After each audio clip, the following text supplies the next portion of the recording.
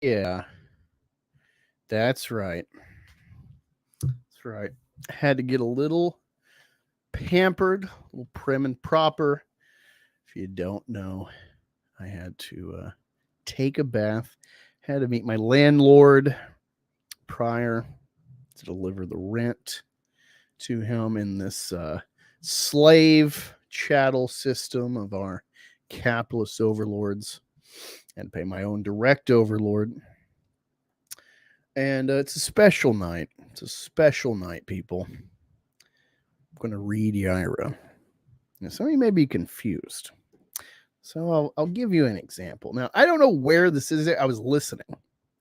Shout out to Frog Tony. It's so nice when I get to actually listen to streams, or if I get to go on. I could have went on last night, but I passed out in the bathtub, which I'm, commonly do after long days. Work, and a nice nap in the shower. Hands were very pruny when I woke. And talked to Rookie. I'm like, hey, yeah, should probably go to bed, but like call me a couple hours, see if I'm up to it. And it's like we're talking like, oh, wait, let's just watch shit now. And so we end up watching the octopus documentary. It's very nice. Paul Rudd narrated it, surprisingly. If he didn't say his name, I would have never known. But yeah, let's go over look at Frog Tony. He's live right now. Love Frog Tony. Probably won't go hang out with him tonight. I'd like to, but I got this planned. So let me find in the thing. And how are y'all? Let me know. I'm not looking at y'all at the moment. Gotta find this timestamp. But man, it's been a great day detracting. It wasn't even really an intentional detracting day. It was a great day to detract. I just happened to tune into Gapes and Garglers, Geeks and Gaylords, Jeremy and Ryan. I was enjoying most of what they're saying. I hate fucking hearing, them interspersed with critical drinker, that dipshit. But they were saying good stuff. Chris Core's on there. He's a zero. He's a grifter. He's a leech. Hitching his wagon to what is the fandom menace. But I was enjoying listening to his commentary, his scoop of Acolyte. And I just got the idea to super chat him. Like, hey, did you read Yaira yet? It's got a super woke scene in it, worse than Captain Marvel. Where is your anti-woke content? And it's hilarious. They show a super chat, and then they realize it's a detractor post, and so they quickly, oh god. Katie's got a clip of it. I'll show you in a little bit. I'm just trying to find this thing first before we. Okay, so I'm not sure this channel is. Let me type this in. Yaira #1. What does it say? That's annoying. I can't go down. Rippaverse. This might help us. Find this guy. Where are you? Because I want to show this. It's proper context. Excuse me. Come on. Fucking Tony. Why didn't you show this guy's name, asshole? So this is what inspired me.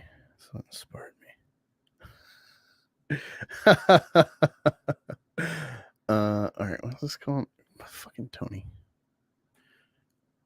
Like the title pops up and there's not a link to it though, annoyingly. All right, Rippaverse and Dokuman. Here we go. Rookie might be joining me later.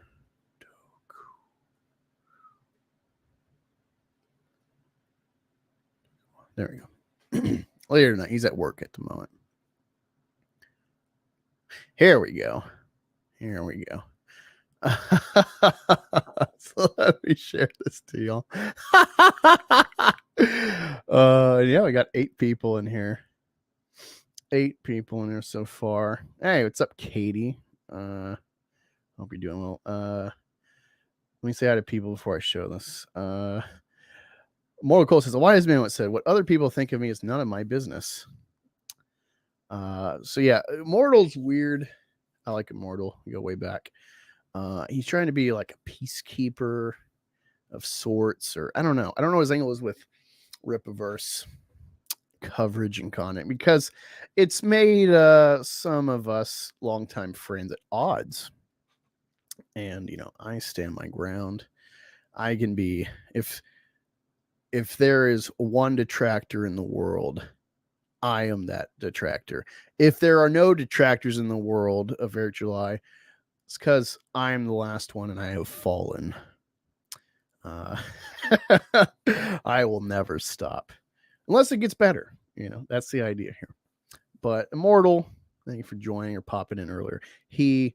I'm assuming this quote is some sort of wizened advice of like, oh, don't worry about what Rippo does, just blah, blah, blah. It's like, this is YouTube, man. It's YouTube. And I'm actually invested in the Rippaverse, financially invested. You know, I've bought these books and they are entertaining. They're entertaining. So I can't stop. And if anything, Eric's better be thankful us detractors are talking about him, laughing at him, and buying his shit to review it. Because he's lost 3/4 of his initial fan base. And it seems like 10,000, 11,000 is kind of his cap now. It's kind of his cap. Unless he does something crazy like a Spawn crossover type of shit with McFarlane. Unless he did something crazy like that. This is a cap. Stoney says, a wiser man once said, am I the asshole here? He says, fuck, why am I waiting for this? Backy, what's up, man? He says, late, and what's up, Angus? Well, that worked out. And yeah, I was in the tub. See, we got C Sateni 28. Hope I said that right. What's up, chat? Just remember, Jeremy think video like these in Attack Reverse are SJW tactics. Well, yeah, it's just you know, out of convenience. That's the same thing as people like, oh, Hamas, he did a terrorist attack. They haven't allowed to be a country. They haven't been allowed to be recognized. They're literally stuck in a cage. Do you expect them to fight fair and honest conventional warfare when you've like suppressed them in a open prison for 2 decades? You think they're going to have like reasonable, you know, weapons to engage properly? Fuck you. It's always the, you know, oppressors. I hate using that word oppressors, but it's always like the oppressors, the ones in power that try to dictate the rules of like, well, that's not fair. It's not going to work here, Jared Amort, as a Mad Max would used to call him. Yeah, thanks for popping in, Katie. I assume you're over hanging out with Tony, and I hope you enjoy your time. I'd like to be over there, but I have to do this because it layers in next tomorrow. Tomorrow is the Detractor, the definitive Detractor review. No, Tevin, this is not a review. I'm literally going to read Yaira on camera, and I'll show you what. As imposter, fuck no. See, FNT and Ripaverse are DOA. They just don't know it yet. Yeah. It really, it finally, you know, it's a gaping wound that finally exposed them. Rip a scene. You can call me C Cat Tanny. It's Italian. Sicantony. Hope that rolled off. I can read. Mad Max. Now that's a name I haven't heard in a long time. Oh yeah, but do we care? Do we care, Stony? I'm not going to read that. Not to censor you, but just trying to stay safe for the YouTubes, for the J-tubes, if you will. Or are we really going to bemoan the potential of that? I'm not. Anyway, let me show y'all what I'm talking about.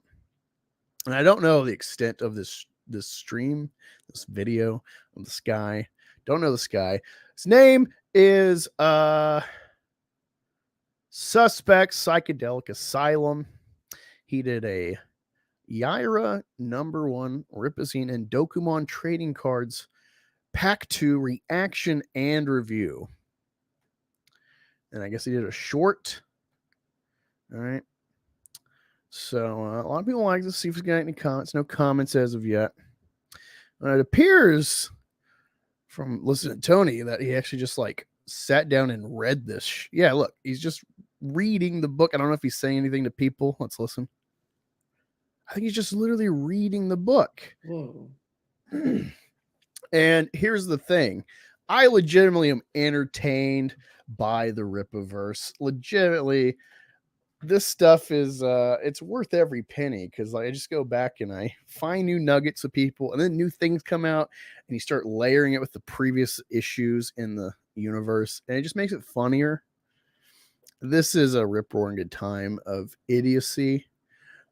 This is what happens when you give the diversity hire a project on their own.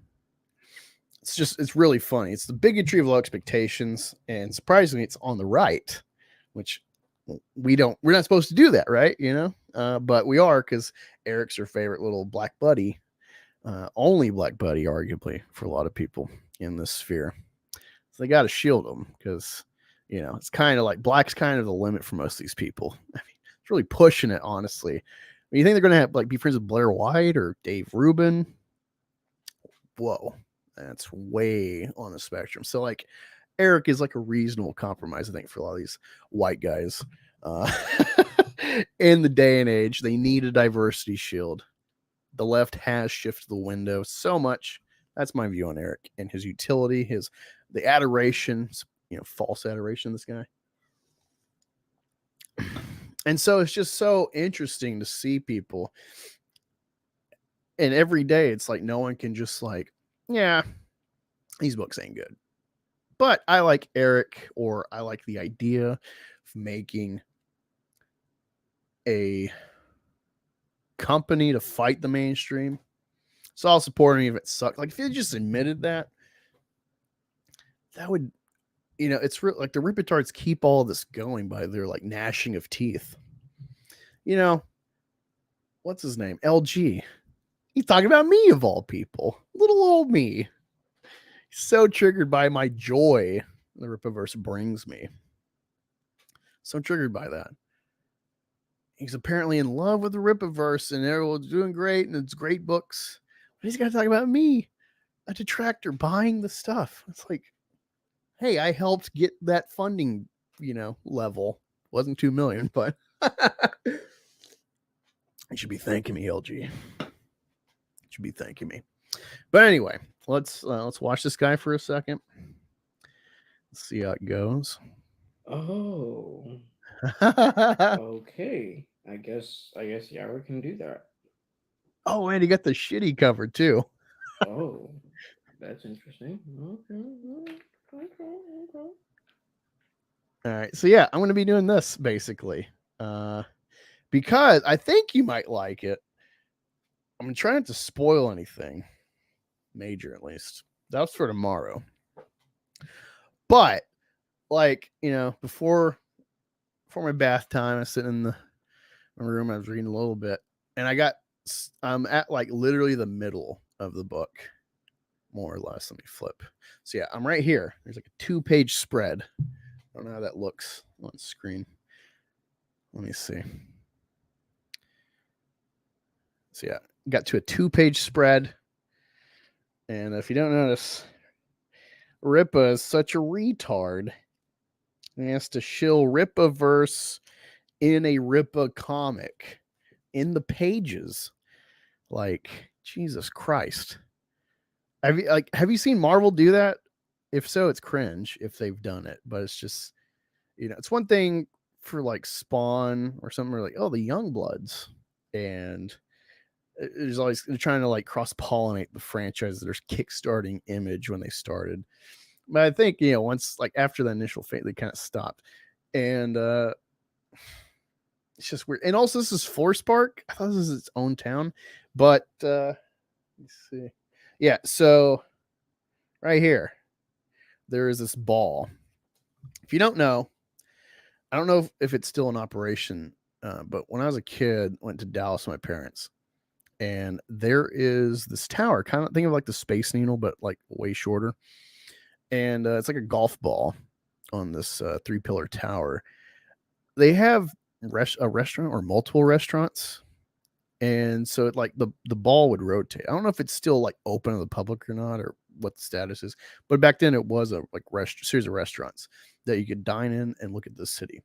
Not that Dallas is anything to look at, you know, skyline wise, but yeah, it's cool. But it's just like Projectious sign makes sense, but then it's got Rippaverse comics.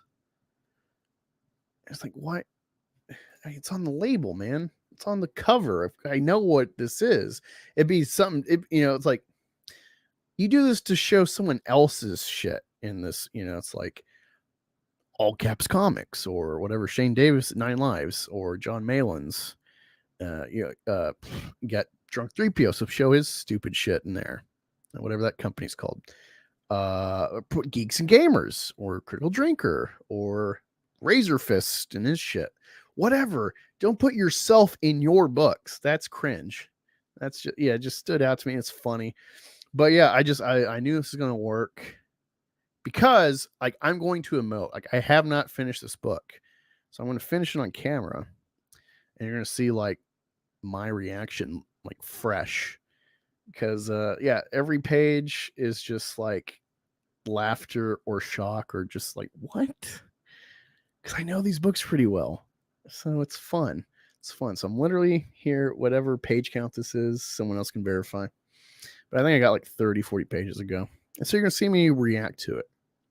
Like our buddy over here, Suspect Psychedelic Asylum. And I don't know the state of his content, but go sub to him because over here in Detractor land, we are not afraid.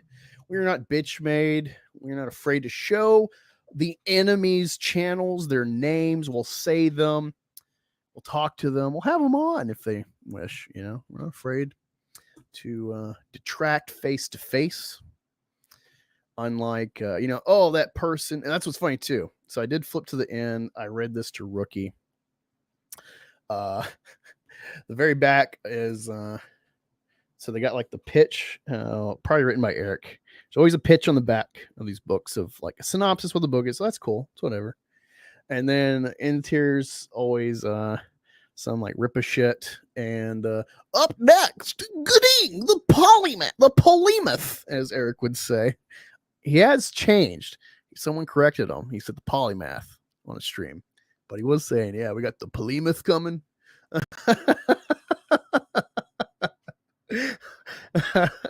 Even saying polymath right, like I just hate that name. It's a weird word for English. You don't put polymath, it's just weird. Anyway, but yeah, it's funny too. There's this back page, just like Chuck Dixon, where he's like, mainly Eric pays. The Saskas, they say this shit, and what's funny, the reason I was bringing this up, it's because this mealy mouth talking around shit. It's so fucking weird. I was looking at some of the new graphic novels and collections or whatever I've gotten on eBay, and I've seen this for DC and Marvel, probably Image, Dark Horse, and whatnot. When they get a writer, especially like I've seen one where it's like, oh, this is their first time, a big DC writer, first time at Marvel, you know, and they'll say like they're famous for Venom or Punisher or whatever. And they'll do this. They'll just on the back where it's like Garth Ennis, Punisher, The Boys, whatever else he's done. But Eric has this weird bitch made shit where he won't say the competition's name or their things, which is so weird. You're hurting yourself, Eric. you see this in Netflix. There's like Zack Snyder's Rebel Moon, director of 300 and Watchmen and Zack Snyder's Justice League. You know, those are competing companies and competing products, but it has clout, you know, like it or hate it. Those are big things. And they do this weird shit, just like Eric does, where it's like, Chuck Dixon. Oh, Chuck, we got fucking Chuck Dixon.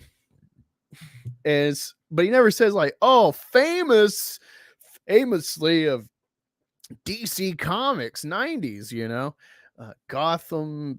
He's got multiple like miniseries of Gotham, which I bought one from the comic store on accident. I, like wasn't looking for Chuck Dixon, but it was like it's a Gotham miniseries. It was about Gordon solving a case. He like refused Batman's aid. He's like, this is a cop doing this stuff, so I'm taking him in. I'm doing this by the book because cop crossed the line being a criminal, you know. It's a good grounded story, actually grounded. He's done that. Of course, he created not Chuck, Bane with Graham Nolan.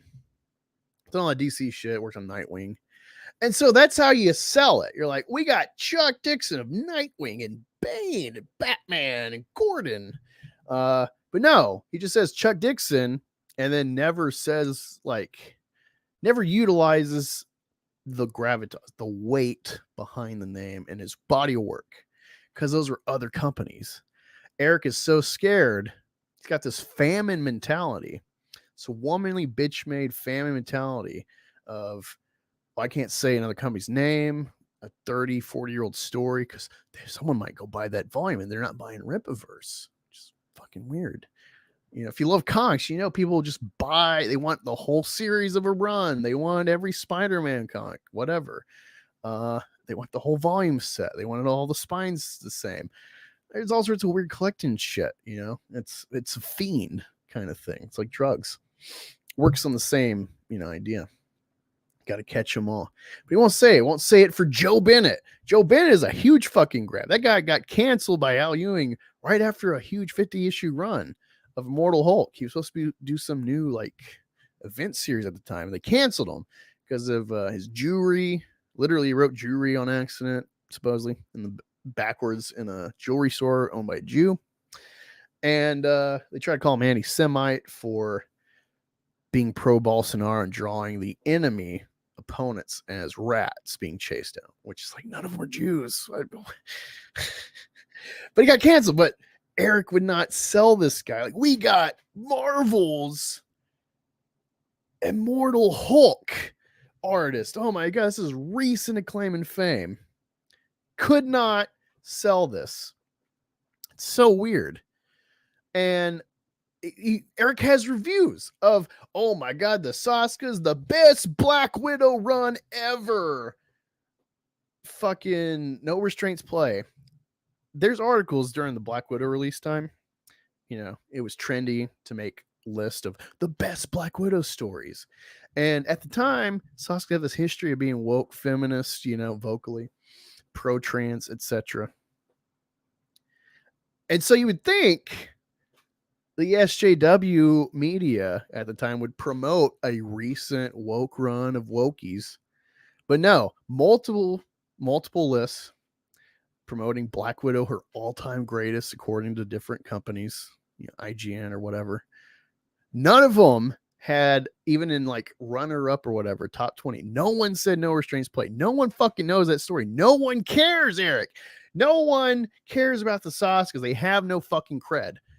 Besides their weird movies, which horror, I guess, gets a pass kind of, but because they do weird body shit. But it's all cloaked, veiled feminist intent. And I'll try to find that article. It goes very in depth about their agenda subverting the patriarchy through porn and action with their films. Their whatever quality their films have, they have a purposeful angle. Eric let them in. So weird. So fucking weird. But yeah, long story short, and they're little like, yeah, we're the Saskas and we blah blah blah. They have like this whole fucking middle part talking about like their immigrant family. Don't know if it's Jewish or not, but they like allude to like crying about Hitler. And the next pair, if they try to tie it in with Yaira being, I guess, an immigrant or something like that, but it's just what I've read so far. It's like, no, this is not Superman. I mean, the power level is kind of super, but Superman's endearing because here's a god fallen on Earth among mere mortals. And what's endearing about Superman, even though I don't like him, is that he is a guy that is alien, just wants to blend in with everyone and be a good citizen, do his part. He's aware of his power set and his elevated kind of responsibility given his ethics he was raised with, but with his human family and, you know, through Jor-El from Krypton. Being a dual citizen. It's so fucking weird. It's so weird. So weird. We might look into that. But let me engage the chat one last time before you just watch me read for a minute. And then we'll get to digging into Acolyte. We'll look at Gapes and Garglers, the clip Katie got. I kind of tipped her off. I didn't know she would clip it. I was just like, this is funny. Look, and, you know, my super chat. Bear with me. I used to have a mouse. The mouse malfunctioned. So I'm not used to using the little laptop pad. I'm going to Best Buy tomorrow. But if you want to help supplement a better mouse for me, appreciate the super chats. Not necessary though. We're in Biden times. Don't expect it, but I do like it. Let me see. Yeah, I can read Suit. Yaira. Oh God, that was hilarious. He was just reading the book. Yeah. Rippatards have inspired me. Thanks to Frog Tony. Yeah. Yeah, Suit, you were correct. The gift that keeps giving. You got so much good shit. Like we've got like a window, I would say an extended window between releases of Rippaverse. You've been cranking out all sorts of funny shit. Again, I was suspended, so sorry I couldn't reply to you last week. Isom was so boring and bad, I couldn't finish Alpha Core, and it's supposed to be better than Eric's writing, but Eric's writing is so bad I didn't care. I don't know. Yeah, Alpha Core was the book the first book in the Rippaverse round. Like fuck, like I just abruptly like stopped. It took me a while to like get back on the saddle, get back on the horseman, to finish out the book. But yeah. And no one's talking. There's like this one little aspect in the book that I think is very foundational. Kind of pair it with you've probably seen the leak of the Q-tips in the nursing home for the old people. You know, given the emancipated, independent nation state of Texas, it's a couple weird things. Eric's really screwing. But we got JJ Truio writes. He's done some funny stuff. I need to like dig more into your channel, but I saw you on EVS. You're funny. And they can't even point out one thing he could do better. Yeah, I was on a stream with Katie Saturday, and I might have to clip Katie for myself. But I was given props in a loose way, I guess. That's what these Rippatars don't get. You hear criticism of Eric, and they instantly go in like shield mode. And it's like, dude, there's a lot of threads here that like those alone are books worth of storytelling that could be very in depth. That maybe just on accident because of the template of comics Eric has like accidentally fallen into, but he's so fucking retarded. No one, it's the way people talk about Lucas in the prequels. That's actually Eric. Like it's very clear. There's no whatever like his move is. No one's like, don't do it, Eric. Don't do it. Don't. Yeah, and that's like it's kind of sad. Eric has like bullied people, or people have like coddled him his whole life that he maybe inadvertently has dictated like culture of like, don't question me, fucking we're going where I say we're going. It only hurts himself. It's it's unfortunate. But I thank you for popping in, JJ. I didn't try Alpha Core. I thought he'd sell some for $5, but didn't.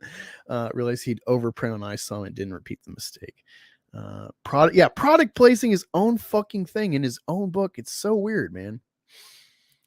Like again, the image thing makes sense because it's like a crossover of like a start. I don't think they've like really done it since like the first year or two of image. And I'm not like an expert. I always say I'm a novice congregator, but I love movies. I watch a lot of reviews, a lot of essays. So like I think I'm good at analyzing story. That's my angle. And honestly, if you watch my reaction to EVS's reviews of ISOM and Alpha Core, I think like I had that layer more than EVS because EVS is an artist, so he's kind of like divvying up duties in his review. I'm just a story guy. So like I'll let the art slide actually all day. That's only like a secondary, like, oh, I also noticed this, but it's all about the story. And it's, because I'm the Iron Age prophet, God came before me. He came to me. He's like, you must detract. It's my bidding, Angus. Go forth and detract. And through this, Eric will improve or he will go bankrupt. It's all up to you, Eric. God's laid this path before you. Now I'm this little obstacle in your way to enlighten the masses.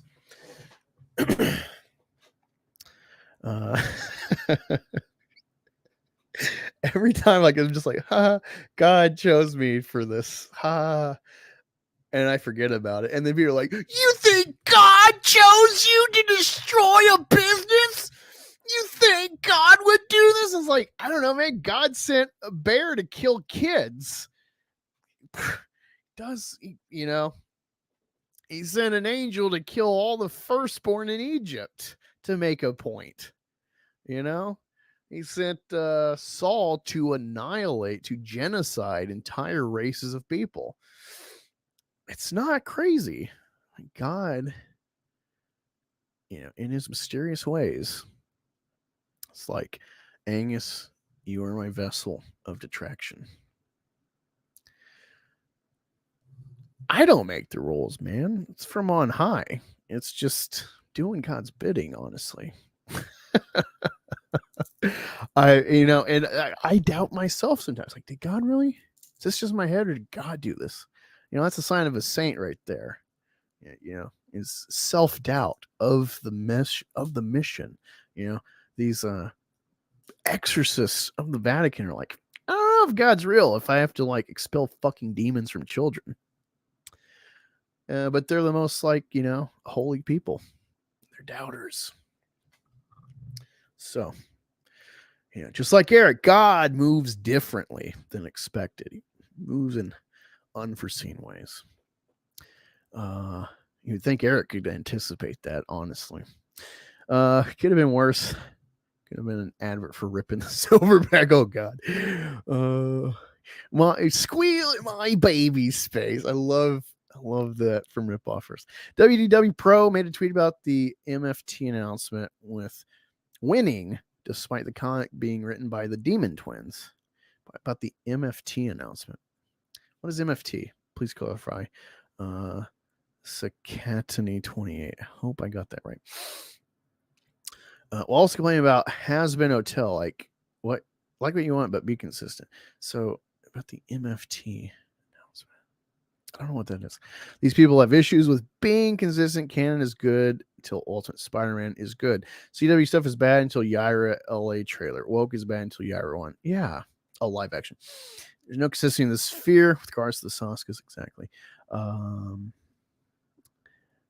I'd rather see an ad for a certain Minish. Oh, that's good. That's good, JJ. These things add up and it's becoming clear. They're just the news channels, but for entertainment, basically e-news, but funded by the other side. Yeah. Apex Comics, what's up, man? F Yaira, I'm waiting for Horseman. I am too. I know we got to get through Gading first. God, why is there not a Larry Shung icon? That legitimately is my favorite part of ISOM too. Because it's like, what the fuck is what's added nothing to the universe. I know you're throwing little Easter eggs for biggers, but just you wasted like 6 pages of this guy crying to the audience. This gay wrestling drama. Jesus Christ. Don't worry about being me too by the Demon Twins. EJ's priorities and business skills are really poor. Worst artists and writer choices. Yeah, you want to see me reading? I'm just trying to engage y'all. I'm trying to catch up. Before I begin reading, like our friend, Suspect Psychedelic Asylum. Actually, I'm gonna look at his channel really quick. What does this guy do? He says, I'm a gaming channel where I upload clips and playthroughs of some of the latest games releases in their premium editions and old retro games. I'm also collector Star Wars stuff, Batman stuff, and retro games. Occasionally, I'll upload a collection for security reasons. The channel currently only has sneak peeks into the collection, not a full inventory. Okay. But he looks like a nerd like us, but he's a full Rippaverse. He's got an Alpha Core unboxing, quality check, spoiler-free review, and a message to the haters. Oh, fuck yeah! Yeah! Oh, retro detracting. Fuck yeah, I'm subscribing. He's now at 160 subs. Fuck yeah, Suspect Psychedelic. I love you. Why did EJ hire these twins? I don't know, man. I think because like they did movies, so he thought like, well, I'll get a twofer. I have no idea, man. Hey, what's up, Pike Bishop? He says, hell, detractors. Hail, friend. They have straws for tards. You can put in your mouth, which will allow you to point at screen and the mouse moves. Oh yeah. Yes, no vision. I agree to that. Sorry, I'm just trying to get through this really quick. And then I want to start reading. As head of the Aryan faith, I condone this action. Jesus Christ, Stoney. You never disappoint. Stupid expensive $500 statue of the twin. Yeah, it does look like a Sasuke. I kind of want it. I don't know if y'all want me to have it and I guess detract it or unbox it. I don't know. Then that can, if you like super chat me ever and just put a little thing like statue, I'll know. All right, gotta allot that towards the statue fund. Because it looks good, even though it's like, why would you first thing make a thing of a white woman screaming, like the Trump lady at the inauguration? I mean, honestly, I think we've had like a decade's worth of, shrieking white women and just, they, thems, binary, whatever. Just a decade of this stuff, shrieking and everything. Say what you want about what's funny is unwoke Rippaverse makes like the wokest fucking first pitch statue. And yet woke right here, woke Marvel with super duper woke Nino Man Captain Carol Danvers Marvel. Look how just this sex. Look at the insane jugs of beautiful Yaira. Or not Yaira. Basically the same thing. Captain Marvel. And the ass is great on that statue too. It's very juggy. It's amazing. She's even got the SGW haircut, but it looks great. It's weird. It's weird to see the inverse happening. But without further ado, it's time to read. Digest the rest of this book. See how I take it in before I fully detract it tomorrow. So we're about to begin. I guess I'll put in some background music. Let me see. I think like a nice little chill song. I need to upload more shit on here on the StreamYard template, but here we go.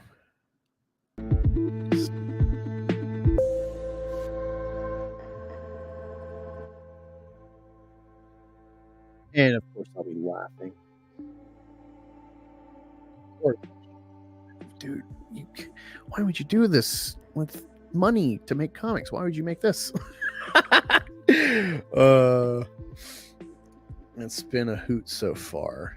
Although I feel like, can't lie, the Saskas have added at least a little try to this world of try to make. They did try to make something here, but again, I am at the midway point in this 2-page spread. Rippa shilling his own shit in his own brand comics. In case you have the book yourself, want to follow along, flip pages with me. That's where I'm at. So there we go.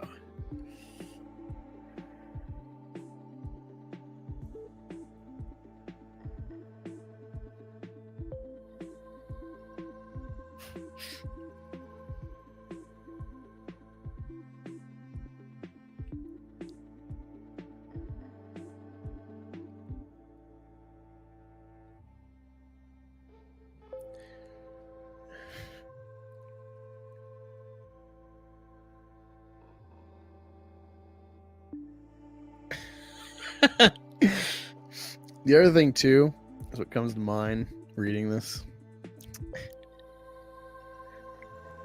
is the trailer. Why did you do this? Sweet dreams, chilled. That's like every time I read Yaira, that's like half the time that comes to mind. Oh.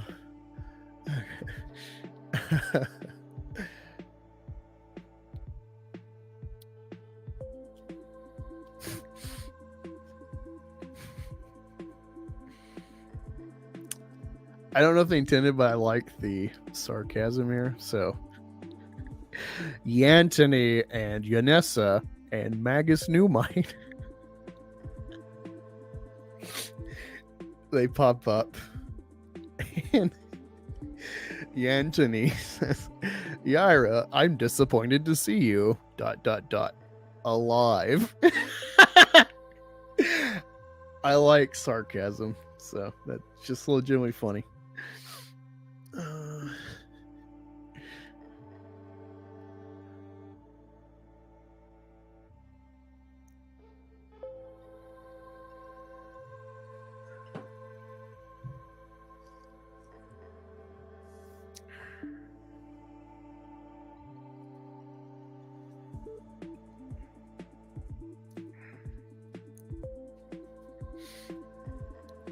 Oh god, what did I do?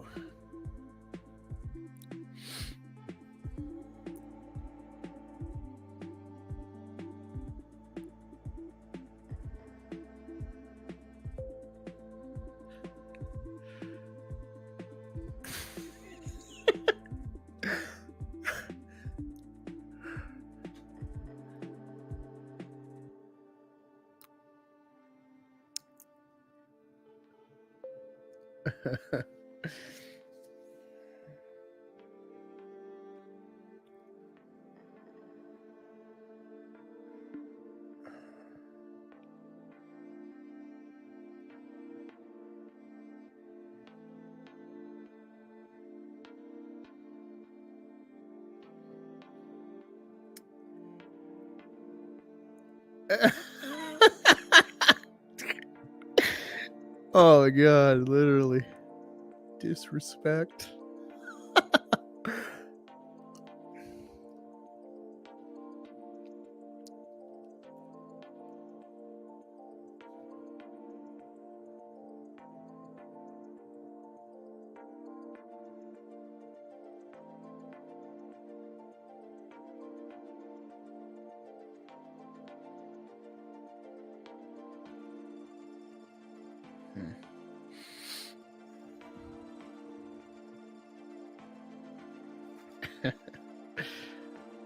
Oh, fuck yeah, Braxwell.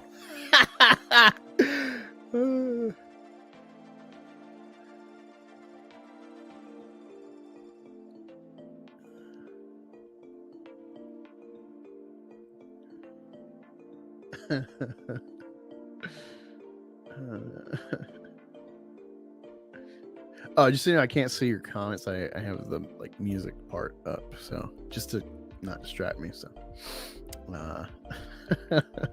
I'm trying to make sure I'm not laughing at anything you're putting on the screen as till I'm finished.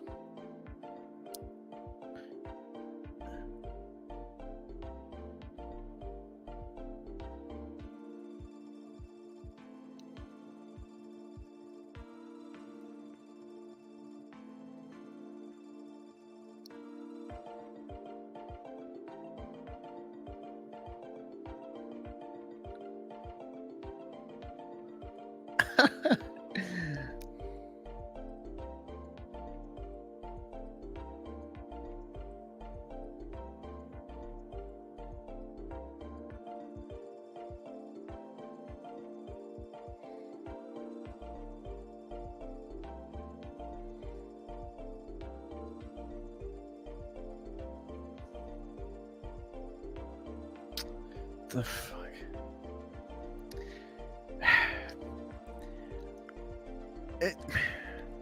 Oh my god.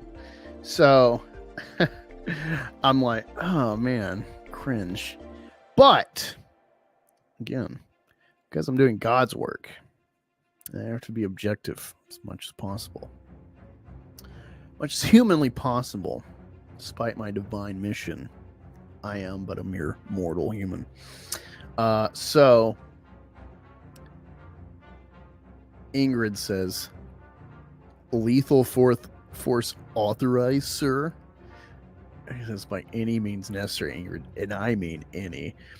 And so, to try to be fair to the Rippaverse and the Saskas, this is one of those like, well, when this like have already been addressed before they flew out here. But to be fair, how would we know this unless they show it in some way? It's just an odd placement. I feel like they should have given the stupid fucking data collection bitch fit and alpha core. You think they would like put a page here of like mundane dialogue at the base of like, oh, well, be sure during the mission, if necessary, you can kill people. It's more of a placement thing than instead of just abruptly like, look, can I do it now, sir? In the moment? Jesus Christ. Yeah. Again, I'm being fair. It's, it's not the narrative you're going to hear from Rippatards, but I am a fair critic. It's not my taste. I think it's poor placement, but it makes sense. I'll give it that.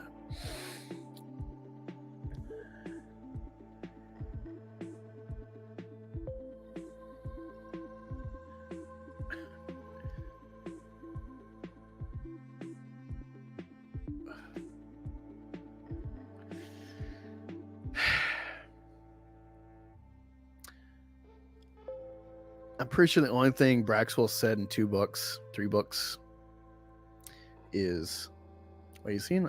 Did they show Alpha Core and Iceland too? I can't remember. But this whole book, Braxwell just says "humph" in various tones. And this one, he's like a question, "humph." And the only thing I know he said is "bet yo ass" in Alpha Core. So it's just like, what is this? What the fuck is this?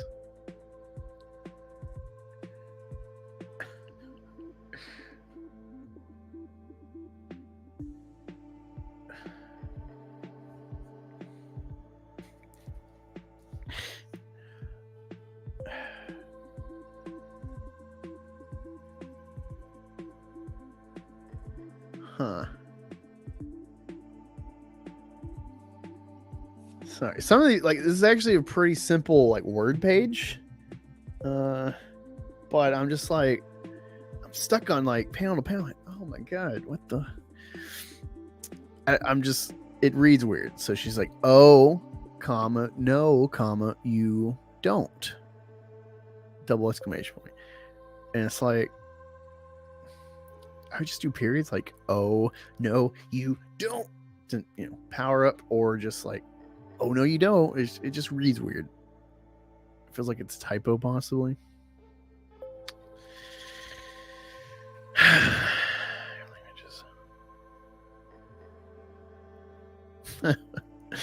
Eep.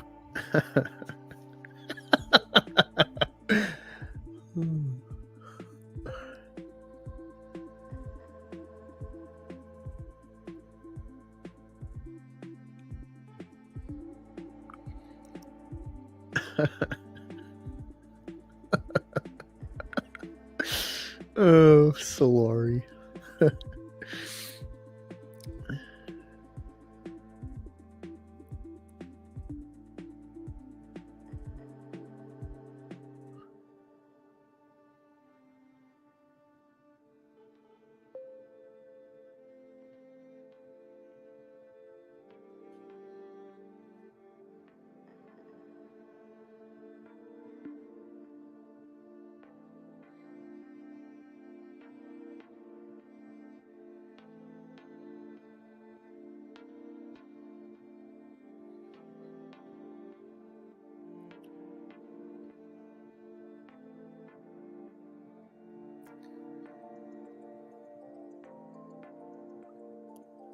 Huh.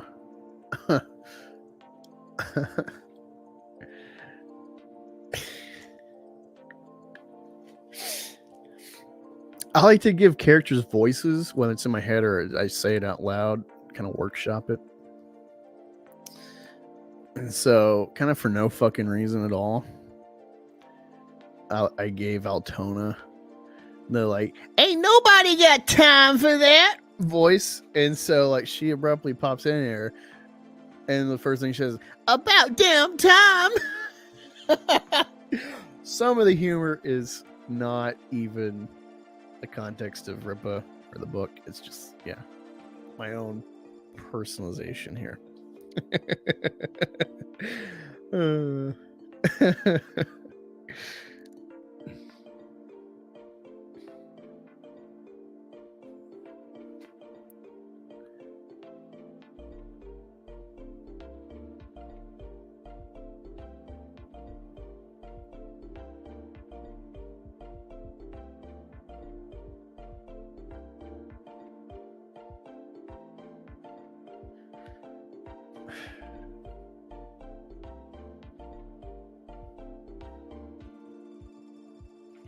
Huh. Okay.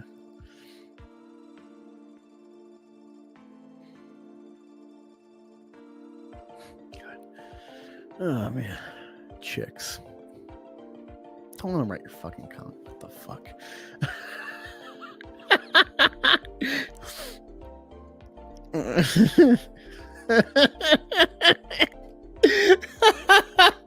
They put multiple scenes with the Yaira and, or I guess Sally Rodell and Altona together. So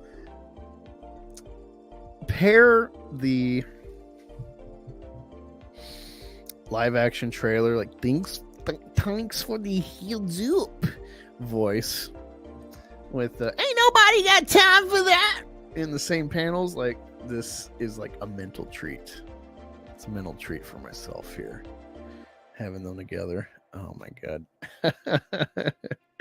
Now the whole Yaira voice, like, that's actually Eric's fault. I would have just read her as like white woman before that trailer.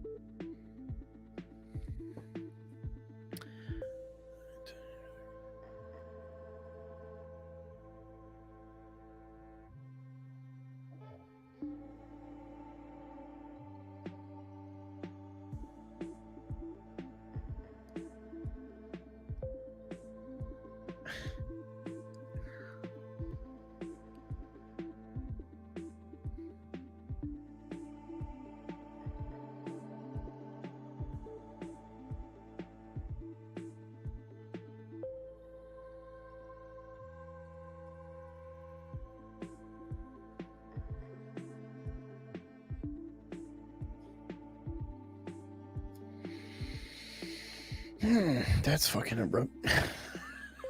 That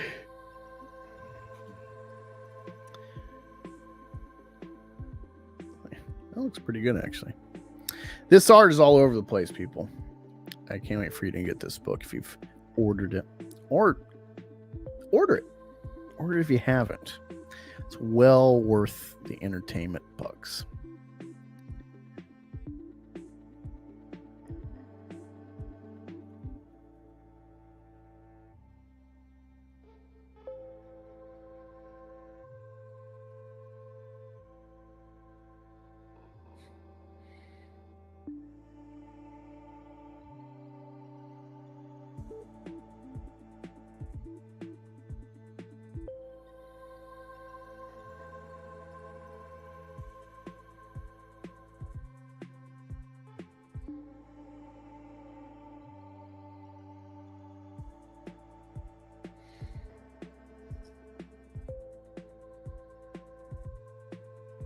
This is definitely Joe Bennett. It's definitely Joe Bennett art here. Given the hatching, god, it's very, not even Mortal Hulk, just very alpha core. Caught you red-handed, Deborah, you fucking two-timing slut. Thought you were pure. But you're a liar. Cons men with your gorgeous eyes and lips to do the work for you. Gotcha. Busted. Busted, lady. Case closed.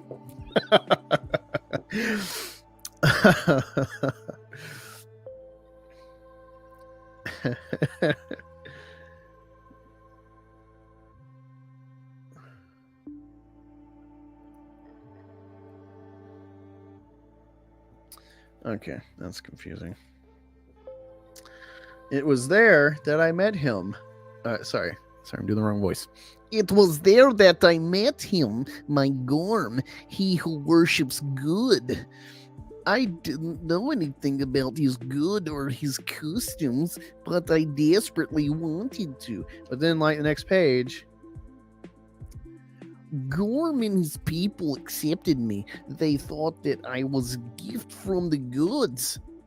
So it's like, wait, given like the Blood Roost shit, where it seems to be kind of like this like Christian, like, there's only one true hell, but there's like dimensions, and all the other religions kind of got stuff right, but it's not the Christian hell. So I thought, having read that book, that's what they're layering here. You're gonna have this stellar super person meet the Vikings and their gods, but then it's like, oh, his god. It's like, well, that's definitely not the Vikings. But then they cut back and say gods. So now I'm like legitimately confused what the fucking view of the world is. Oh my god.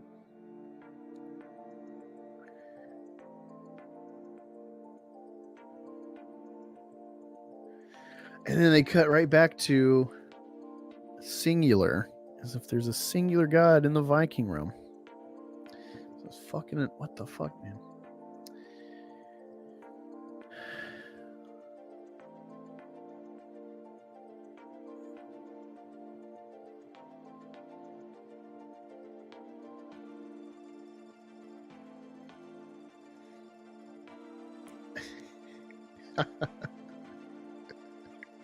That stupid trailer.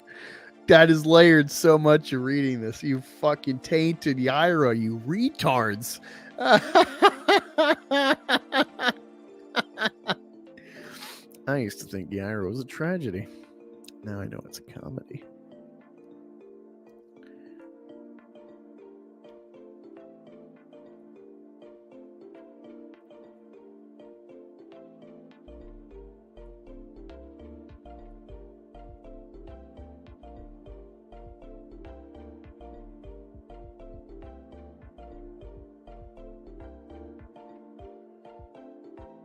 Okay.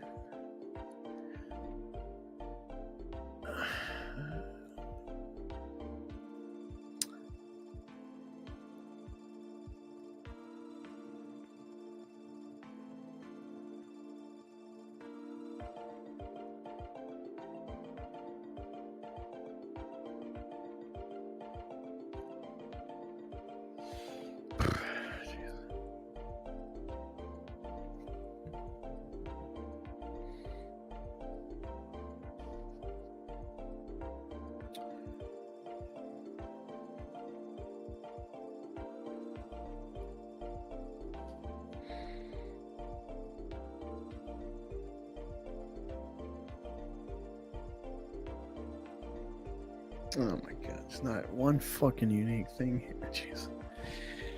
Oh! God damn, it's either this world is either completely unique and retarded or complete fucking ripoff. Ah.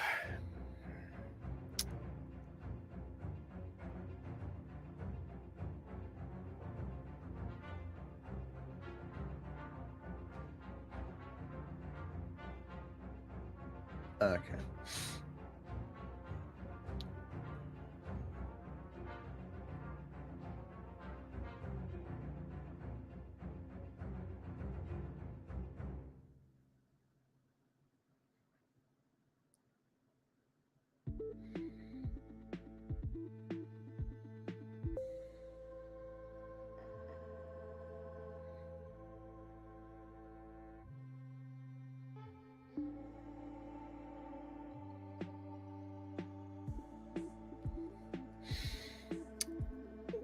What? That is a weird. Jeez, that's a weird transition.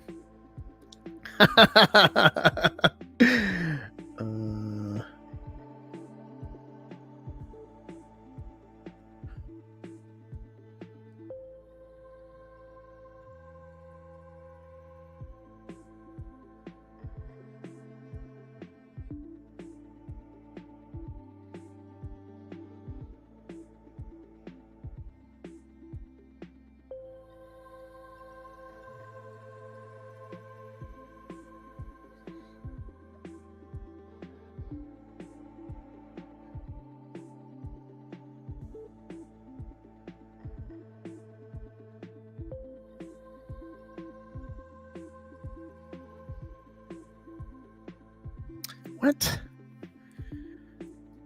See, this is the thing with this book, especially, is like you read it, you know, okay, I'm following along, whether you like it or not, you're following along, all right, and then it's just like, wait, what? How did we get here? It's so weird when you buy 100-page comic and then they just like short you a logical progression. Fuck. Huh.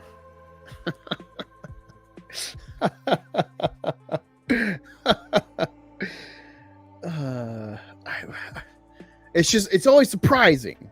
Okay, it's always fucking surprising.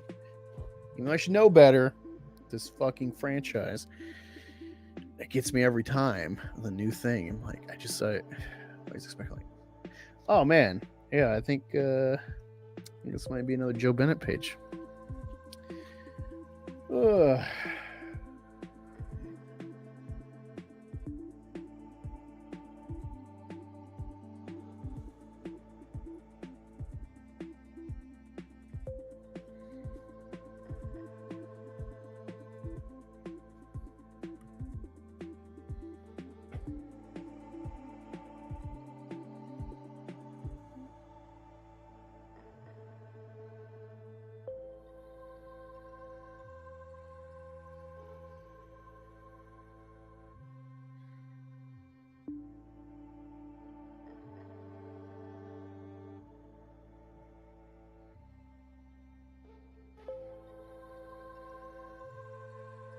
Not bad art, and then it's just, this is completely different.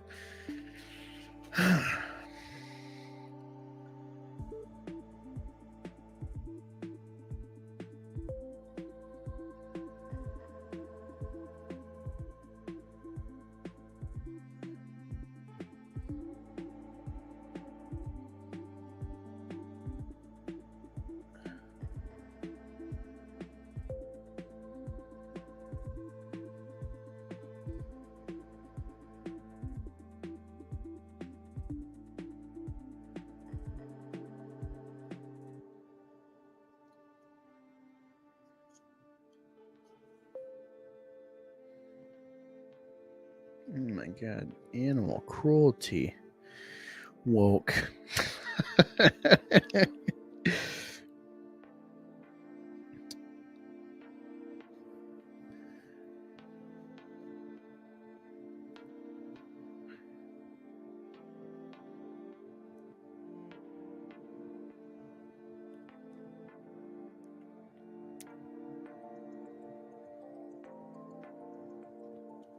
Oh yeah, I gotta look this up.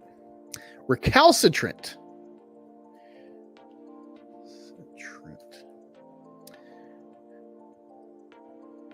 A person who is obstinately uncooperative, with an obstinately uncooperative attitude.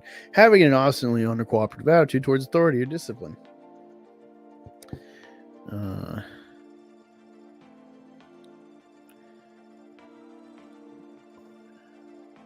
It's one thing if they used it once in the dialogue, but like it's multiple times. Come on. Come on.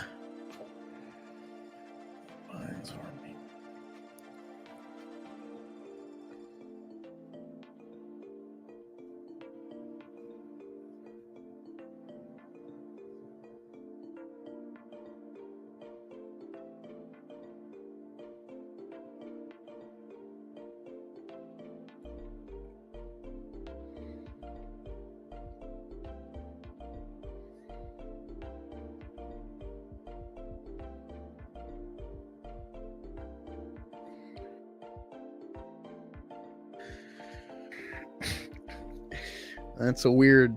That's weird.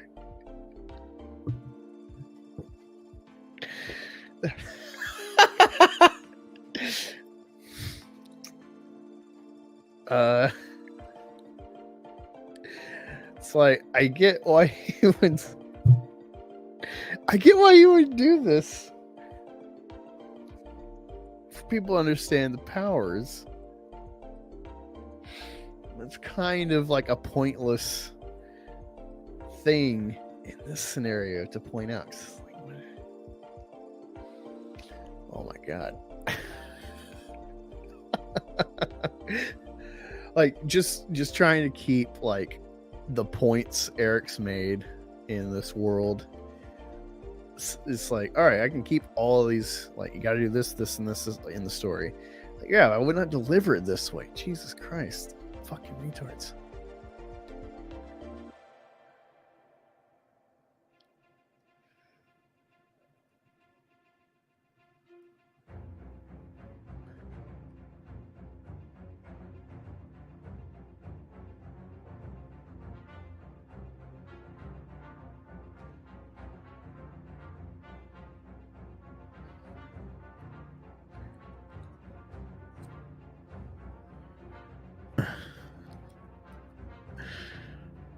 All right.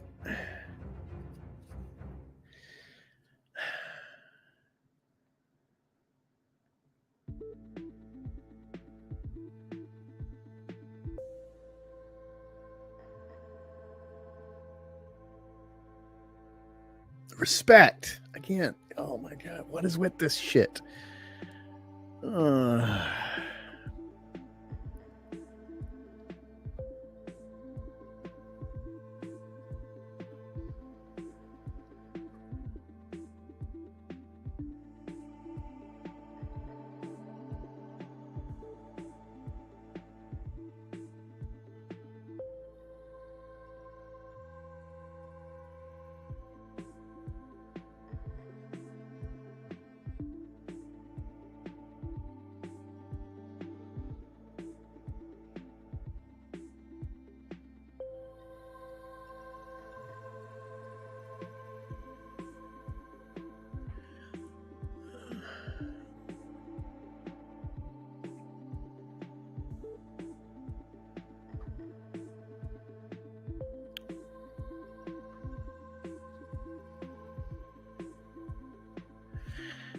Oh man, sorry.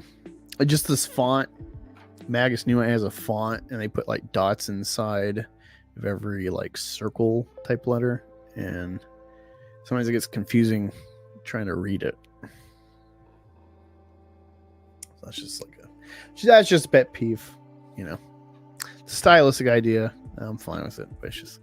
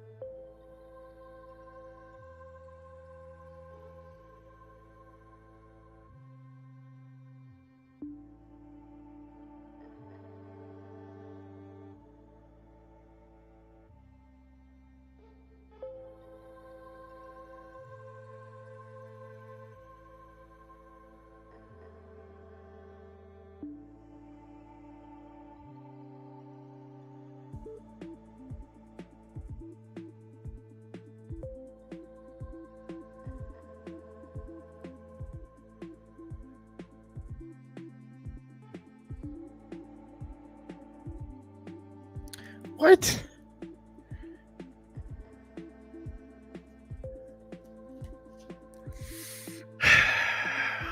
You've been a bunch of pussies bleeping out curse words, and then like, whatever, we'll just type it now. Who cares? No one's gonna actually read this far. Joke's on you, Eric. I actually read your books.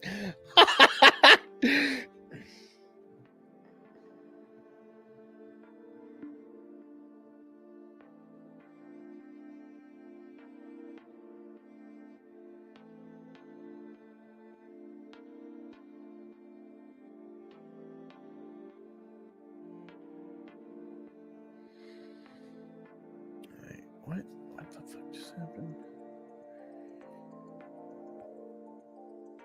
Alright, so she's fighting him.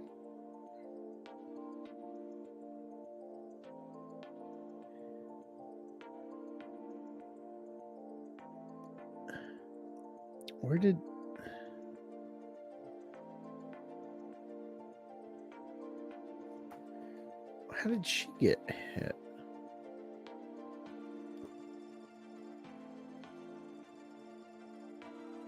All right. Jesus Christ. It's just confusing.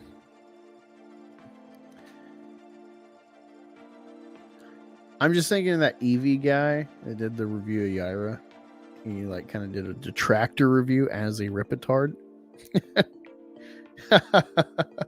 And he said like, I like reread like parts like 10 times to make sure. And it's like, yeah, exactly. Like there's just dumb shit that happens in these books that make you double back. You're like, wait, did I read that right? Yep. Bing, bing, bing, bing. Okay. Yeah. What? How do we get here?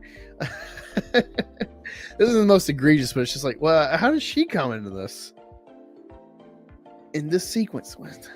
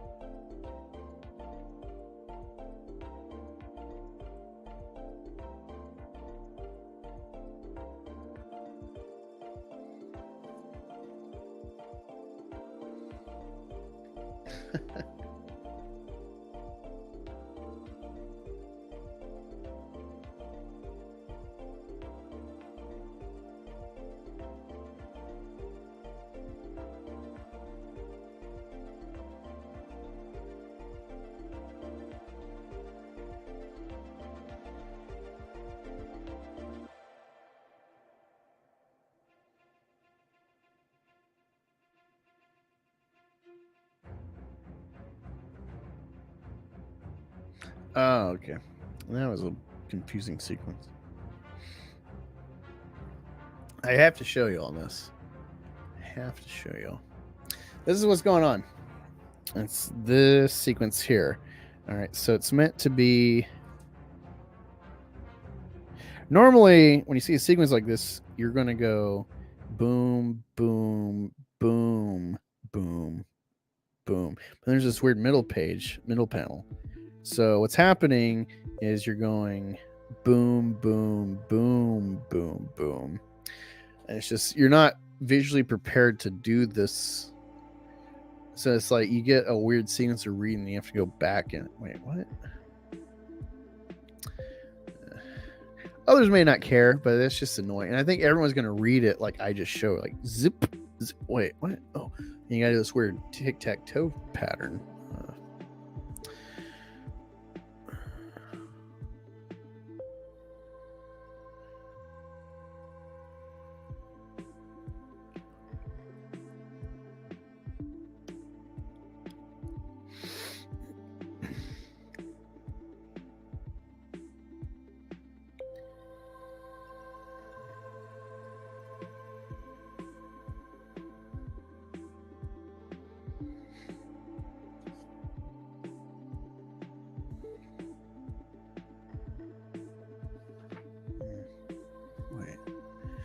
Now I gotta do some geography research. Hold on, people. Very close to being done.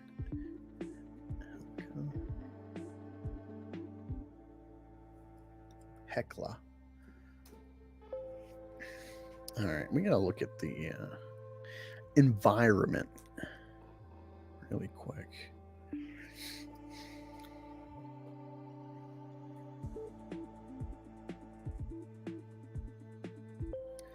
All right, so gateway to hell.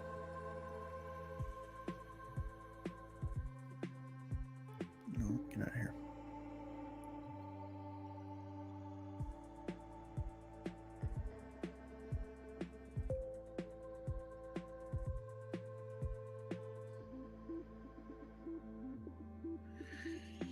Ah, fuck you.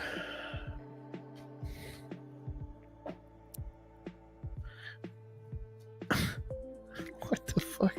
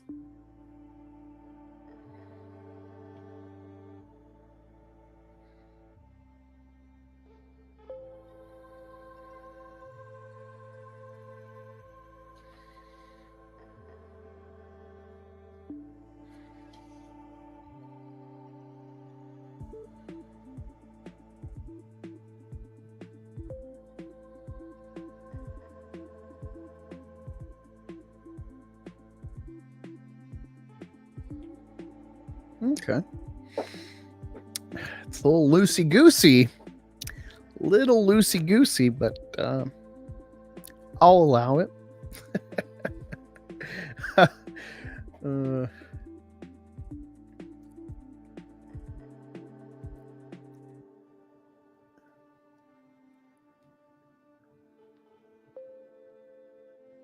Right. There's even...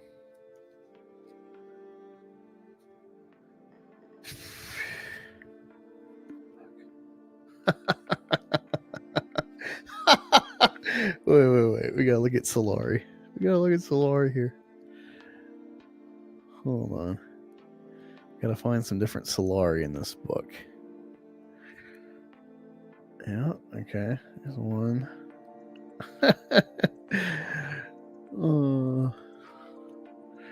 Let's see.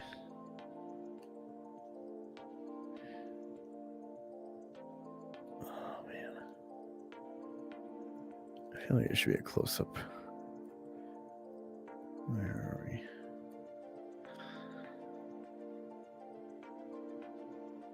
All right.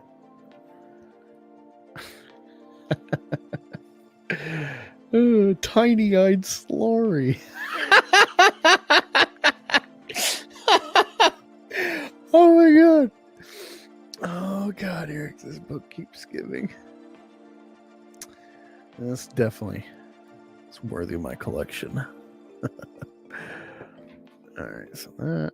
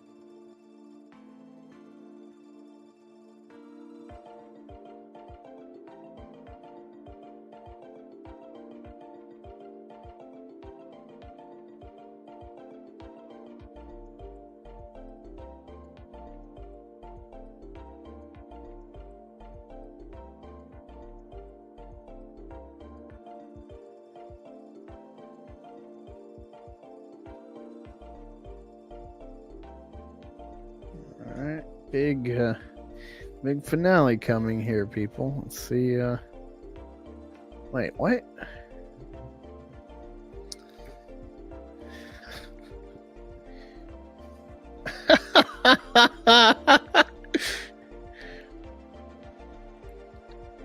Oh. Sometimes you just have to like simmer. You're like, wait, did I? Yep, I did read it that way. All right, that's wow. This oh man, up next, ding's coming, people. Oh man. Thank you, wokeness. Thank you, the woke Rippaverse. All right. Let's get around this music. Let me check back in with you, good people of Earth. Yeah, no, I totally get it. Anthony. Fuck, what is with this? All right, let me see where I was. Oh, play a white pill while I'll never finish. Suit. That would never happen. What is up, Papa Cotton? I have just finished reading Yaira, and wow, that ends like a bucket of mud.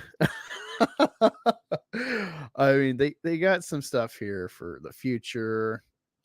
Great little teaser cliffhanger threads for more. It's all right, but like just immediate like emotional impact.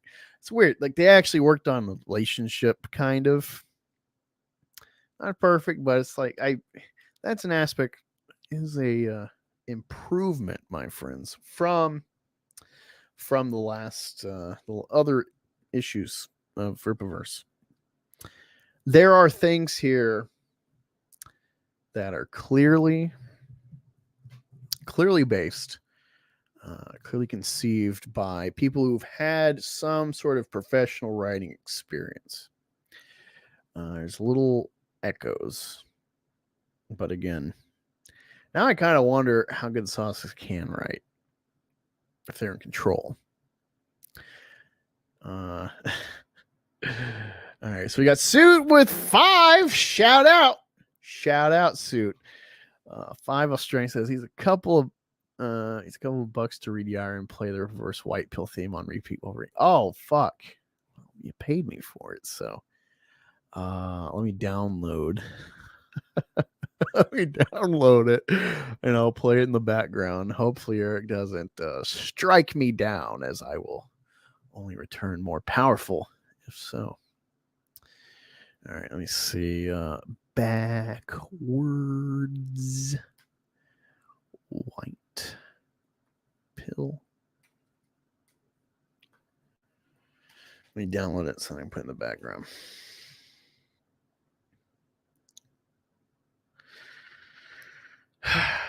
And just know, people, Suit paid for this, so I guess you got to pay to undo this evil, this great evil.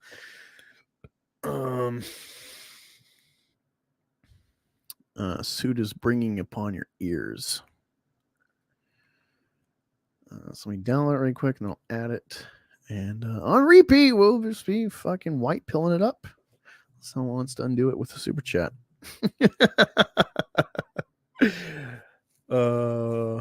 But well, it's down. Okay, that's actually, you never know how fast this will go sometimes. All right, so that's done. Now I just got to add it. Just gonna add it to the brand. And geez, what a fucking awful. Y'all should do this to EVS. Do this to EVS in the next trash cast. Someone super chat on to fucking have to add backwards to his music. I'm fucking hungry, so I'm gonna finally eat some of this pork bean stew concoction I made. It's like a crock pot dish I just threw together. Beans, ham, mushroom, celery, onion, and some spices. I think it's a good paleo meal. At least to some degree. I'm trying to be paleo. All right. This is for Suit. So for Suit, we're just going to be listening to White Pill in the background all fucking day.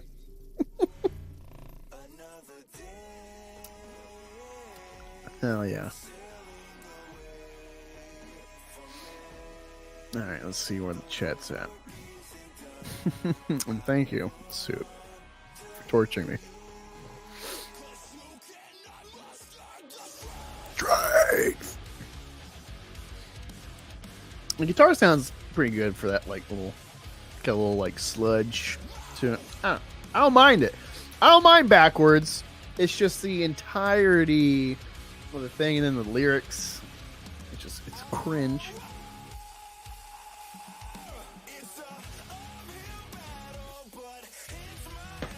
Unfortunately, Eric has memed himself into lolcow status, so it's hard to ever be objective. I legitimately think he's got talent. I think it's really misplaced doing this comic shit. I don't know. Maybe he loves Coheed and he thought, well, I can just do what Coheed and Cambria did. Don't read it to yourself, read it to us. No, because I'm reviewing it. I'm doing my Detractor in-depth review tomorrow, so that's why it has a few interjections. I was just witnessing me react to reading it fresh. It's the first time reading it fully. And I just want you to see me where I'm okay, you can maybe get tidbits of all right, so this is where he's at this point in the stream. And then he gets to this page. Here's the reveal, and here's Angus's reaction. It's like, what? What's up, Karen? I haven't talked in a while. Maybe Thursday day. Chat on the phone if you're interested. Catch up. Thanks for joining. Trulio says Suit his Nick Ricada arc, the Black Angus. I can't read. I'm just making things up. What's up, Keely Chow? What's going on? So, Frog Tony, chosen one of CG, he found a guy who would unbox Rippaverse comics and then just read them. And you kind of oh wow. And so I'm just hey, why not do that? It's good layering for tomorrow. So I'm detracting full review tomorrow. I'm pretending to read Yaira. Fully shaved. No, I just buzzed it. I still need to actually shave. See, I still got hair I need to shave, but I actually let it go way too long for my taste, being a bald guy. Thank you for noticing. Oh, yeah, I was bald because I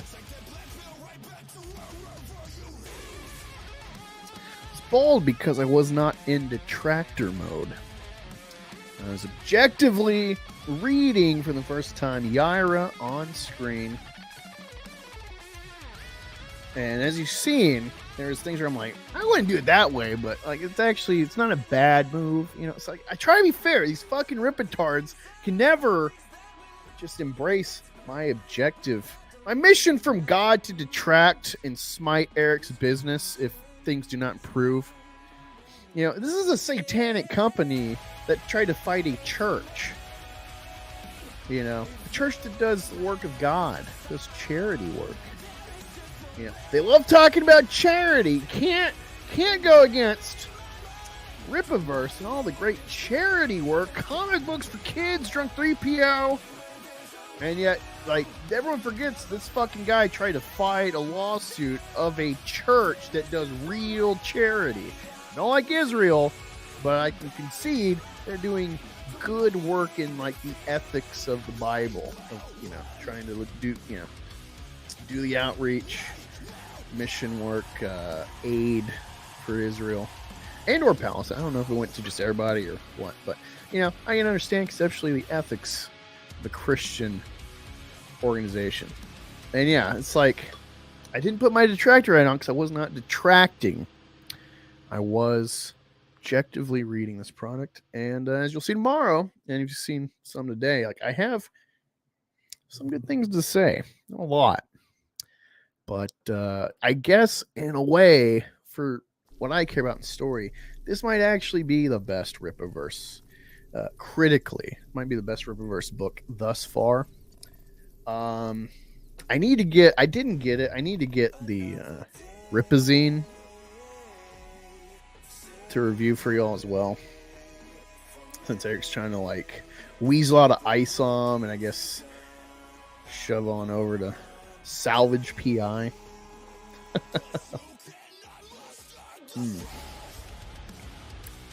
The other great thing about making this ham little casserole thing, it's crock pot dish, it's non-kosher and paleo friendly. Oh yeah, sketchbook. Yeah, I was a day one backer, man. I got the cane and white cover. Do you not realize who I am, sketchbook? Do you not realize like where we are? I detract. I'm like Heisenberg, you know. If there's people, it's like, well, I stopped after Alpha Core, whatever.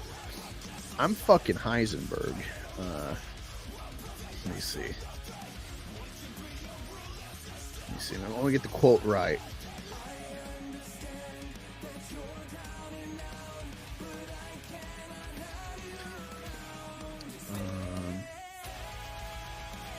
All right, yeah. So, Walt to Saul Goodman. We're done when I say we're done. That's on the detract. Actually, it's out of my hands. Actually, I'm doing God's work. Sketchbook. God commands me. Dictates I detract. Can't deny God his wishes. So it's out of my hands, actually. Unless God is like, hey, Eric has learned from his mistakes. He's on the righteous path. The detraction is no longer needed, Angus. You can remove your hat. Am I pulling a LeBron? What do you mean? I mean, I've been bald for like a decade, so I just... The comedy book you didn't know you needed, Yaira. Hurdle now. How did he come? You're not smart enough to follow the logical progressions written by his sisters. I hope you don't need a beanie, Angus, like Tim Pool. Oh, that's good. Hold up. You get confused reading dots? No, hey, if you don't understand, let me find it. Magus Newmite. He is this bug guy that I've seen on the cover. I think it's cover B or D. The first appearance of the Magus Newmite. Trying to find a good page for you.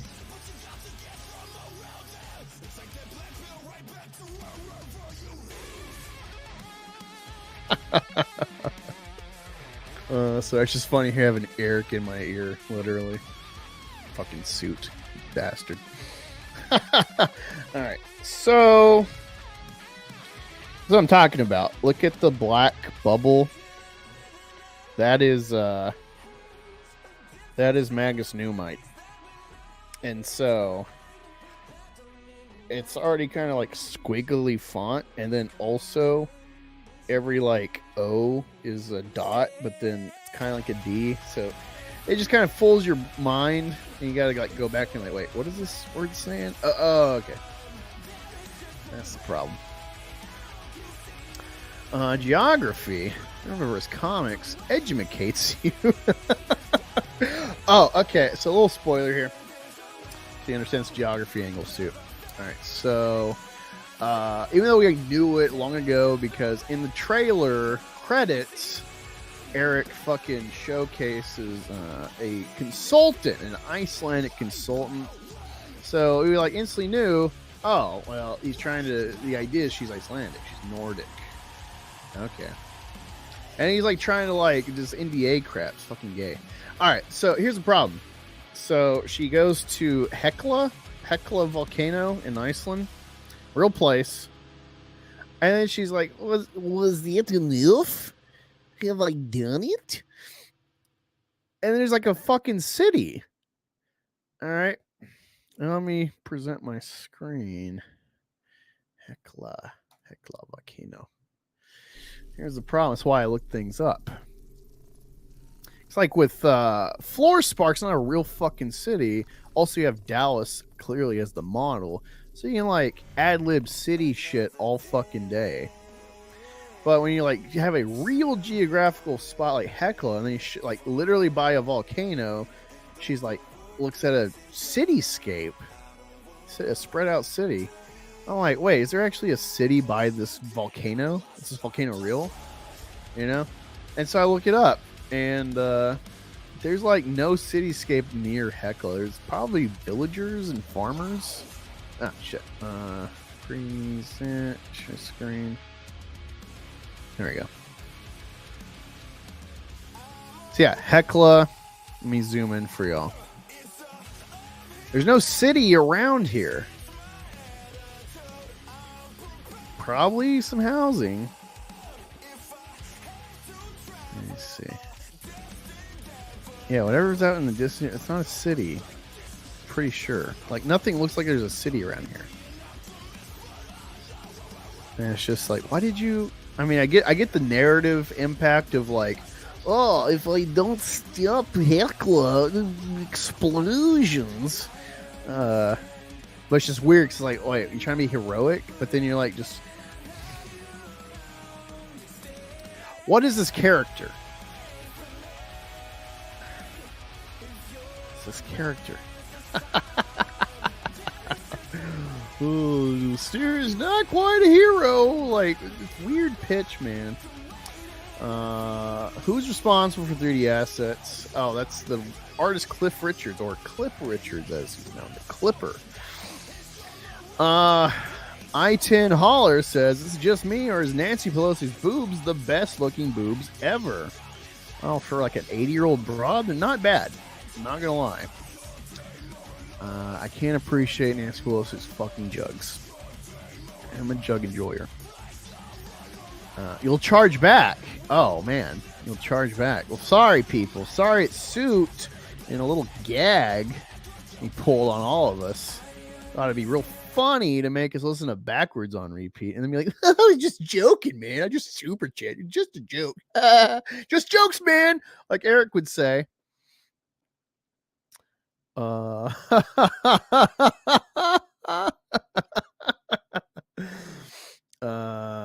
Coheed's fucking awesome, man. They're like the modern Rush. Love Coheed. I actually got to see him with Hoff Solo in Columbus. It's awesome. But I'm a Mastodon guy. That's my band. That is my modern band. But Coheed was part of that like growing bubble of music, my friend. Let me remove this Hecla. You've done something with your hair. I didn't notice. Fuck you. Don't get a skull dent from your headphones. I won't. That's good chat. It says Skullface, he's popping in. What's up, man? Just literally reading Yaira on camera. Pretty easy font to read. I don't know, man. I got astigmatism as well, so maybe that's just for I said I didn't even neg Eric or Eric Weathers, whoever fucking lettered this. Let me see. Eric Weathers and Invisible Art Studio were the letters. So wasn't even faulting. I didn't fault anybody with the font. I was just like, for me, it's kind of confusing to read visually. As can need a fat one. Probably does. What if I want to buy it? Who am I kidding? Spoil it. Okay. Reykjavik. I hope I said that right. Reykjavik is the only city. Apart from Reykjavik, it's all empty. Iceland is very sparsely populated. Cities there, it's just invisible. Only Yaira can see it.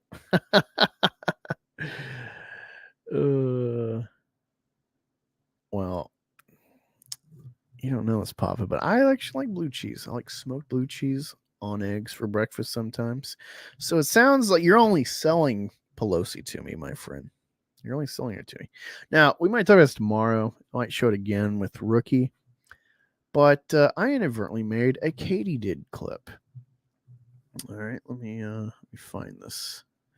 Head on over to katydid. Katydid. There we go. Got us a new clip thanks to me. Which I did not expect. I was just like, LOL, look at this super chat. They like freaked out. Good old gapes and garglers. Here we go. Let me share.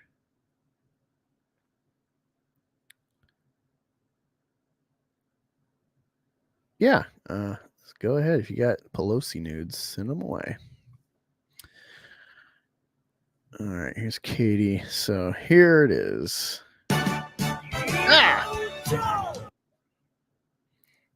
God. Stupid ads. All right, here we go. Black Angus reviews 5. Have you seen the Yaira panel where she possibly hits a guy for killing on her? It's worse than Captain Marvel. Where's your anti-woke content? I haven't got my copy of Yaira yet, so I can't tell you about that. This is funny. Okay, so really quick, so this is an edit by Katie. So she snipped my super chat because in the stream they like saw my name, and so they thought like, oh, there's a name we haven't seen in a long time. You know, the way they read like Black Angus reviews, like, wow, that's a name. And then like they realize, oh, it's a detractor super. I'm sorry, Eric. I'm sorry, I'm hiding it. Oh God, don't hurt us, Eric.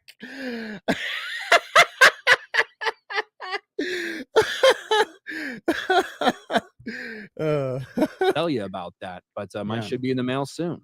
I need to make a video in general. I haven't made a fucking video on this channel in 2 weeks. Yeah, but shockingly, I've never done a comic book review in history. I know it's strange. Somehow, some people want it. They're so fucking triggered. They're so triggered. I didn't realize. I was listening to this at work, so I wasn't really watching. But I was like one of the last super chats, and it just totally spoiled their fucking mood.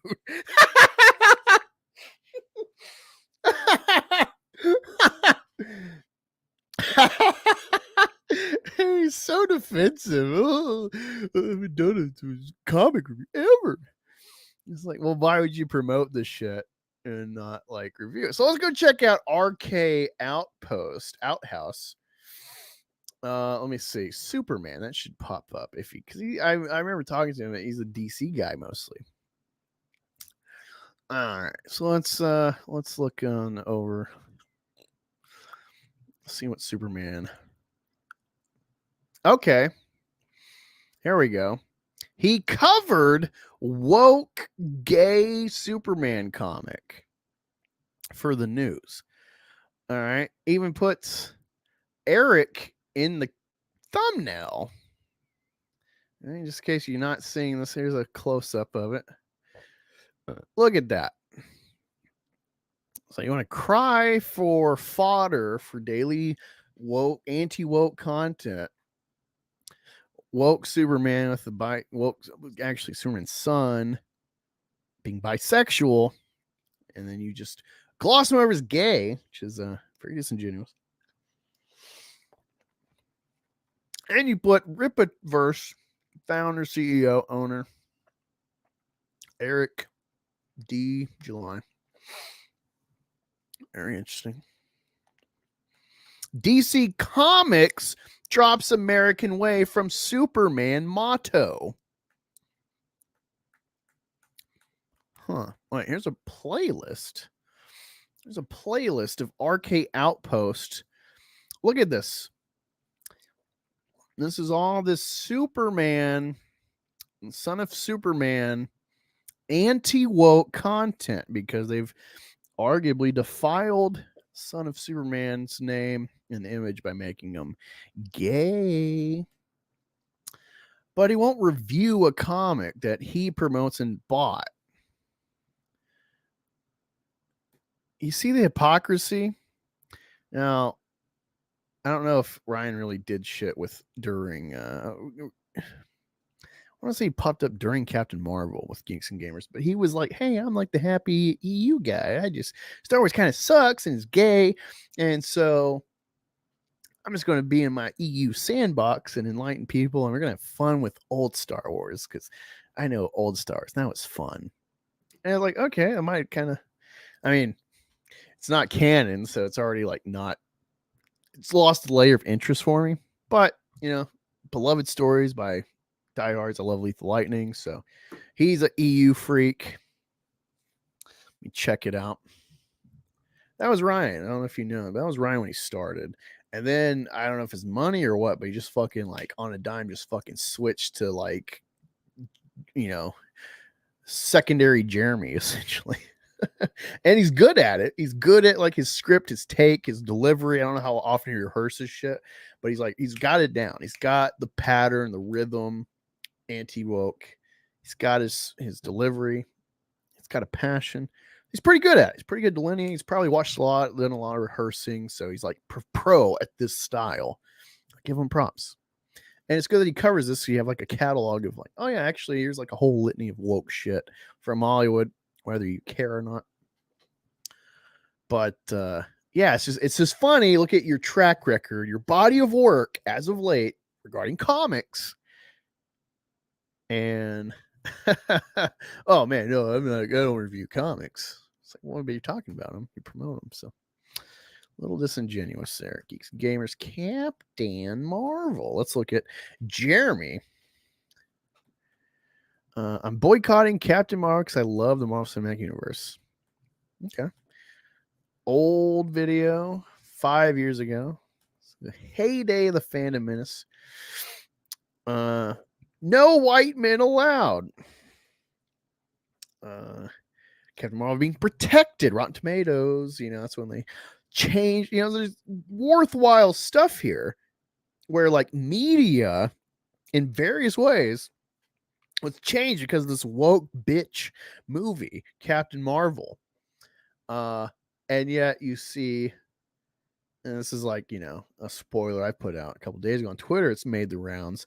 Yaira does like a jailbreak trying to retrieve Stefania, who is if you've seen the trailer, she's like the girl from The Boys spinoff, Gen V. But yeah, Stefania, she's the one that like, was that supposed to hurt? It's like, it's meant to be death blow. That little sequence. Stefani's like a main kind of like plot driver for Yaira in this book. And oh man, fuck, I'm trying to explain, so I lost my point, but you know, oh yeah. So she's trying to retrieve Stefania. She goes to this, you know, Alpha Core prison, and one of the guys comes up behind her and he's like, wow, how can Eddie ever thank you? With like, how can you thank this gorgeous body you have? I could think of all sorts of things. How about you help me bust and then she just like arguably murders again. It's unclear, but given the amount of blood in the neck region, it's like he's fucking murdered because he hit on her. And even if it's like, well, like people are assuming, defending this, oh, he's a rapist. And it's like, what? Don't we like attack that anti-male narrative? Like we just had the bear meme because of the shit. So I don't know. It's just weird. But you know, you see like all this Captain Marvel, you know, he ran it into the fucking ground. There's a big cog growing his channel after Last Jedi. Rightfully so, in my opinion. So it's fun back then to like, yeah, Captain Marvel, this stupid bitch, like they're ruining this great franchise that everyone's just like free to join. There's no like, you know, diversity issues in this world. These are beloved shit. And so it's just funny. It's just funny that you'll see this track record of all these FNT fandom menace channels, Captain Marvel, woke, and yet she crushes, you know, she like, you know, wounds a guy's arm for hitting on her. It's like feminist triumph, and there's never a comeuppance for her. I don't have a problem with Captain Marvel hurting people to like make a point to be petty. She never learns from it. Spider-Man, great example of how you do this. He's got power. He's selfish. It's like, well, it's my fucking problem. And then, oh, fuck it. Karma. Uncle Ben's dead. Now he chases a guy and, results in the guy's murder, arguably. Maybe justified, but, murders the guy. And he's got the weight of Uncle Ben on his for the rest of his life. So he learned very fucking quick to not misuse his power. And so Captain Marvel, it's like, oh, here's this bitch. She really oversteps the line and assaults this guy for merely being like a inconvenience hitting on her. And there's never like, oh wow, like, oh, I'm in like a moment of failure. Who can help me? It's like, oh well, the Dawn can help you. It's like, well, you hurt my hand, so like die, bitch, And it's like, oh no, how will she ever survive? Only the Dawn could have helped her. And we're like, that's a nice little moral comeuppance, little karma. And Rippaverse are defending this shit. They're defending a super Captain Marvel scene. It's crazy. We got Katie popping up in the chat. Let me catch up here. All right. Done. Enjoy. Let me see if he actually sent me some Pelosi noggins. Let's see what we got here. Oh, that's fucking weird.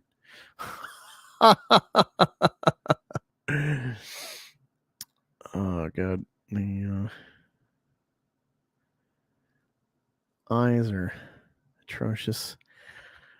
This is a very interesting suit. You should share this on Twitter. This is like, he sent me something where Pelosi has a double vagina. Never seen anything drawn like that or created, and it's like, that's, you have to tell got to try it once at least, Now, is this shit you made, or is like, why do you have this? Why do you have an 8-toed Pelosi? Fucking suit.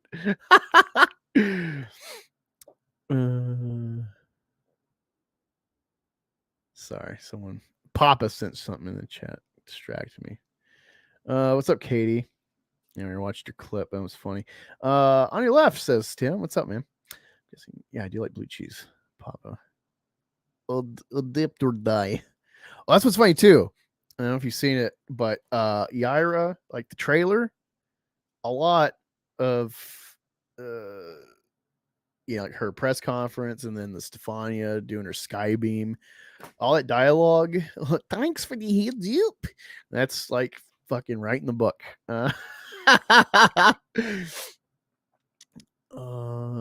Yeah, Pocket Cotton, he's been enjoying detracting content. Yaira's a tranny, so it's male on male violence. Oh, okay. Well, we just need to take the compliments and not get bent out of shape about it. So she prevented her own Uncle Ben's death. Yeah, double vagina. I'll send it to you, Katie, when you least expect it. I'll really wake you up. I'll wake you up like, what the fuck?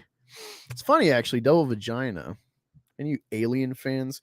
Giger, the artist of Aliens. I think he was with Aliens.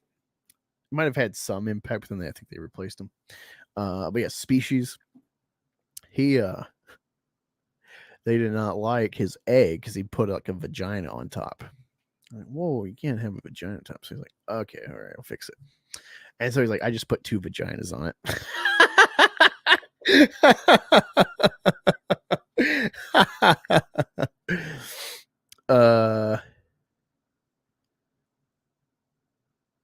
Yeah, if Yaira doesn't end that guy, he would have run off and killed Yaira's Uncle Ben. Oh man, this is good stuff. Oh, let me see. We're gonna ask something else. Vito the Bandito shared a clip. I don't know how old it is, but we're gonna look at that. Don't worry, we're gonna look at that guy reading stuff. Why is everyone shooting me down on this fucking post? All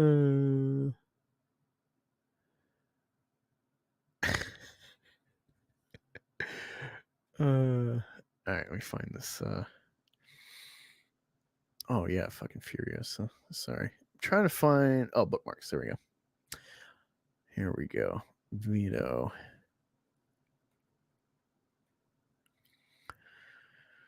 I probably have way too many bookmarks. So I got to search veto.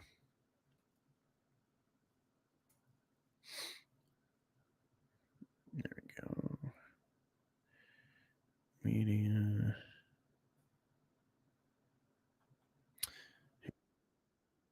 So we're going to look at this. Some zeros. Zeros trying to run defense for Yaira. Yaira, as I think Cannell would say. Yaira. Kay, do you have that clip? Did you see that clip of them? I think when Eric was on, like, well, so what is this? And like, Yaira? And they're like, pretending they don't know how to say it. But yeah, here's some zeros. Run a defense for Yaira. Let's check it out. Well deserved. They just keep fucking killing it, man. Even with that bizarre, some would say cringy, but low production comic book. The live action trailer. Live action trailer. I liked it, man. I liked it. And we talked about this yesterday. Yeah, I was like, it was exactly what I thought it was going to be. Yeah. All right. Just whatever they're saying in defense of this shit, let's wait tomorrow, especially Drunk 3PO because he's a Star Wars based channel. Let's see in the next 24 hours what their Acolyte reviews are. All right. Let's keep that in mind. Keep that in mind watching this. The two-facedness of this stuff. What it was, they were putting in. So, yeah, for what it was being a smaller studio, to me, it reminded me of the early days of the CW DC, like Arrow, early Flash. That's the vibe. That's the vibe I got. It looked like that. And I say that in a good way because CW DC in the early days used to be good. That's the kind of vibe I got from that trailer. I liked it. Yeah. Fuck StreamYards, by the way. God, I fucking hate it. But anyway, Yaira at $1 million. And yeah, I mean, great job to Rippa, his whole team, his whole crew. It's just it broke Isam's record for fastest campaign to $1 million. And yeah, in terms of the trailer, I think that's what you guys are talking about. And look, there's criticisms to be had about the trailer. I didn't love the accent. I thought it was a little jarring, for me. I thought the accent just kind of threw me out of it. But that's what I was not expecting at all. Right. But we're going to talk more about it tonight on Tuesday Night's Main Event for sure. But at the end of the day, I thought it was kind of funny. So, it was exactly what I thought it was going to be. Yeah, it's at the end of the day, like what they're doing with the Rippaverse is exactly what we need more of. We need more people out there doing things that are getting people excited. No, we don't need more. Like, I'm enjoying it. Jeremy. But we don't need more of this. Please stop. You think I just like go about life thinking like, wow, thank you, God, for this path of detraction of Rippaverse. Like, I'm not always like thankful for this mission from God. It's a real fucking burden. Excited, like every time Rippaverse releases a comic, it's like a massive event. I think Rippa tweeted that out yesterday, but it's absolutely accurate. Like it's like an event, everybody gets excited, everybody gets hyped, and it's really fucking cool. And it's kind of refreshing. It kind of like refreshed the Twitter news cycle because for the past several days, it's just been about Hannah and about tomboys and all that hate. And like finally yesterday, we got something new. It was like, oh, okay, we got Rippaverse news, like something new on Twitter. Yeah.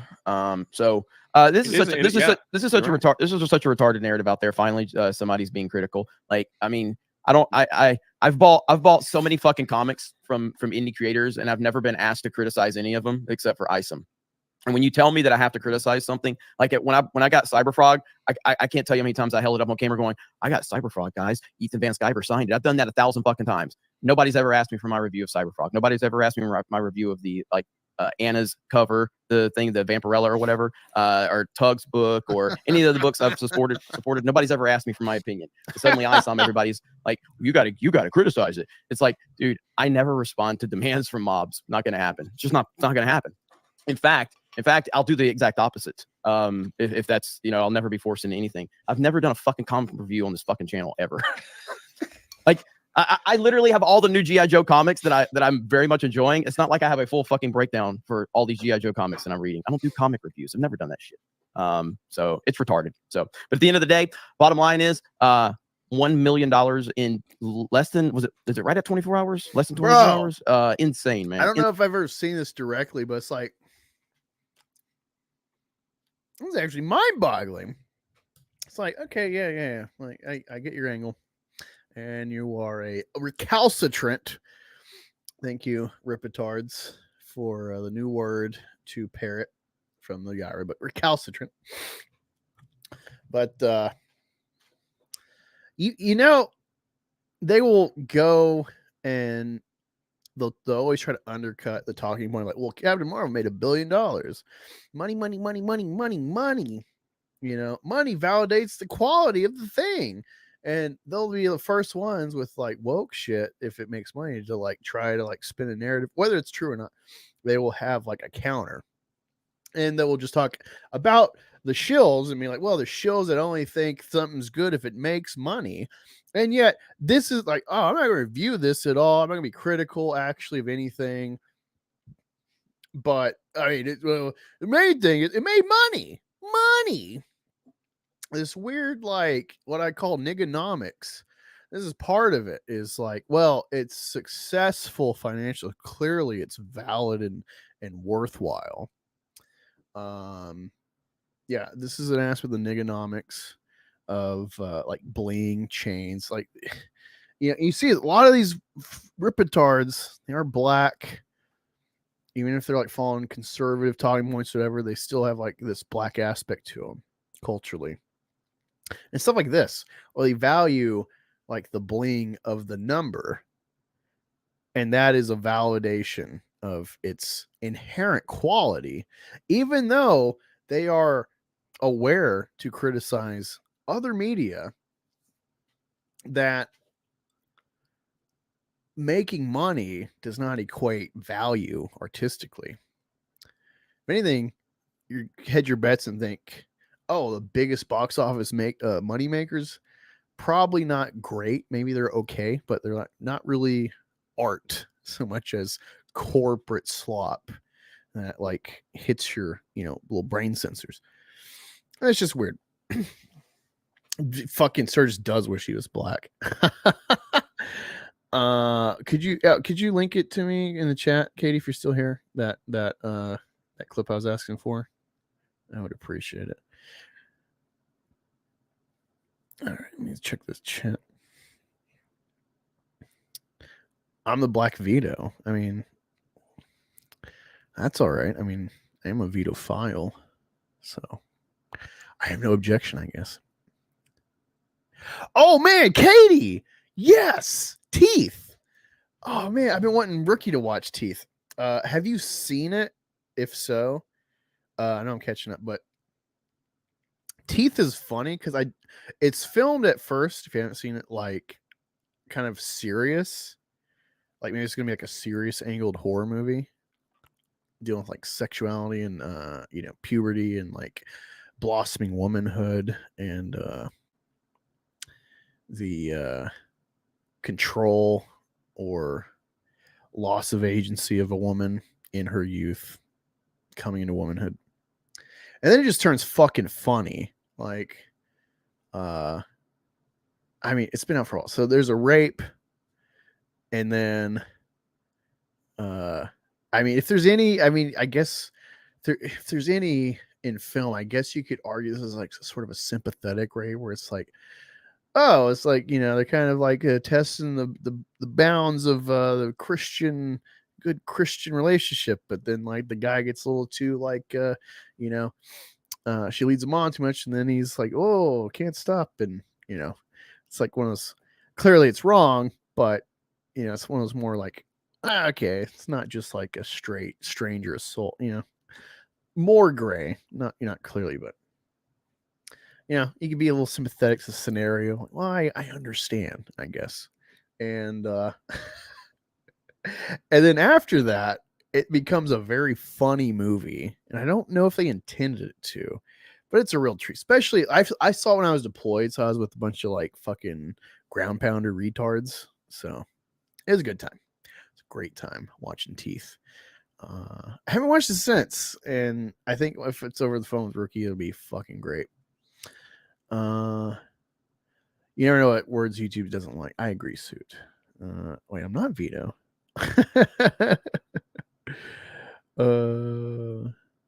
New freaks. No, it's not new. It's just I recall it, and I just don't know where to find it. Sturgis is Larry Sinclair, and Eric is Obama. What the fuck's Larry Sinclair? You're a Vito file too. Nice.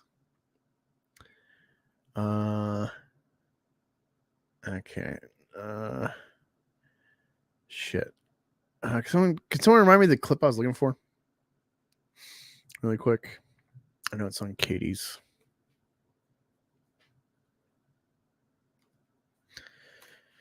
Depending on how long ago, because I do gotta review some Acolyte things. Some like before the reviews have come out, I gotta watch the nays and yays leading into it, because I kind of don't know anything. This is the most like uninvolved with a Star Wars release I've ever been. I always know at least something, at least for the first season. I've been completely in the dark about this. Besides, I know of Leslie Headland's history being a worker bee for Harvey Weinstein. That's about it. Fuck. What was the clip I was looking for?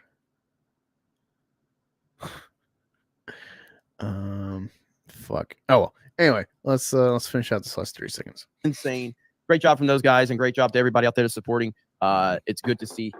And this is only the beginning. The Saska sisters, they've done a lot of indie projects and stuff like that over the years. And the trailer, again, man, it's the fact that I didn't even know we were getting a live action trailer. No, I didn't either. I had no idea. I was expecting another animated trailer. I had no idea. I know everybody thinks like Rippa is all like talking to all of his friends about every movie. I have no fucking idea about any of this. And so yeah, good. Every move that's different.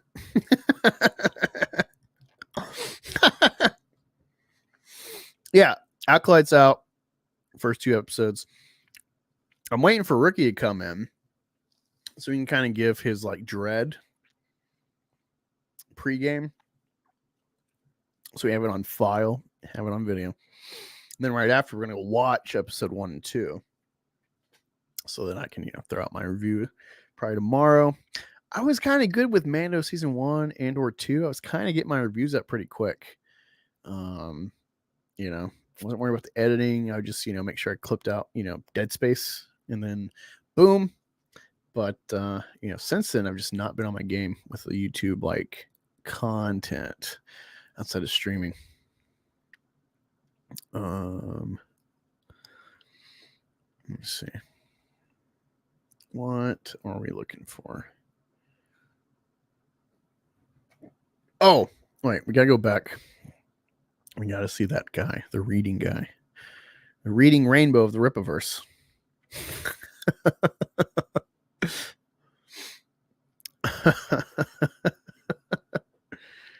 Wait, Katie's live too? What? What is it showing you live? What the hell? It's weird if you're live. I don't know why it's showing it on my screen.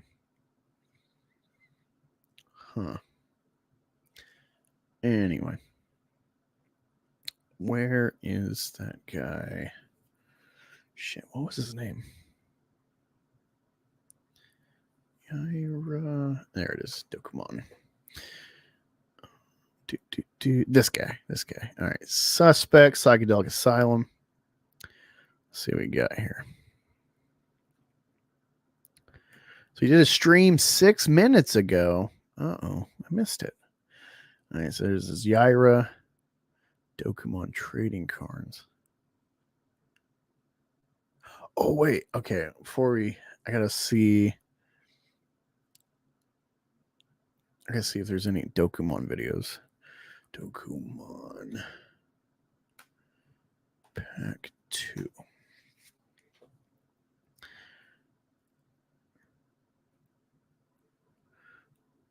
Unboxing it. Wait, that's the first one. Series. Come on. Dokemon. Where do people call this? Dokemon cards. All right. Cards. All right. Let me see what's the most recent. Most recent. Upload date. Sort by upload. There you go.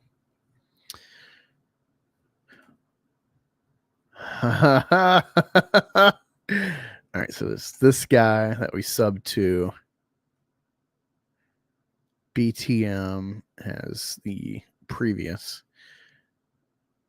All right, so let's see what we got here. Let's check out the.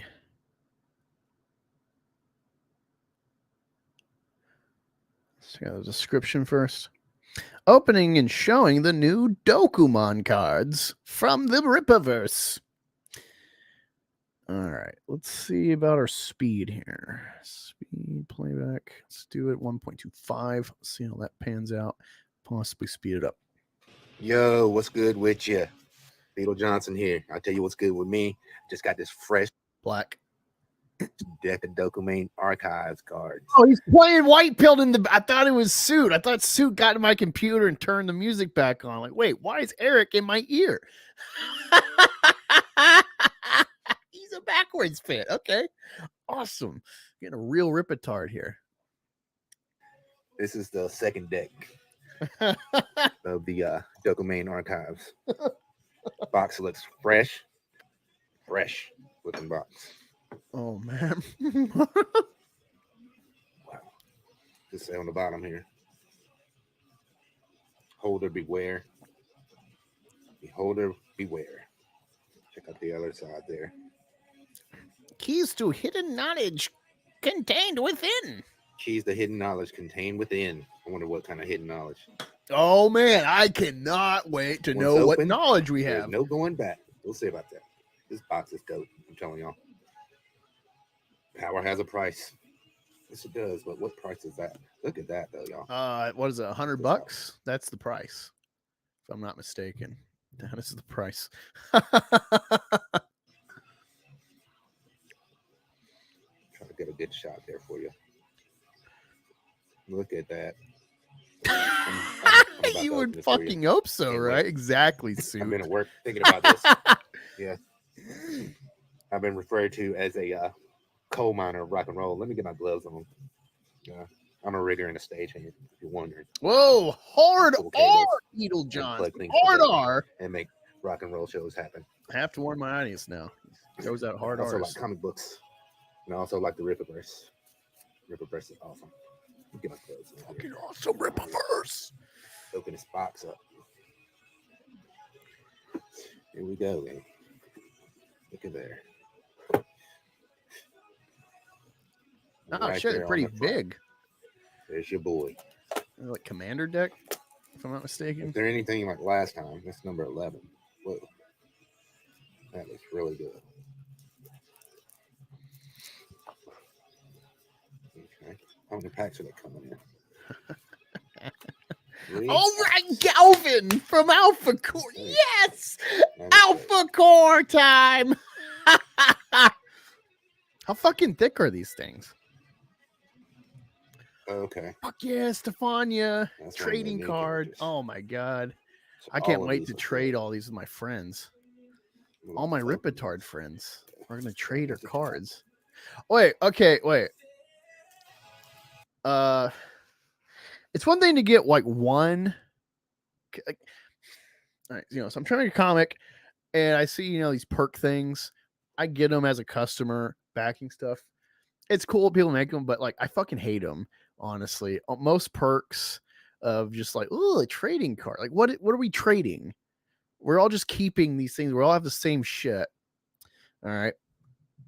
TVS, it's like he's got his like member layered shit and whatever with his cards, and also the campaigns have cards sometimes. But there's like exclusivity, and so that's like the idea of trading is like, hey, I'm trying to build like this section of the deck or whatever. Whether you're talking about Magic or Pokemon or you're talking about like baseball, you just want like the number set. And so I was like, hey, I'm trying to make sure I get all the rookies of this year of this brand of cards, tops or upper deck, whatever. And so that's the whole thing of trading is it's all randomized. But like, why would anyone, like one person can jump by, you know, the Dokumon and then just start a group chat and then leak everything to everyone else that's a Rippaverse fan. Because like every box is the same. I don't get the point. It doesn't sound like it's randomized. And it's just to like, oh, I guess you'll miss out on the extra info that should just be in an ash can. I don't know. It just bothers me thinking about it. I hate trading cards unless it's like magic, like an actual game. Trading cards are fucking stupid. Hate them. Don't ever plan to get a Methgator or other Methoverse based product trading cards for me. I don't want to ever fucking do trading cards. I don't ever want to make a game. So I'm not making a game. So why the fuck would I make trading cards? It's stupid as fuck. That's my opinion about the perks of comic stuff. I hate it. Just do more art. Do like a mouse pad. Do a Magic the Gathering table deck like pad for card games. Keychains, that's fine. Stickers, awesome. Bookmarks, great. Shirts, if you escalate to that, hats, bracelets. Trading cards are fucking stupid. Who's going like trade? I hate it.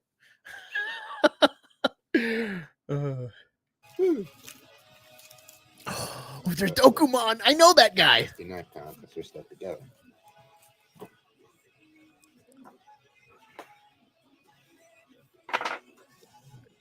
Yeah,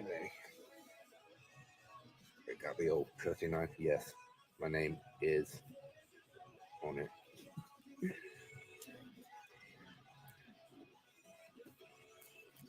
It's real careful.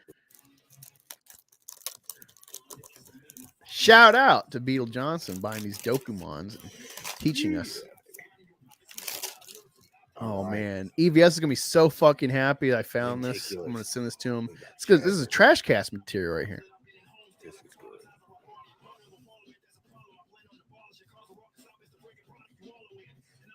good. Wow, look at this card. Oh no. That is dope. Oh, fucking atrocious.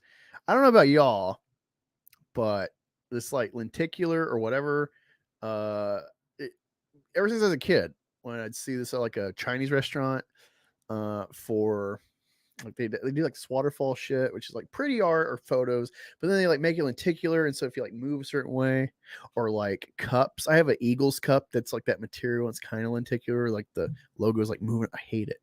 I hate that art. I don't know who thought that was cool. This like weird shift, because it's like usually when you look at it, you're getting like blend of both images, so you almost never get the right angle to see one and then the other. It really irritates me. But that's what Eric did. This like cheap like Dollar Tree puzzle shit for his car. Oh my god. That's dope.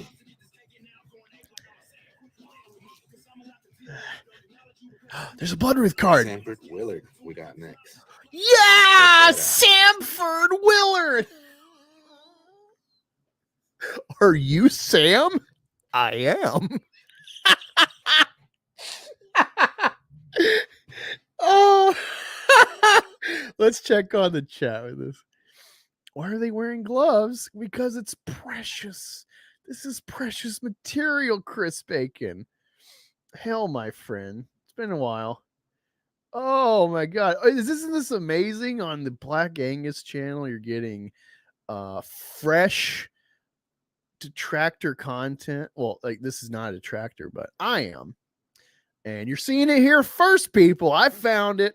I found the Dokumon reveal. Holy shit, this is amazing. I think Tiso might have bought the second pack. I'm not sure. But this is, good content right here. And what is that? The rookie critic is Jeff. He says, I should be there in an hour and a half. Oh, look, it's Horseman. No, it's not. It's not Horseman. Well, possibly. This might Uh-oh. I love how you said that, because whatever it says on the back of this could be little Easter egg teasers for possibly a horseman candidate. I think it is Mr. Gaucho of the Taylorsville, who's also apparently like a counselor to ISOM. I don't know. Hey, you know, in Eric's defense, it's just he did it bad, but I guess in his defense, he probably saw Invincible, so he tried to like rip that off with Nolan and I can't remember the fucking guy's name. The Taylor though. It kind of makes sense. Someone that you like confide in your secret identity, that you can, have some sort of pillow talk, confide in them. But yeah, I'm wondering, especially because Gaucho, they take him to the basement of the warehouse, and it's like, yeah, I know you're next step, but like, don't try shit because like we can kill you if you do. You start layering that, and you look up the meaning of Gaucho, and you see how obvious Eric names a lot of shit that is like, well, it's Norfolka because not North Africa, but they're like African Norse god things. You know, you see how unimaginative. He ripped off like all these god names, lower tier god names for the children of Yaira. Calls the planet she's from Bifrost. It's like so on the nose rip off of pick up Norse mythology. So naming a guy Gaucho, and that's basically like a horseman word in I think Portuguese or Spanish. I don't know, but man, I never foresaw Sanford Willard being horseman, especially because I think he like got powered from being raped by the Hell Monkeys. And Horseman's supposed to be like Batman, so I don't know. I don't know if y'all can see how those backgrounds move when you do it this way. Look at that. Look at how that background moves. Horsewomen. So dope. Looks so fucking Sanford cheap. Willard. I don't care if this came from Marvel and DC. I hate this Lentigo shit. It's cheap as fuck. Whether it costs money or not to make, it looks fucking cheap. Looks like shit you get in a Happy Meal. Check that out. Lincoln Eusebio! Yes! They got I think, owner of Projexis. But he doesn't have his cowboy hat. That'll be a secondary card. That's the secret card. That's the trading card you want. Cowboy hat, Lincoln Eusebio. Look at that. You see that background? It's all the rage of these kids today. And if you're wondering what I'm using to record this, I'm using a Sony Xperia Pro 1. I like Sony stuff. All right. I'm going to open up the second part here for you. Man, this is dope. Okay. Let's see if he actually shows the back of any of these. Gracious, these are some dope. Oh, shit. Oh, boy. We got a barbecue card. Billy, this is too Billy awesome. Bob Quinn, I think's his name. So I am surprised how tall. Don't know nothing about me. Yeah, we got a big titty Altona. That is cool. That is a look at her shake her hips. Shout out. Shout out, friends. To the artist who drew these cards. Shout out, guys. And the last card in the deck. You better. Ooh, we got a good ding. And the first deck if they got them, seriously. But I'm about to put these back in the box and pull them out every once in a while when I need a reference. I think I will make some shorts though, going through every card in the Dokumen deck, starting with ISOM. Fuck yeah! Fuck yeah! Oh fuck yeah! Hit a like. Am I gonna subscribe? He hasn't earned subscribe as of yet. We're gonna like that. F yeah, Dokumen.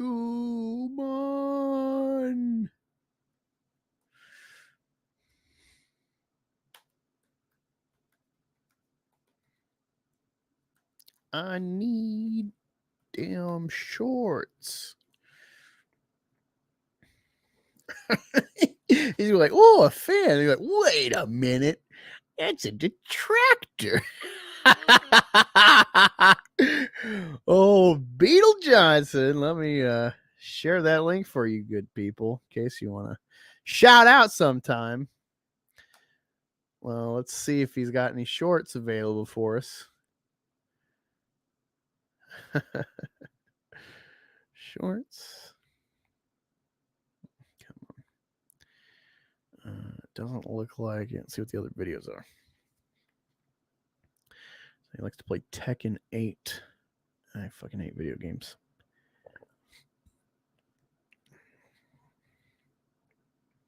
Poor guy blew $100 to buy these and only got 75 views. I guess I'm like view 5 now on that. Oh man. Fucking poor Beetle Johnson. All right, let's go back. Let's go back to our new friend. Let's find this guy. Let's find the reading rainbow of the Rippaverse. Where is our friend? Here it is. Suspect Psychedelic Asylum. Our friend.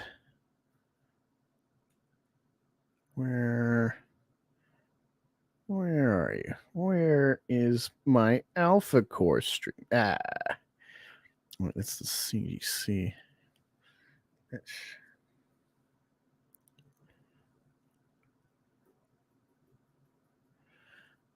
Unboxing and Came home spoilers. and there was something on the Something aside from from the moving came on a differently good day too. department. It was a long ass day at work. I had to run that whole damn shit by myself. I made all the money though.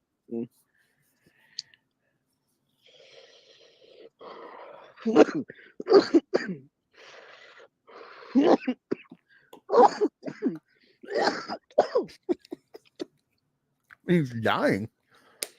He's dying from Rippaverse exposure. Yeah, it's just not dying. You know what it is? Eric probably fulfilled that order, and he shed a few shoulder hairs. So that guy's breathing it in unknowingly, exposing his alveoli to be punctured by the arm hair of Eric July. That's probably what happened. Probably sought medical attention. Didn't do a follow-up video about this incident as to not damage the reputation, the health and welfare of the warehouse. It's my assumption. I started the stream just a little bit before I wanted to. I just said fuck it. Ah, shit. Here we go.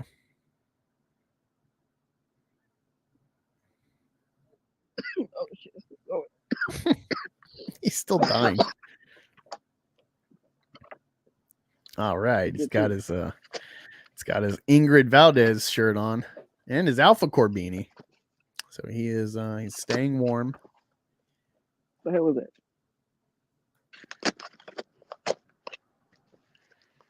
He's vigorously stabbing his package. Oh, come on. Ooh. Yes. You're Yeah. you know. Rippa merch. Huh? I bought me another one whenever they released the Rippaverse Studios shirt. I had been listening to one of the live streams. And man, whenever I was hearing them talk about this book and how it was made, the way that things are made are interesting to me. I've worked in business development, and He's worked in business. So organic growth in business is something that's very fascinating to me. With the way that that leads into the branding world and all of that. So whenever I've seen the organic growth of the Ripaverse, I was like, I got to get in on that. There's something behind that for sure. Damn. The Babe cover, yes. Cover B, the Babe cover. Look at them babes go at it. Yes. This is tight. This is real tight. Oh God, I just saw a funny. I'm pretty sure I meme. put in the title that we was going to do spoilers. Hold on. We'll do it live. Gotta stop sharing this. You gotta see this new meme Detractor made. Ricky, shout out. You're gonna like this. You're gonna like this.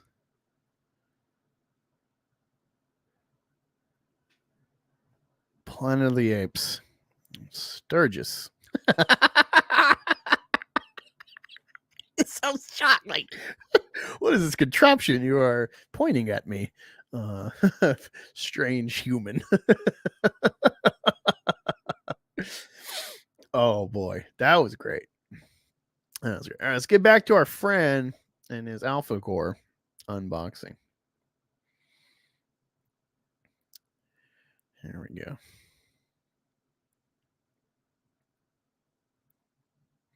There's Lillian. That's Purple Babe right there. Hey, he's got There my she cover. go. Looking all fine and shit. I had dinner. There's Michael. There's Michael right there. He's not on this cover now. But he a smooth motherfucker, I'll tell you that. Michael, I wouldn't play with him.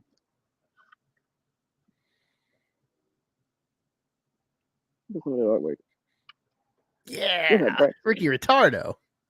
Ready to beat your ass. Yes. Yes.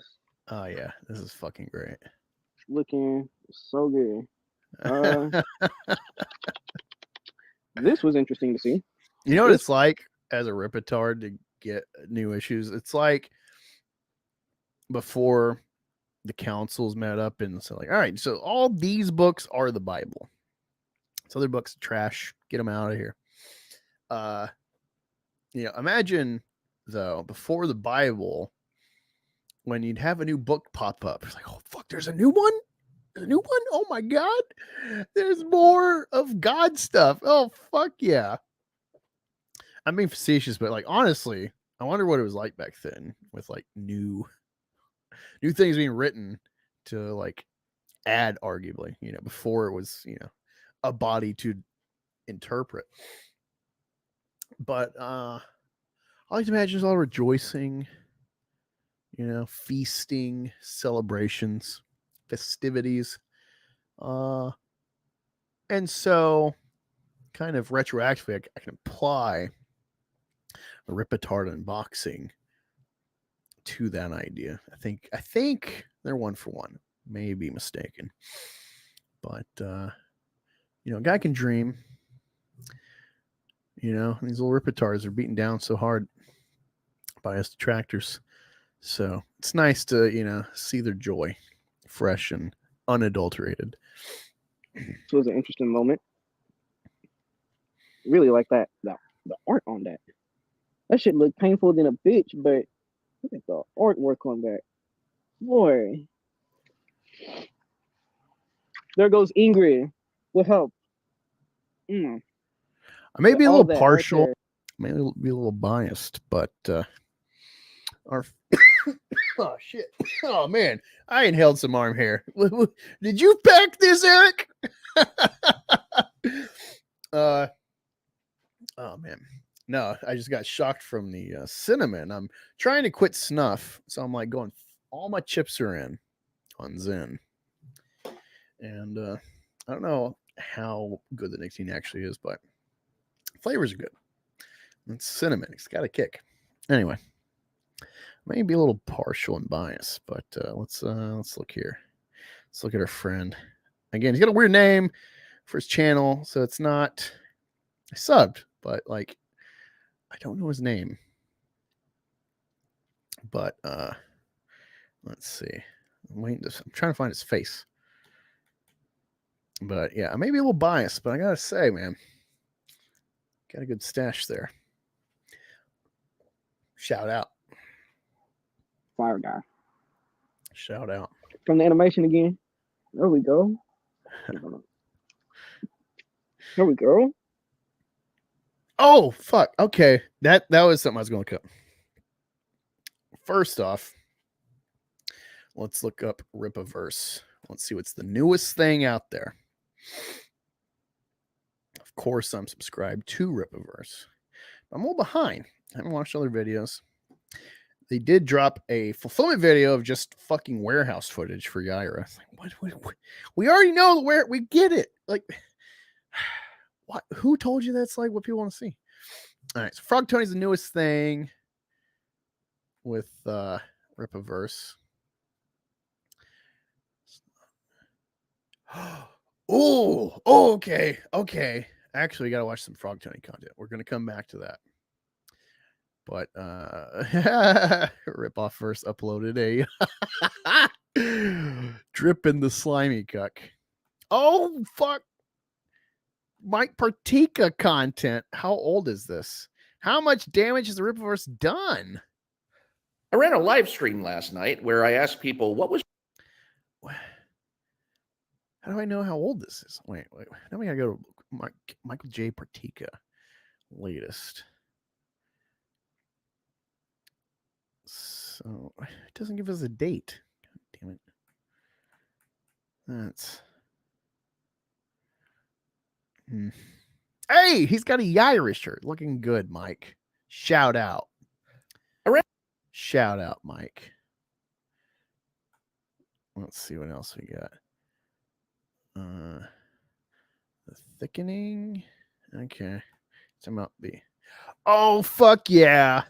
We got the voluntarist creator unboxed Yaira. So if you don't know that guy, when Immortal Rising Comics got his Fund My Comic funded by Eric to shut him up, he, of course, refunded it and said, yeah, go fuck yourself. How about you actually engage my conversation? And of course, Eric bitched out.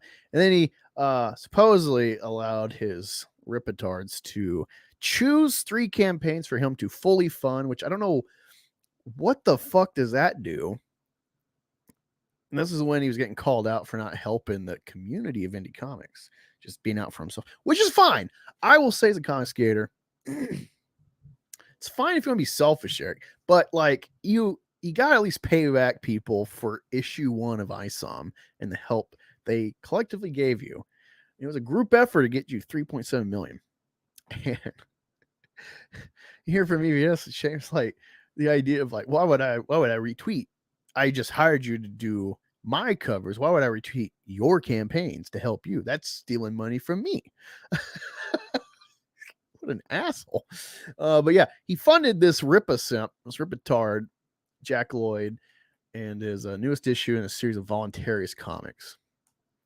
Hey, I know that guy. Yaira was solid. Let's see what this short says from Brutal Planet Comics. I really was looking forward to this book. I am a simp for the Twisted Sisters. What did he say? And I don't care who. Hey, you know what? I like his attitude. Don't know how he is full spectrum, but this little short, give this Rippatard. He's got a good attitude. Who knows it? This is a very good book. I really enjoyed it, despite the problems that I had as far as the villains stuff is concerned. It's well written. The art is crisp. The colors pop. Everything about this book works. Isom's a hit. Alpha Core's a hit. Yaira's a hit. And we might be planting some seeds for some new characters becoming as well. You guys are doing fantastic work over there, the Rippaverse. Keep it up. You guys are fantastic, and I am loving the.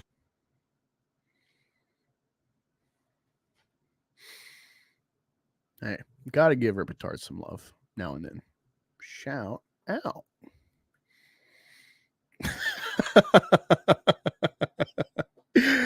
Just be a little asshole. Live. God damn it, took me to the fucking top. Ugh. Oh man, and it removed my filter. That cannot be tolerated. All right, so we're gonna, but not forgetting, we're gonna look at that Frog Tony clip. See, got some Rippaverse, Yaira fulfillment.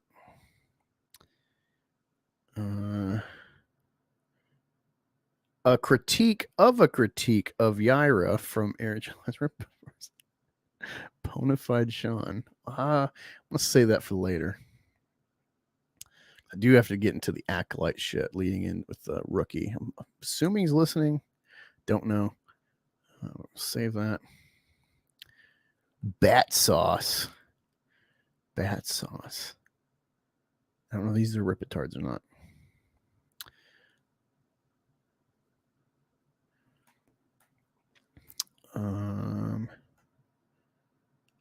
Oh, Maxfield Von Priestley. He's a Rippatard.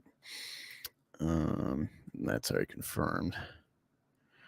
Interesting. Monetize your haters from Master Swag King. It says no views.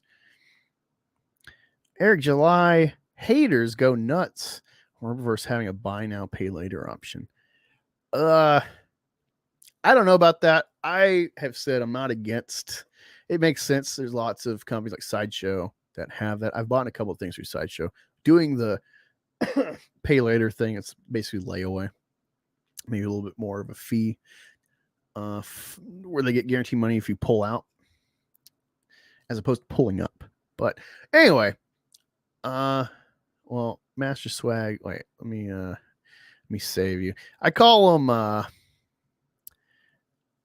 Oh yeah, we're gonna have to look at LG. LG was talking some smack about me and fellow Ripper detractors.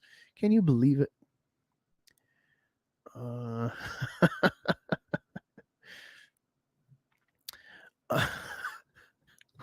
What is this, Tony? Oh man, I gotta catch up on Tony content. I didn't know I was so far behind. Let me make sure I save that. Okay. Wait. God damn it. There's so much. So much here. What did I saw something.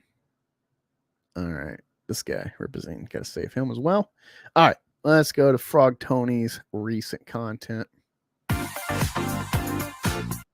Then I'll engage you in the chat once we get past this. All right. No thanks. Let's see what y'all be saying. Trulio's having fun here. I don't know if you're interested in Acolyte, man. So after this, I'm going to switch to Acolyte stuff. But if you want the link to hang out, or you'll be in later before we dip out and engage the Acolyte ourselves. If you want the link, man, let me know. And actually, I'll just. I don't want to dig for you on Twitter because I don't know if I follow you on Twitter. But here's a link. Truly, if you want to join in, click that link. But let's look at what Rippaverse, what Rip and the Silverback said. Once that's done, we're also preparing for the next Represent. I think first magazine. There's another story that I wrote Shit. that is being color right. Shit. He's doing fast and I'm doing fast, and I got to slow it down. All right. You know, so once that's done, we're also preparing for the next Represent. I think that one has another cool story that I think a lot of people are gonna like. But there's one that I'm thinking of, bro. Whew. It's good. I'm not committing you to anything. Shout out Neurotic Ray, by the way. Oh, shout out, Gary. No. Not committing you to anything here. You've said that Item 3 concludes the first story arc for Item. Yes. What do you think in your head? Are you thinking it right? I'm working on Item 4, or are you thinking maybe I bring in another? What is it? What is this? What is this canned fucking fake shit of like? I'm just going to ask you, and it's clearly organic what you're answering, but this is clearly like scripted. It's like IGN or G4 or something, like modern, just canned corporate, guided fucking interviews. The whole value of YouTube, independent creators, is like organic. So it's weird to see this. Like, I don't know if everyone else notices, but I've noticed it listening to some of these streams where it's like, Az will be like, "Hey, quick question, Eric. Regarding this thing, how are you moving forward?" Like, I know what you're doing, man. What is this? Ryan Roger Ethe, great guy. Go sub to him if you haven't. He's got a script of questions to ask you, and he pretty much does it for every creator. And then there's some organic back and forth, but like he has his segments, and that's how he timestamps everything, keeps it kind of concise. That's as much you want to do. Me personally don't like this.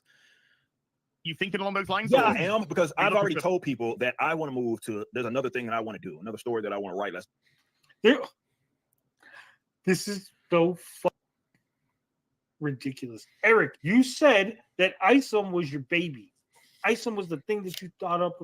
That's the character. That's the one you worked on. Now you're like, oh, well, people don't like it. So I'm going to hand it over to someone else. And there's something else that I really want to work on. It's longer form. It may end up being salvage. Did you say longer form? Yeah. Oh boy. Isom's already 100 pages. How much longer? Yeah. Oh my god. How do we? How many more truck scenes are we going to draw in? Yeah. Move to. There's another thing that I want to do, another story that I want to write that's longer form. It may end up being salvage, depending on how the audience feels about it. But there's another one that I'm for sure going to do after that. So we want Isom to continue. So that the church really hit him hard that They he's did, just giving yeah. him Isom. Because remember, I named this after my great granddaddy, Isom Knox. I love Isom Knox so much. I want to dedicate this book to Isom. That's why it means so much to me. And these people trying to take my granddaddy name from me. This is the greatest book ever. I don't understand. I'm gonna give it to someone else. So you can rap. You can rise. Makes no fucking sense. And all of his fans will be like, well, no, see, this is perfectly logical, Tony, because he's established the character in 3 books. So he's did an arc. That's it. I have a writer in mind that I know knows the character in and out. Saska's are gonna write everything. Yeah, it has to be the Yeah. Saskos, yeah. He's like Jen. Jen knows everything about Isom. We had long conversations on the phone discussing Isom. 4 a.m. She asked me Yeah, what Chuck Isom Dixon, because he's way closer to the Saskos than Chuck Dixon. Chuck Dixon in my eyes. Eric, the Rippaverse is so young. We're just getting started. Also, Eric, issue 3. Eric is putting the typewriter in the closet. Yeah. No, but he's gonna write something else. He's got something else in mind. He's done with Isom. Isom is just witnessed live, guys. Eric July abandoning Isom. Yeah. Crazy. abandoning Isom just like his daddy abandoned him. Isom no more. Cycle continues. You see when they say like when you grew up with a single father, then you abandon your kid, like it's a cycle, the cycle of violence. This cycle of abuse. Life. Yeah. Yeah. He doesn't have kids to leave. So Isom's the next dogs. thing. This is ignore Superman. Focus on the other DC characters. I would say Superman. You know what? You could go away for 5 years. We're just gonna focus on these characters. Wizard says Eric just wants everything. He seems to be falling into the trap of jumping the gun with all this extra stuff connected to the Rippaverse, but hasn't really told the story yet. Exactly. Pyro says, in fairness to Jim Davis, Wikipedia indicates Davis wrote and drew Garfield on his own until the 90s. And even now, he still writes and sketches it. I mean, remember when Akira Toriyama decided 3 chapters of Dragon Ball was enough and decided to step down? Yeah, just handed it off to someone else. So here you go. Graded my character. I've done my job. But yeah, I gotta trust him. How does that feel? Does it feel like you kind of lose a little bit of control? How does it feel? Or is it like a father going, I'm not quite ready for my son to leave home yet? You know, I gotta trust him, bro. Of all the characters I saw, that's basically him admitting. Here's what I think is going to happen, guys.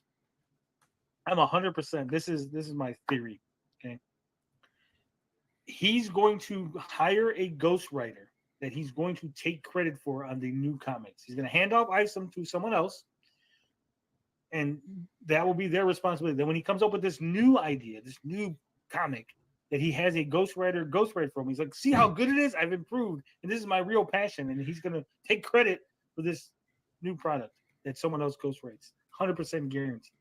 I can see that one. Like, he is a very different kind of, because he doesn't want to fail. He doesn't want to feel like he's failed. And everyone said you suck at writing. And people were going, you shouldn't have wrote this because you're bad at this. You should have had someone else do it from the beginning. Story, and I know the Saskas talked about it, like how once people find out like a lot more about him and how he came to be the man that he is. It is very unique. It's nothing that you've heard of so far. And how he became the man that he is. The Saskas told you that? The Saskas said that. Not you. You should have known. Yeah, of all the characters, obviously it's near and dear to me. All of them are, but Isom obviously holds a special place because I launched the universe based on him, right? It was everything was like a branch, right? Coming from Isom 1. And it's gonna be very difficult to let people I have to do it. I recognize I'm gonna at some point someone else is going to need to because the demand. You didn't say at some point. You said in number 4. You literally were like, "I'm gonna finish this arc and then that's it. I'm getting out of here." You're 18. I'm leaving. And is out there. They got to do ISOM story. Who's that's gonna be? We'll see. But yeah, I am for sure though. After ISOM 3, going to be moving to there's another project that I have in mind, and I'm already. If the audience loves salvage, Bart Sears already said he's ready. So we have to commit to a longer form salvage, but there's something else that I'm already doing as well after ISOM 3 completes. So damn, that's just look at that face. That's defeat. yeah. Tell me, Katie, you clipped it. You clipped that. Tell me that was a clip that you did because Eric July admitting defeat, just hanging up the boots. Hang in there, Tony. Maybe it's a sign. Maybe it's a realization. He'll hang. If the character is near and dear, why not put the time into actually developing him? That's what I'm saying. Yeah. he thought that writing a comic is... Oh boy, that was great. Thank you, Frog Tony. Let me leave a like. There we go. All right, see what you people be saying. Oh shit. Camera. Let's go that way. A little crooked. There we go. Oh yeah, I don't know if you noticed. Got a Abe Sapien. Pretty rare statue. Not as great quality as like the Captain Marvel, but he's fucking huge, as you can tell. And nice little addition. All the way from merry old England. Excuse me. They are surprised about a black man giving up his baby. I have some statistics about that, says Stony McInternet douche. It's good to get a hold of short form first. Rookie says that 3.7 million is looking far away now. Rage and Homo Sapiens says, "Are you quarter black, Garrett?" No, I am not. Although I am half black. Literally, I am Black Angus Reviews. Thank you for joining, Mr. Rage and Homo Sapien. Bloody well good sapien indeed. Yeah, it's like, I don't know, it's a retro piece. I want to say it was made probably like latest 08. So it's kind of funny to see. I've had like Bowen Designs statues, and I've gotten the big ones. I've gotten like the bust, like Ghost Rider. They're way more kind of like inferior quality compared to like new statues, like, where they're doing a little bit more, even though it's kind of a realistic build. The Starfire is kind of still cartoony a little bit. Natiri is pretty just like movie accurate. Purgatory is pretty realistic. Captain Marvel, I think it's kind of a great blend of like superhero, but still like realistic human, but ideal. Sapien is, it's just like when you are up close to it versus seeing the pictures, like, oh, it's not. It's just, It's one of those, you don't regret it, but it's just like, it's not as good as I was anticipating. Unforeseen, But yeah, 45 minutes. No, we're not skipping Star Wars, my friend. And yes, at some point we'll finish Andor. Here's the thing, I've watched half of Andor. It's a good show. It's just a bad Star Wars show. Here's the thing, Star Wars, it's a couple elements you have to hit to like resonate. And you see why sequel trilogy didn't work completely. I think there's elements that work. But ultimately, you talk all you want about woke, this and that, yada yada, and disrespecting the lore, breaking canon, yada yada yada. Now, why the sequel trilogy does not work, why Andor doesn't work, because I would say there's probably two key things you got to do with Star Wars. It's got to be a father-son story, whether it's literal progeny, and it's either the inheritance of the father, or it's like Luke, where he's making up for the sins of his father.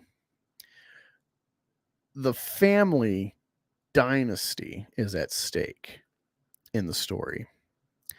And then also there's the Force, the cosmic fight. Unlike, Andor is kind of in the realm of Star Trek. It's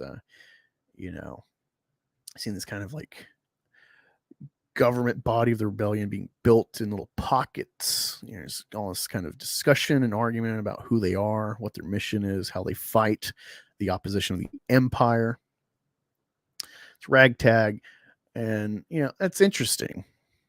It's in the realm of like Game of Thrones kind of stuff, but it's just there's no cosmic fight being delineated. It's just the people, and the people don't really matter. The whole draw of Star Wars is legacy and inheritance, and the cosmic fight of good and evil, the never-ending fight, the ebb and flow of the Sith and the Jedi having their rise.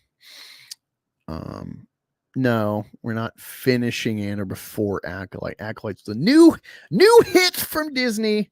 Gotta watch it fresh. So shut the fuck up. Yeah, the hero's journey.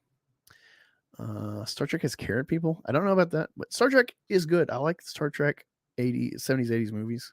Haven't seen the Next Generation stuff, but I like Star Trek. It's just completely inferior because it doesn't have that resonance. It's a fucking communist pipe dream. Disney can't Star Wars themselves out of a wet paper bag, says Papa Cotton. The Mandalorian works. Even season 3. It works because there is both the father-son dynamic of the surrogate father. He's got this legacy he inherits through the Mandalorian way.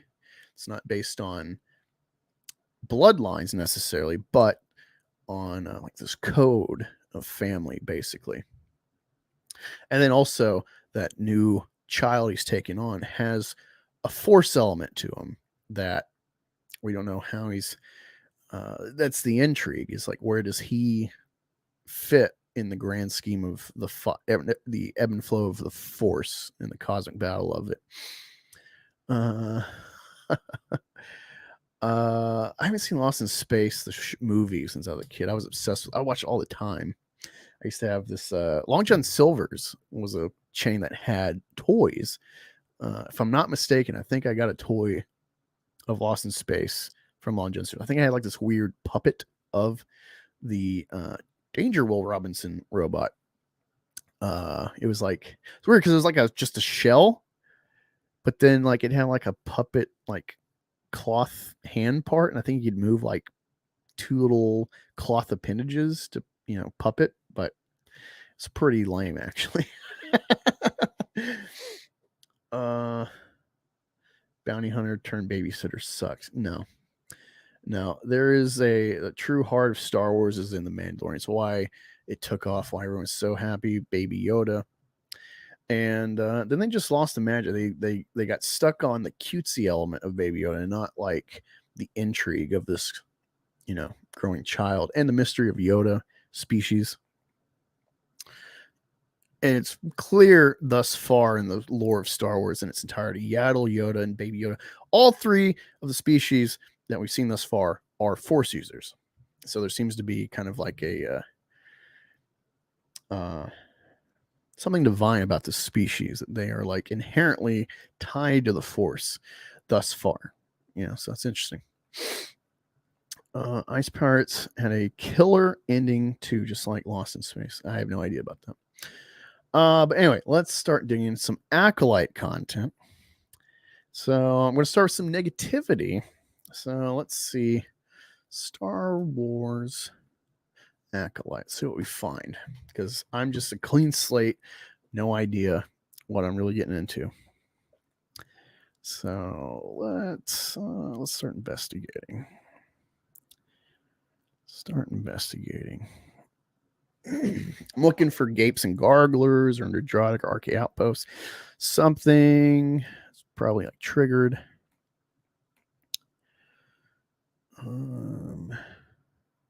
Drunk 3PO. Wow, he's going full negative 4 hours.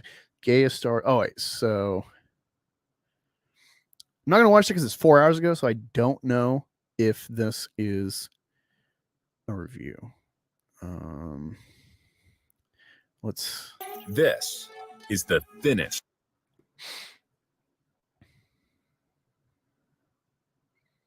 The wrap.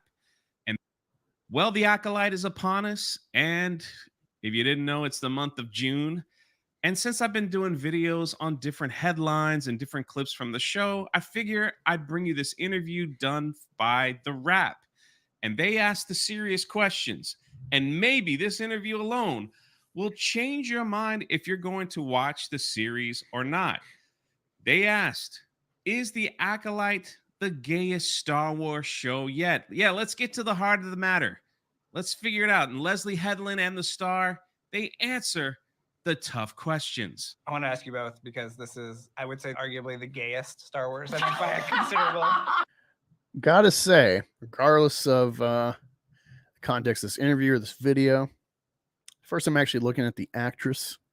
And I've heard a lot about. I think she's like non-binary or some special class made up. Gotta say, she's a cutie. Margin, and are you excited about that? Are you bracing yourself? Star Wars. Not the It's pretty gay. Let's be honest. I mean, he must have seen it. He said it's pretty gay. Let's be honest. And some people...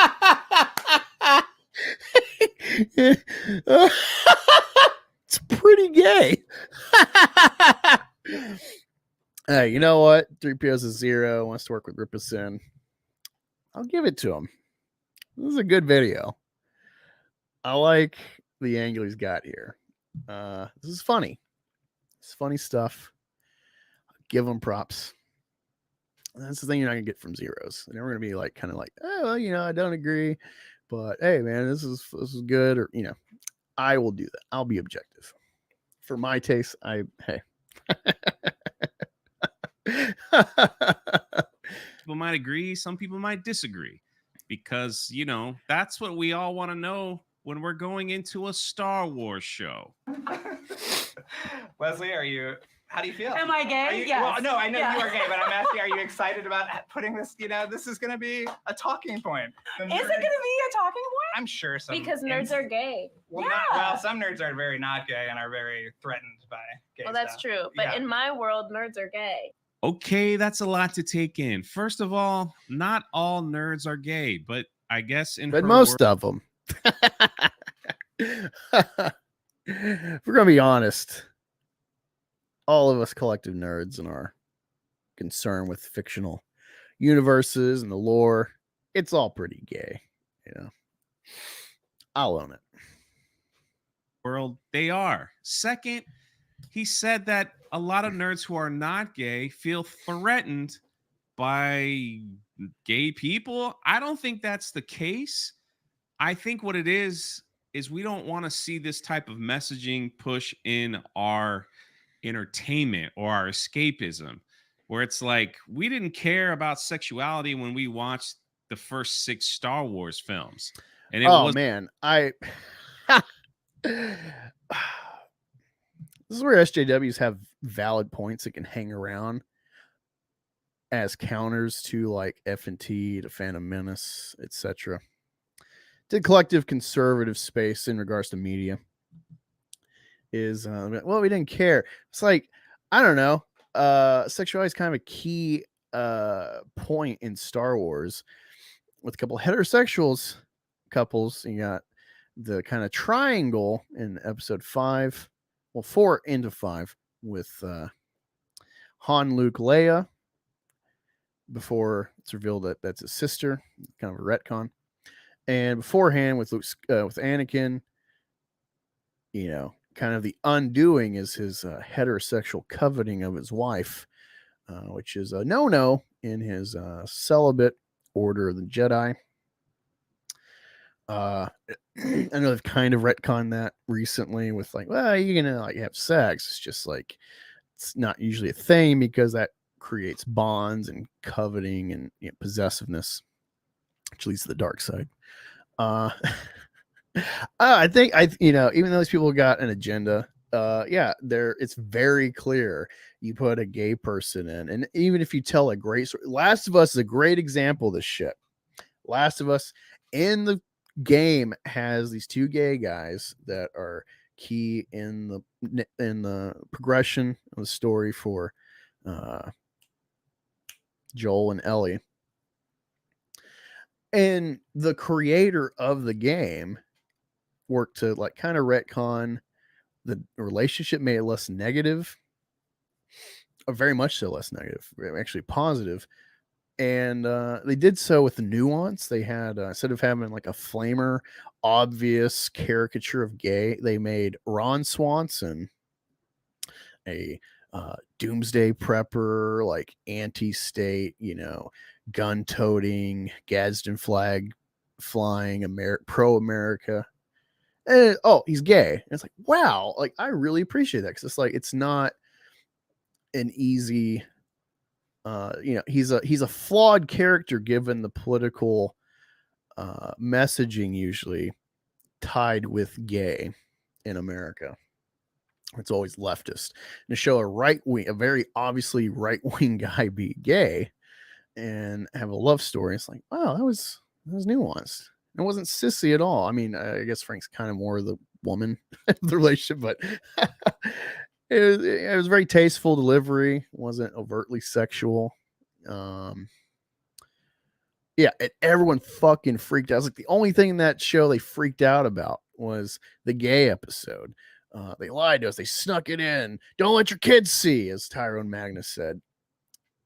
That's episode 3, by the way. He never said it about the first 2 episodes of zombie violence and people killing people. It was when there was a gay, they fucking freaked out. So, very disingenuous, 3PO. I know you got a narrative sell to your specific audience, but if you're being honest, I don't think you can lie about how much people will freak out in our sector, generally speaking. Gay. They'll front load and be like, well, they don't care if there's diversity, just don't like shoehorn it in and make it their only aspect of the character. But then you get a Bill and Frank episode, and then you still freak out, even though it's very nuanced compared to what Hollywood would usually give us. You freak out. So, calling bullshit, 3PO. Was never really a thing. Like, I don't know who was sitting around saying, I wonder if Luke and I wonder if Obi-Wan. I don't know. I never had those conversations with anyone. Maybe I'm the weird one. I don't know. You could let me know in the How do you watch Clone Wars and not wonder about Obi-Wan's sexuality? Because it was never an aspect. I mean, people make gay jokes like in a Family Guy trilogy of Star Wars, and they make the Herb the Perv Obi-Wan. That's a joke, because it's kind of there. You got this single guy whose whole mission for 20 years is just to watch this kid in the desert. It's kind of creepy. You can spin it that way, even though he has a guardian. But when you get the Clone Wars, you get like what Duchess Satine thinks her name. That like there's like some sort of unquitted love, unfulfilled love story there. It's a sexually charged question implicit, given at that point the state of the Jedi is like a celibate order. Anakin is this outlier who invests in relationships sexually and has children in secret, and apparently even it's a problem for a senator to not be married and have kids. So it's kind of both ways, Sexuality is very key to the downfall of Anakin Skywalker. Actually, Star Wars, I think I've talked about this before, but I want to research it more. So I want to do a video, but it's very weird, actually. Star Wars, for all of its depth cosmically, it's very negative about sex, actually, because the only people that we like confirm have sex are like Luke, Han and Leia, and Anakin and Padme. And both those couple stories are tragedy, directly tied to their sexual conduct with each other. Way less negative in regards of Leia as far as just having a relationship, but she makes Kylo Ren because she kind of passes the Force on to her progeny, and it's a new candidate to be manipulated by the Sith. So Very interesting. So yeah, sex has been a thing in Star Wars, and you're just threatened because now gays are open, and yes, they're being ham-fisted into every aspect of storytelling in Hollywood, which is a disservice to gay people. That's my take. To just kind of make that the end all be all of identity, not like what's it like to be gay in the world. Is it a negative? Perception wise, most people not like it, because it's just kind of heterosexuality is the norm, or I would say it would make more sense that most people would be some variation of bisexual, but like gay, it's just like, wait, where'd that come from? That's, I think it's very obvious that depending how uncivilized a planet is, where they at in their development. Whoa, gay, like that's, you're not having kids, what are you doing? People argue you're hurting the tribe, I don't know, I hate this disingenuous take so much, and I'll catch you in chat in a minute, but I'm engaging this section below that. No, Jay, we did have those conversations. You were just the lame one. That's okay, fine, I'll take that. But yeah, so not all nerds are gay. Just throwing that out there. Okay. Was this the fun element of? No, I don't think so. And yet people have told me that it's the gayest Star Wars, and I frankly, you're offended into it. So I don't know if you. Okay, let me see the chat. Raging Homo Sapiens says, I'm old enough to remember gay being an insult. Lol. Well, I think it's just eternally, at least with men, it's always going to be a neg on someone, even in jest at least, because, there's like an implied effeminization to gay from the outside, at least. Outside perception of the majority. It's always going to be you can get rid of saying an F slur or gay there's always going to be some sort of yeah, you're gay. Weinstein stooge can get wrecked. Yeah, I don't falter for this Weinstein thing that everyone does. I think it's just a fucking bit. Let me see. I'm not gay, I'm pro-gay, but agree that the messaging is weird. I mean, to explain gay to a kid is to talk about sex or sexual attraction. I don't get why it's being made so public and put in the same room as the kids even. Yeah, I don't agree with that take.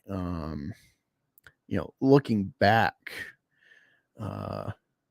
my bisexual interest goes back to, under 18, childhood. This idea that we watch stories. Like, I haven't seen it, but I'm aware, like My Girl, it's Macaulay Culkin, if I'm not mistaken. Like, that's like a puppy love, We've heard of like childhood sweethearts. They become married in adulthood. So the heterosexuality was kind of implicit in their childhood. Childhood meaning under 18. Some people are gay, and they know this when they're kids. I'm not pushing the narrative like, oh yeah, my 2-year-old is trans. Like, that's fucking, this is all made up stuff. But like gay and straight and bi, these are obvious spectrums of attraction that start in your youth before adulthood. People don't just turn 18 and go, I'm straight. It's you start like screwing around in high school or maybe earlier, especially today. So I have to hit back at that. Derpy Entertainment says the show is ass. I don't know if you mean myself or Acolyte, but hey, thanks for watching regardless. Jabba had sex, says wah. Stray beans. George Lucas adopted his kids, didn't he? Virgin confirmed. So ass, it made me fall asleep to it. Was Jabba gay? I don't know if he's ever meant to be gay. I mean, if anything, from what I understand, it's like implied he's raping Leia, if I'm not mistaken. So yeah, he's super straight. Super straight Jabba. Let's continue. You caught that, but she was asked, how do you feel that this is the gayest Star Wars show? And she's like, well, I'm into it. I'm into it. And then they start laughing together. Yeah, they're into it. This is great promotion for a Star Wars show. I remember when some of us complained about the sequel trilogy. And what did they say to us? What did Lucasfilm and those people say to us? Hey, man, it's a kid show. Stop complaining. You're crying over a kid show. Is this a kid show? Is this what's happening? God. See, this is what I'm talking about. This is such a retarded take. Like if no one complains about princess movies where they're obviously set up to have a sweetheart male character, the prince, or maybe it's like someone that's not in the hierarchy, like in Aladdin, where he's a fucking bum, on the streets. He's not worth, the society's caste system. He's not worthy of the princess. But there's like a love story for children, and I get it. Heterosexuality is the norm. I get that aspect. Homosexuality is abnormal, and I mean that in the sense of it's not the norm. It's not the high percentage. It's not the majority. It's a minority demographic. But this like, it's for kids, but you're showing gay. It's like, I'm sure you can ask lots of gay people like, oh yeah, my first interaction was like I was 14, this other kid at the school with, well, you're both gay, and we snuck off and did gay. It's fun. Like, I don't think you can deny the fucking two-facedness, whether you agree if homosexuality is normal or moral or whatever. It's obvious that like youths start becoming interested in sex. So why there's puberty, because you become sexually awake and physically. You're developing sexual secondary aspects of your growth. So you start getting horny. So I really hate this narrative of like people totally, oh yeah, Han and Leia, Padme, totally normal to show kids. No one has a problem that they showed kind of a dark, possessive love interest or lust with Anakin for a kids movie. But then, oh my God, gay. Oh, you're showing the kids gay. Oh, guess the thing of the children. Being disingenuous, man.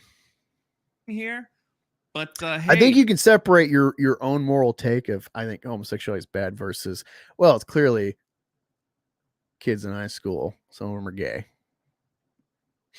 That's what I'm saying. If that's what they want to do, if this is what Lucasfilm wants to take Star Wars, it's all power to them.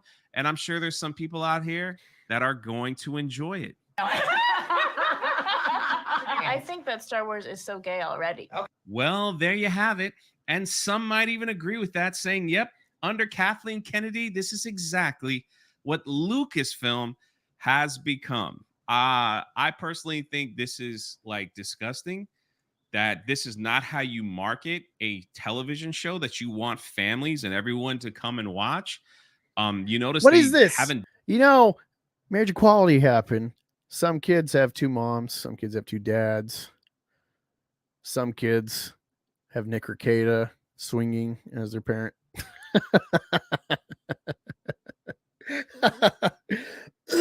So, such a disingenuous take. Some kids think they're as a teacher, at least he used to be.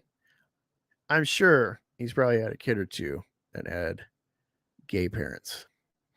So this idea, family friendly. Yeah, some families are gay. It's a reality you have to accept. You don't have to like it. But this is a weird talking point given the state of the world. I think it's enough of that. I think we get the idea, get the point of this stupid 3PO video. Let's investigate some more. I'm looking more for like negative story commentary. All right, let's see. Bullshitters talking about, of course. John Delarose.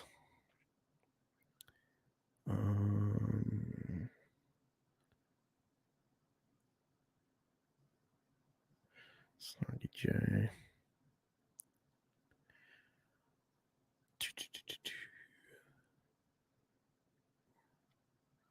Come on. I hate what happens to the search now with YouTube, this algorithm shit. It's like I looked for Star Wars Acolyte. Why are you showing me random stuff I'm sub to?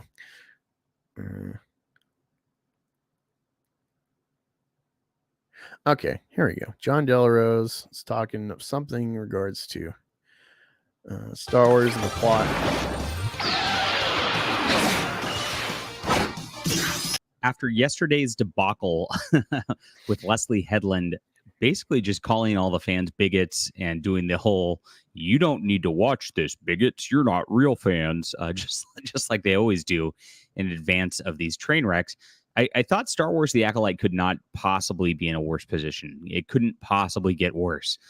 But wait, there's a media press tour going on, and that means the cringiest stuff ever is about to happen. If you remember the lead up to Doctor Who on Disney Plus, you might recall all the crazy interviews that Nkuti Gatwa and Russell T Davies gave that just went absolutely off the rails, just lambasting fans, giving their indication that they do not give a F about the show or its continuity. And guess what? The Acolyte is doing much the same. And this is not the image that I'm showing right now. It has to do with this. This is yet another story. They're going to have the lesbian representation going on in here. And this is our stunning and brave lesbian in the Acolyte. Much claps. Very wow. So exciting. The first ever lesbian lead of a regal coven of witches. You can't make this stuff up. I'm noticing a trend, by the way, in media, and I'm gonna write this up to show this trend, probably for PJ Media or something. But the trend is like they're casting LGBTQ people as like these weirdos, like narcissistic villains. Like a regal coven of witches, for example. They're not that far off. It's really interesting. It's like they go so woke that they actually tell the truth by accident.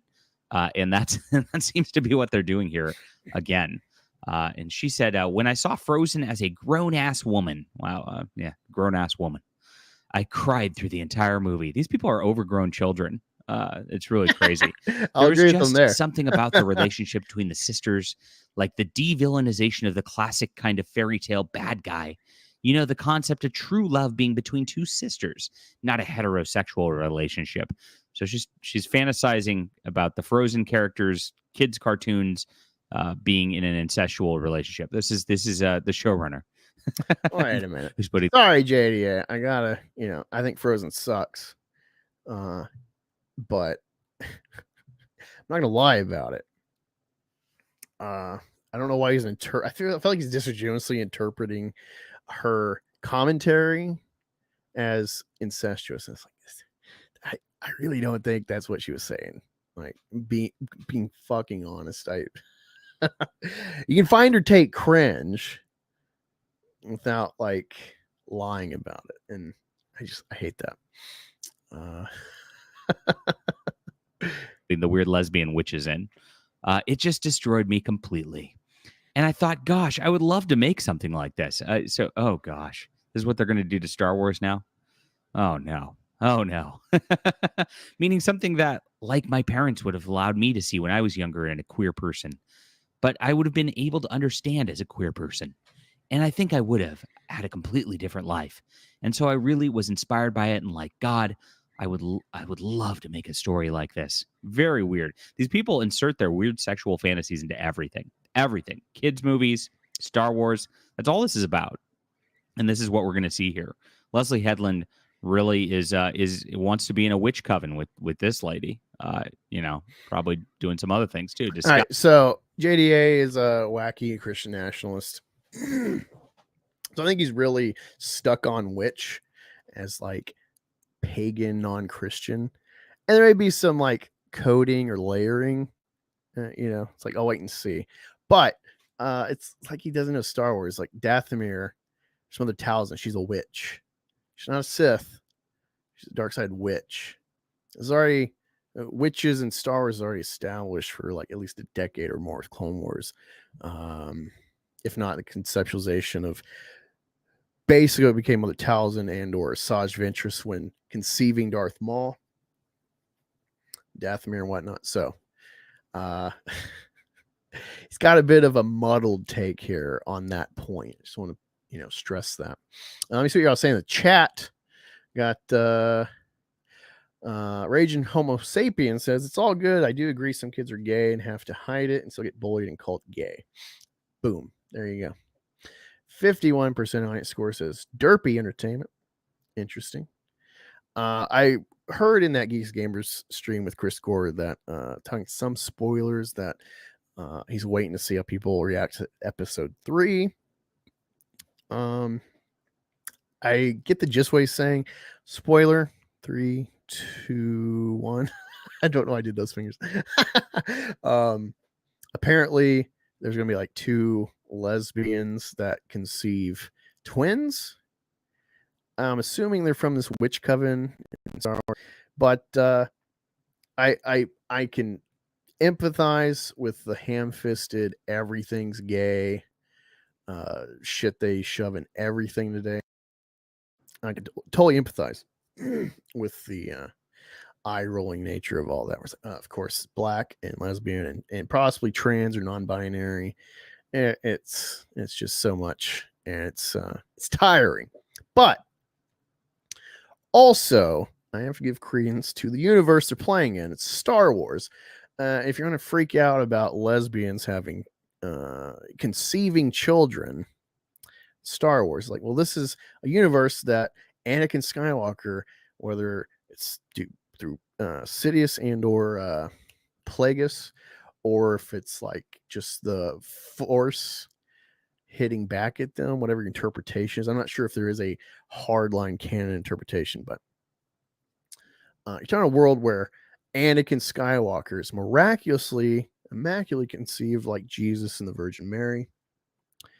So, with Force users and gay and having children and whatever, it's like, it's not really far-fetched given, and that's what I hate when you see takes like this, is they'll completely ignore templates already established because those templates never engaged non-heteronormativity. So they weren't threatening ideas. And then someone, whether it's agenda-based or not, are just like, hey, that's an interesting story you can play with because the rules allow us to in this universe, regardless of the agenda intent or not. With Leslie Headland, Kathleen Kennedy, and company story writers, it seems like it's a plausible reality in this sci-fi world. This is the part, it's like, this is the aspect of sci-fi. It's open, where it's like, we can do wacky shit like this because the rules of Earth do not apply necessarily. That's my annoyance with these kind of takes. Because that's normal behavior. I don't. Oh, you're probably saying straight. That's your opinion, but whatever. Yeah, your take is more nuanced than his. I don't think Anakin's possessive relationship with with Padme was ever portrayed as positive or aspirational. I disagree. I think there's a true love there that is tainted by it's a prequel, and so through this like love story that is setting up a tragedy for Anakin, an aspect of him that's like key and foundational to his worldview and what matters to him with Padme, and then the offspring to come. This is a tool to manipulate, and Palpatine does so. He's manipulating the whole galaxy. He's hiding from the Jedi in plain sight, and Anakin's his little ace in the hole, and he manipulates. He's probably putting those premonitions in Anakin's head. I don't know if that's ever been argued or stated, but that's something you can interpret given the full spectrum of the story, that basically everything's been manipulated by Palpatine. Anakin has been slowly groomed by Palpatine to be his acolyte, his what do you call it? Padawan. Yeah, I know Sith don't have Padawan necessarily, but his apprentice. But no, I think there's like positive aspects in the relationship of Padme and Anakin. It is a forbidden love story, given especially Anakin's Jedi stature, his stance. in that celibate order. But I think there's positives to take away. Like they seem like they actually love each other. It's organic, and it's used to undo Anakin. But he's also possessive, because the thing with the Jedi is they're like an allegory of like the Knights Templar. They're a religious order that becomes militarized and a cog of the government. Their mission gets clouded. They had a pure mission. They had a mission of God, like myself with detracting, and then it gets tainted with more earthbound, selfish, greedy, power hungry motivation. If the Jedi just stuck to their principles and did not take Anakin in, because nope, too old he is. Star Wars, the original trilogy would never happen. The fall of the Jedi, at least how it happens with Anakin, never happens. They just actually stuck to their code, but they coveted power to fight this. They had a good intention, but they coveted power. They became flawed. That's their undoing through Anakin. So I gotta hit back, Stray Beans. The love story of Anakin and Padme is not. It's forbidden given their roles in the world, but the flaw is within Anakin because of his backstory. He's a child that's been raised by a mother for 8 years.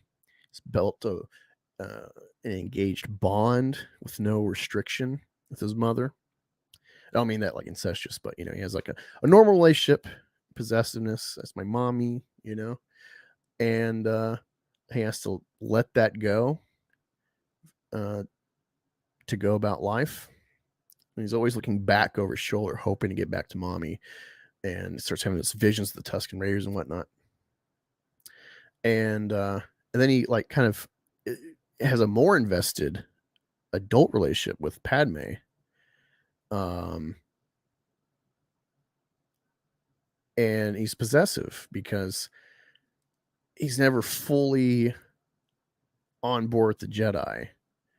And they layer that in Clone Wars, which is retroactive, but it's adding to what Lucas already established. Yeah, Anakin is a slave. Like people really forget that aspect of like he's a slave child, and so him becoming Vader, it's like he covets power because it's always been kept from him, and that includes the Jedi. He tries to walk the walk, live the life, but he sees the flaws. He sees them like missing the mark, getting muddied in their mission. There's a lot of layers to Anakin and Padme and his possessiveness, but his possessiveness makes sense with everything Lucas establishes, and so I don't know. I just really appreciate it. And it's not all completely negative. It's just like it's forbidden and it's a tragic story. Summer Swan says, I want a flaming gay friend to shop and go to the movies with. For real. I shopped with a gay guy one time and it was so fun. I just consider gay a fetish, says Walt. If you don't have that fetish, then you won't be into it in shows and movies. See, I disagree because, like, even though, like, I admit I'm a bi guy, I'm very hetero focused in my attraction, generally speaking. Relationships I want to like invest in, not just like frivolous. And I don't really gay in media, it doesn't resonate with me, but I can understand the like human love aspect of it. And so I just want it like a Bill and Frank in Last of Us that really resonate with me. I really understood what they were doing and I appreciated it, especially with like the kind of Trumper aspect they were doing, layering him as like, this is a bad Trumper guy, and it's like, oh, but he's gay. Oh man, this is confusing for the leftists. Because there's gays for Trump, and I appreciated that. Whatever exactly their angle was with it, there's just a reality. And yeah, so it's like, I don't know, I think you can understand true love. I know it's sappy, but where it's just like, oh, this is the person I'm genuinely attracted to, and I'm trying to build something with them, and the awkwardness, like everyone can relate regardless if it's gay or straight, you know, those young love and the awkwardness, and how do I tell them my feelings? It doesn't matter if it's straight, it's just like it's a human thing. How does JDA sleep at night? He must know he's a piece of shit. Veritas Eterna, I hope I said that correctly. Tolerating gays equals pedos enjoy the world nowadays, in results you see. No, gotta disagree. Conflating gay with the PDFs is it's disingenuous. I remember when queer was a slur. I can never get used to people say, yeah, I hate it. I hate hearing that as like I'm queer. Like, dude, that's an insult. It's a negative word. I mean, it means strange. You know, like you're not helping your case of like normalcy, normalizing.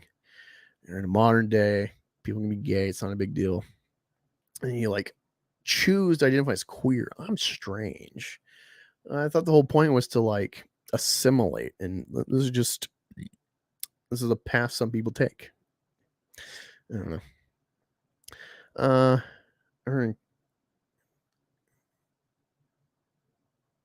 Yeah.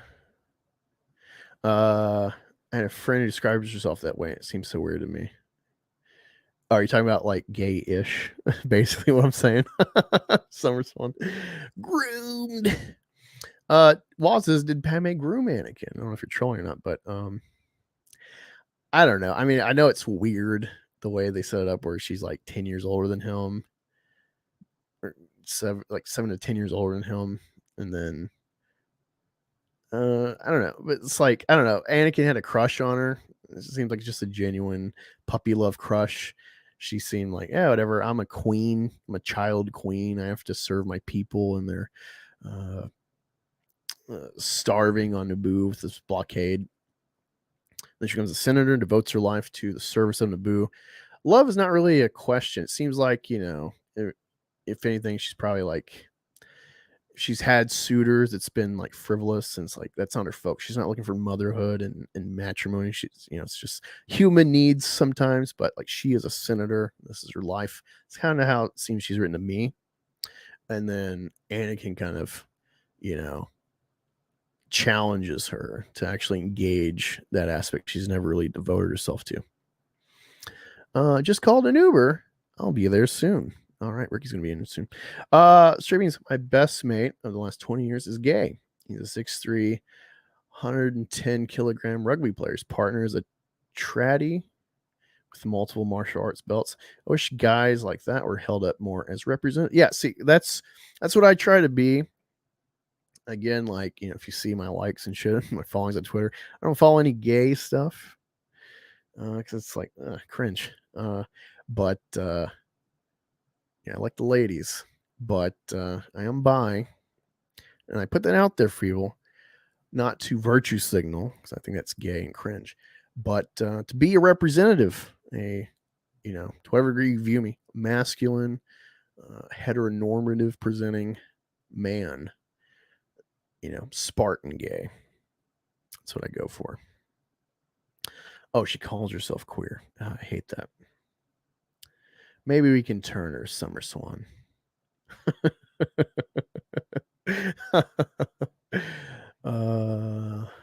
Yeah, okay. So I think we got enough of fucking JDA. Let's look for some positives.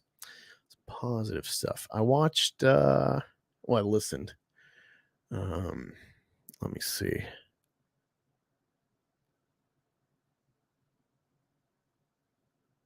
All right, so I like Robot Head, even though he's kind of in league with the zeros.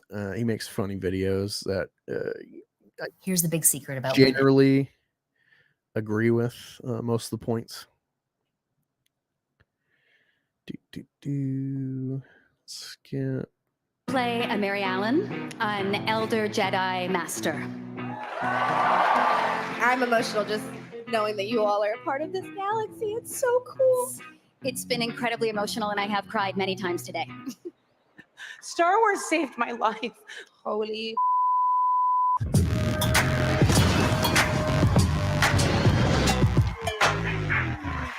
See, this is what you should be concerned with. Star Wars is for boys. Everything that works for Star Wars is masculine. All right. You can have girls in the series,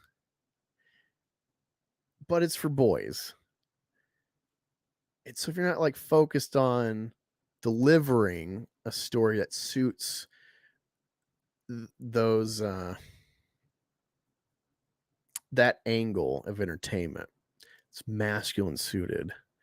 All ages, men. Girls can like it, but you don't change it to suit women. And so this should be more of your concern, is like who they're selling it to. And I know that like women are soft-hearted, so the gay is part of that possibly, but this is my main concern. Seeing this, I'm like, oh no, this is like fucking Rings of Power. This is for boys. Girls can be in it, but it needs to be for boys. And we're doing like sappy. Oh my god, that's where I'm cringing. Thank you, Robot Head. Well, every day we are closer to the premiere of The Acolyte, which means we are closer to watching Disney's Lucasfilm destroy a bit more of George Lucas's legacy. To prepare us for what I'm sure will be an amazing series, Lucasfilm have just released the official full Acolyte trailer, and it's the real official trailer, not one of those fake trailers by Darth Trailer that fills up my search list every time I'm looking for a bloody trailer. That guy's killing it on the thumbnail game. Anyway, the new trailer dropped and it revealed to us absolutely nothing we hadn't already seen in the first trailer, except for our new villain, Kylo Venom. Seriously, what the hell is going on here? I thought Harvey Weinstein's favorite personal assistant that absolutely knew nothing about Harvey's weirdo activities was going to bring us something new. And this is it? The Knights of Ren cross cosplaying cousin. Man, it must be getting hard to get a job if you're a white dude that has dreamed of being in Star Wars your whole life. Change your dreams. Oh man, you see how like cute that lady is, this I think non-binary POC that is main character. She's a cutie. And then they give her like poopy hair. I get that, this is like a hair fashion, like Africa, maybe Aborigines. But it's gross. Dreads, poopy hair, don't like it.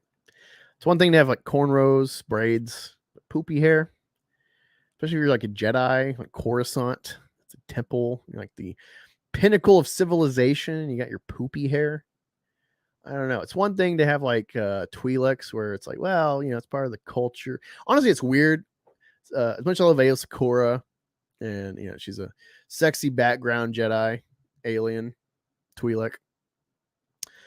Twi'leks are commonly whores and slaves in Star Wars. I don't know. The thing about it, it's actually weird to have Aayla Secura showcasing, like, I don't know, I feel like the Jedi should be kind of like you're an alien, you're from a species, so like you have actual features that you can't mute, like Togruta to have horns and tattooing probably from childhood, Dathomirians, their horns, Twi'leks and their Lekku, etc. That weird like dinosaur beakhead guy in episode 2 gets shot. It's another thing to like, well, Twi'leks are usually like very sexually open with their female attire. It's like, what? Shouldn't be wearing like Jedi robes and a Camino? Like, I don't know. It just now kind of dawned on me. I don't know if anyone's ever thought about that, but I don't like the poopy hair. Fella, because unless you're 7 foot tall and can fit into a Chewbacca suit, you ain't getting near a Star Wars set anytime soon. But fear not, because some people call that dodging a bullet. We need a diversity hire. I vote Asian chick. But we can't dodge the bullet. We must take it between the eyes and watch this trailer. We find out, again, that a Jedi was murdered. A Jedi was murdered. Jedi are being hunted. Jedi getting hunted down. Again. What an original idea. From the studio that brought us Ahsoka. You really want to remind people of that? I see you left out the Obi-Wan show and the Book of Boba Fett. Maybe you should have left out Ahsoka too. But anyway, then we're back to bashing the Jedi. The Jedi justify their galactic dominance in the name of peace. But that piece is a lie. I've said it before and I'll say it again. Disney and the modern Lucasfilm just hate the Jedi. Everything that Disney has made has painted the Jedi as weak, moronic losers who just let everyone down. And every time I don't know. Like I get the perception, and I think it's purposeful with Disney, but they have wiggle room because of the Lucas saga of the Jedi being failures and the stewards of their own demise, with Anakin, with their own mechanizations with the Senate beforehand, their entrenchment in the government versus kind of being pure and peacekeeping religious order. I don't know, like the lack of definition in the films, some of these aspects by Lucas, have left the door open for these interpretations, to say the least, that again you can legitimately argue. Let's see what y'all are thinking about this. Oh, Stray Beans is not like Robot Head. Oh man. All right, let me catch up here. You're more masculine than me, dude. I'm a more feminine straight man, like metrosexual, but on the inside. I like those legs though. What? I like a strong female lead, but that last movie they made, Madam Web, bombed. That was weird, especially I don't know what's biggest problem, but Vita really talked about that. Where it's like, what is this movie? Because they cast like modern sex icon, famous for sex scenes and tits exposed in HBO, Sydney Sweeney, and they put her in a scroll girl outfit with a short skirt and thigh high socks. But then she's like a underage character. And so they're trying to like trap you for thought crime of thinking an actual woman is hot, but her character is a kid.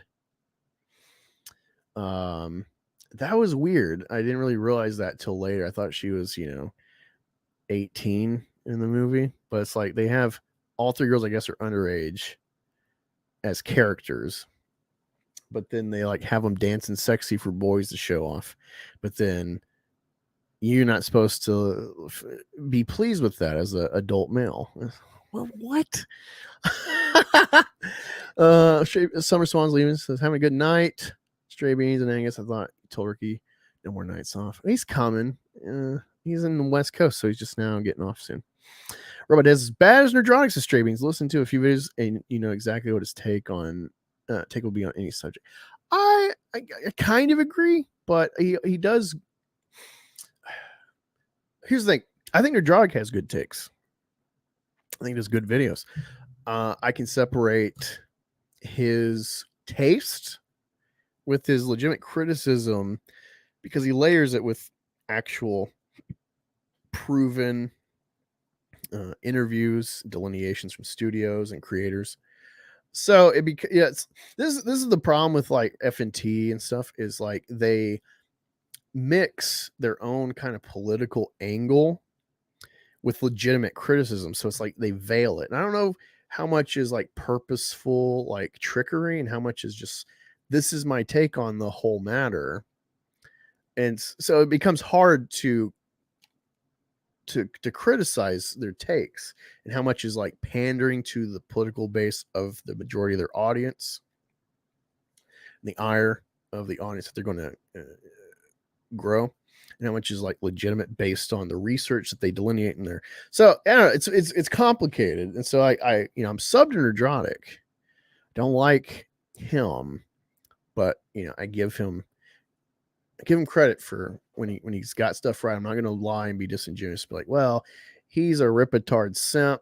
He's obfuscating to shield for his buddy and for possible monetary gain with super chats and with Rippaverse if they rip us in his stuff.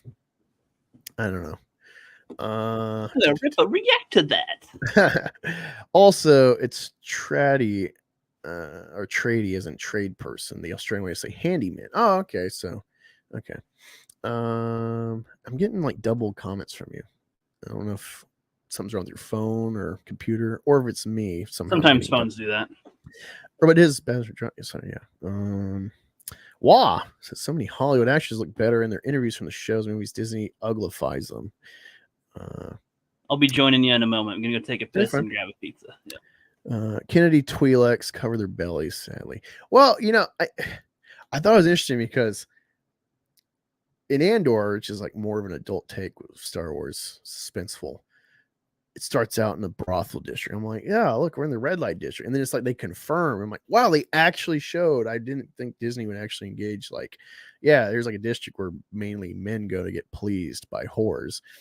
And then in Book of Boba Fett, he teams up with like the madam of these whores, Twi'leks, at the bar. So they give us a little, I'll give them credit given the kind of like loathing of sex by woke Hollywood and SJWs and stuff.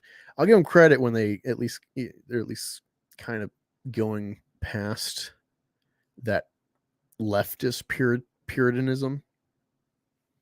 It's like they like sex when it's rebellious and like feminist, or it's like this woman's a whore and this is a woman emancipated from the patriarch, that kind of angle.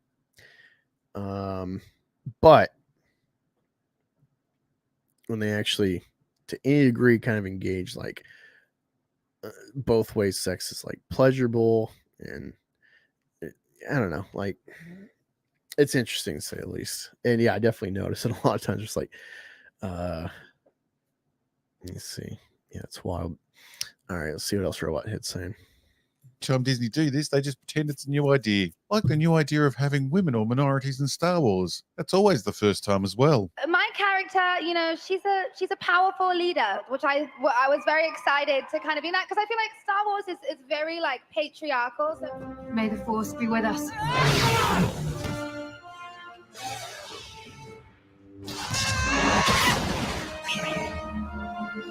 tell me where the Jedi is. Holy. So again, the Jedi are going to be shown as failures. The idea that kicked off this nearly 50-year journey that the Jedi kept the peace for 1,000 generations is going to be shown as a lie. For over 1,000 generations, the Jedi Knights were the guardians of peace and justice in the old Republic. But that peace is a lie. Shit, Obi-Wan, you naive, lying bastard. She was my student. I trained her. Let me be the one to bring her in. Could someone please tell Kathleen Kennedy, her band of Lucasfilm creatives, and any ring-in that she hires, that we don't have to have the fallen Jedi story every time they make anything to do with Jedi or Sith. We had 6 films about Anakin's fall and redemption. Please give us something new. Disney's already made 3 films dealing with the fallen Jedi and training Kylo Ren and his redemption. Yeah, I don't know, Stray Beans. Like I'm watching this, and it's like I'm in agreement, and I'm someone that's like very on guard with the Zero Sphere and Griftosphere in any commentary they give. But I don't see a bad take thus far, especially showing the work of Lucasfilm, Disney, Star Wars for 10 years. Just woman. Like, Jesus Christ, like it's enough. Oh, Star Wars is pretty patriarchal. It's like, fuck, nothing but fucking women. What are you talking about? The Obi-Wan show was about the fallen Padawan Reva and her redemption. Have I become him? Even Ahsoka is a failed Padawan that got some truly bizarre redemption scenes with her failed master. I choose to live. It's a joke. $1 billion company. Oh, just a robot head. Comes to Jedi Yeah. stories. What exactly was Leslie Headland's pitch? I'm watching some like negative coverage of Acolyte, and unfortunately, because the show just dropped, there's already reviews from Zeros like Tyrone Magnus and whatnot. Oh god. And so I was having to like dig to find videos about like the story, like pre-review stuff, to like see like, all right, what's the negative take, and then I'm going to look at what's some of the positive takes of, like, pro. Yeah, and so because like the whole thing is, besides knowing the show's coming and conceptually liking the idea, There's been like nothing about it. Well, for me, I've not researched or watched anything about pro or negative into the story. I've just seen the trailer, which was lackluster, and definitely woman diversity heavy, and that's groan inducing. But otherwise, I've been optimistic or interested because the High Republic, the prequel era is a cool idea. Like what's hiding in the shadows of the ever existent Sith that's been lurking. You and I are very Game of Thrones based. We enjoy that type of stuff. A lot of people probably want it to be where like what somebody says is a fact in this world, when it's like, well, that could just be what they think they know, but it isn't. Yeah. Like, like the whole impetus of Rob's Rebellion and the whole layering of the stakes and the factions of Game of Thrones was based on a lie that only a couple people ever knew the truth of, including if there was like fans within the Game of Thrones world, they'd be like, "What the fuck? It's not canon." And it's like, no, it is. No, it is. No, it contradicts the canon. No.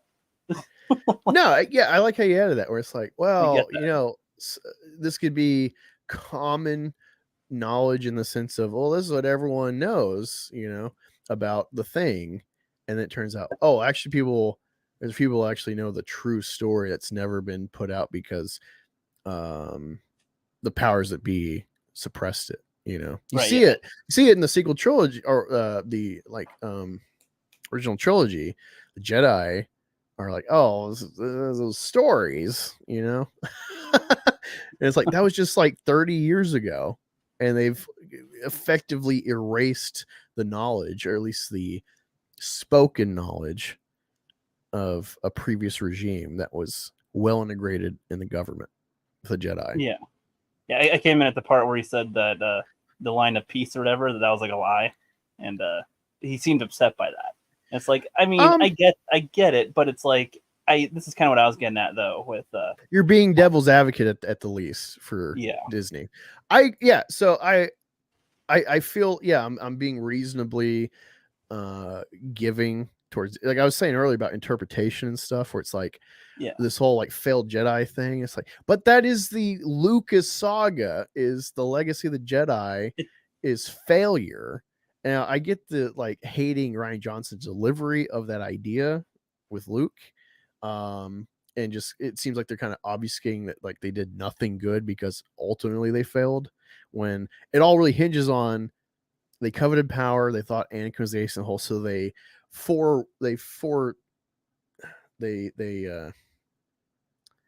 ignored their rules to snatch up Anakin, even though every rule they had was like, nope, kids after like a year old, we don't take them because they've made bonds, and they start being possessive, which leads to the dark side. Little rebellious boys. Yeah, but then they're like, oh, well, Anakin, he's got so much force, we gotta take him in. Rules be damned. And that was their undoing. Was if they just followed their dogma, they would never have fallen, at least in the way it's delivered in the saga of Lucas with the prequels. They could have still failed, but it wouldn't have been from within by contradicting their dogma, their rules about taking in Padawans and the prerequisites. I mean, to be clear, I don't really give them any hope that they'll make this any good. At this point, it's reduced to a 1% chance. But I'm trying to take it as an absolute certainty that it could happen.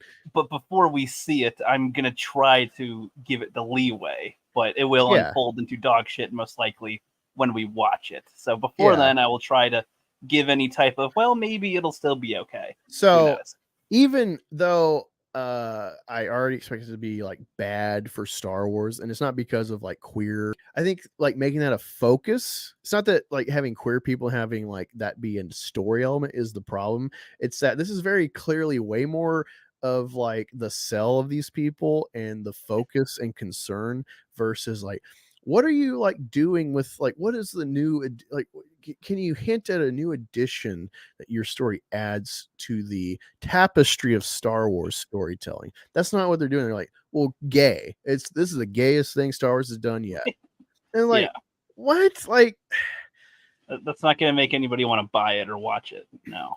Like it's a real disservice to minorities, to the minorities you want to represent and to like normalize in media. Yeah.